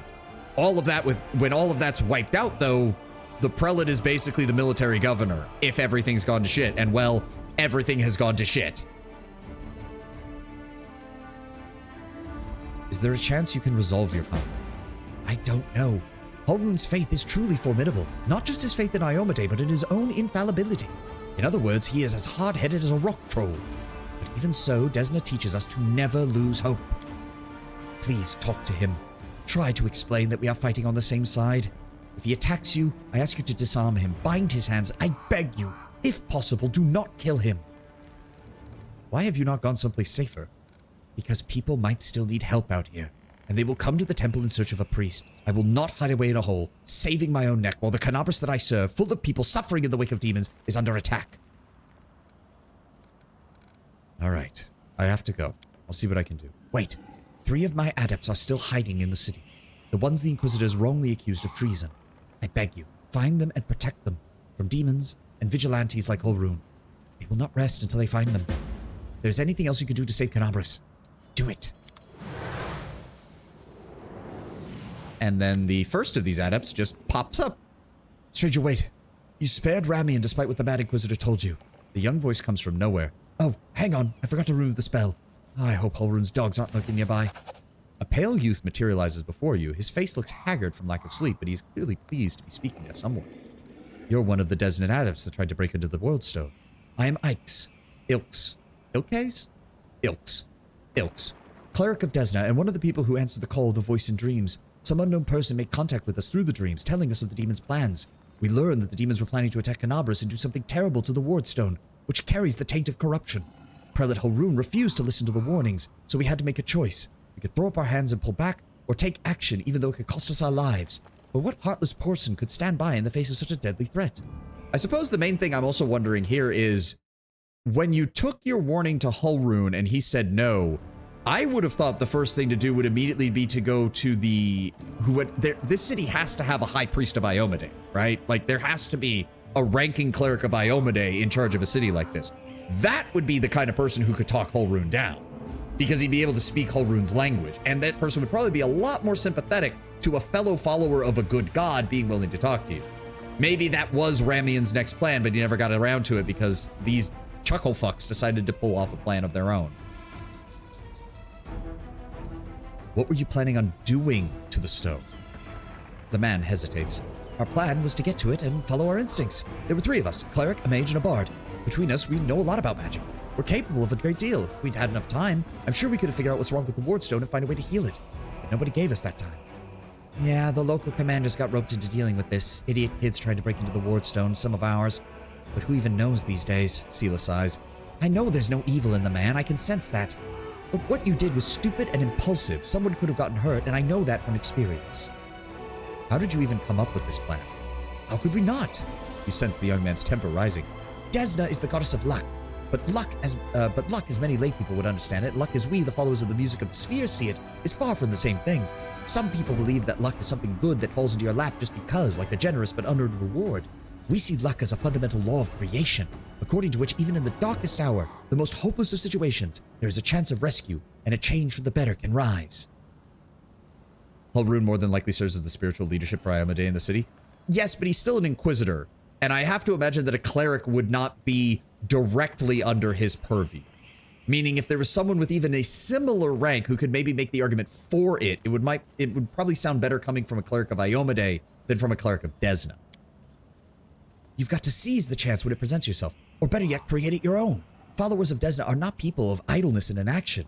When Kenabres was in trouble, we did as our goddess had taught us. We took the matters into our own hands and tried in a moment of desperation to pluck our chances from the hand of fate itself. You were trying to help. Can they really punish you if you're trying to help? Is that allowed? I am sick of all this crusader infighting. It's not infighting, it's a matter of life and death. It's about the path we're all on. The adept stopped short. The voice in your dreams, tell me more about that instead. Nobody knows what it is, but everyone who's heard her, I should say, is convinced that she's a good and pure soul chosen by Desna herself. We've had a choice. We could trust her, except that we have an ally somewhere who isn't afraid of all the armies of the Abyss, or drown in suspicions and get one step closer to becoming just like Hulrune. We decided to trust it, and seeing Kenabres devastated, which is what our unknown ally tried to prevent until the very end, I can see now who had the truth on their side. Where are the other 2 from your group? Unfortunately or unfortunately, I don't know where they are. We split up to confuse the Inquisitors. I'm assuming you want me to help find them. Well, Desna does teach us to trust in last-ditch chances. My friends are Aranka and Thal. Thal the Wallflower, as he's known. Aranka is an amazing singer, a truly beautiful girl. He has plenty of friends and fans. She'd blend into a crowd in somewhere. As for Wallflower, he's a mage, but he's not going to risk using magic.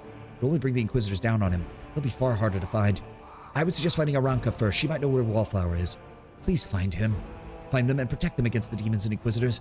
I'll await news in the Goddess's Temple. I hope our mysterious helper will send us a new message that will reveal what is to come from the demons.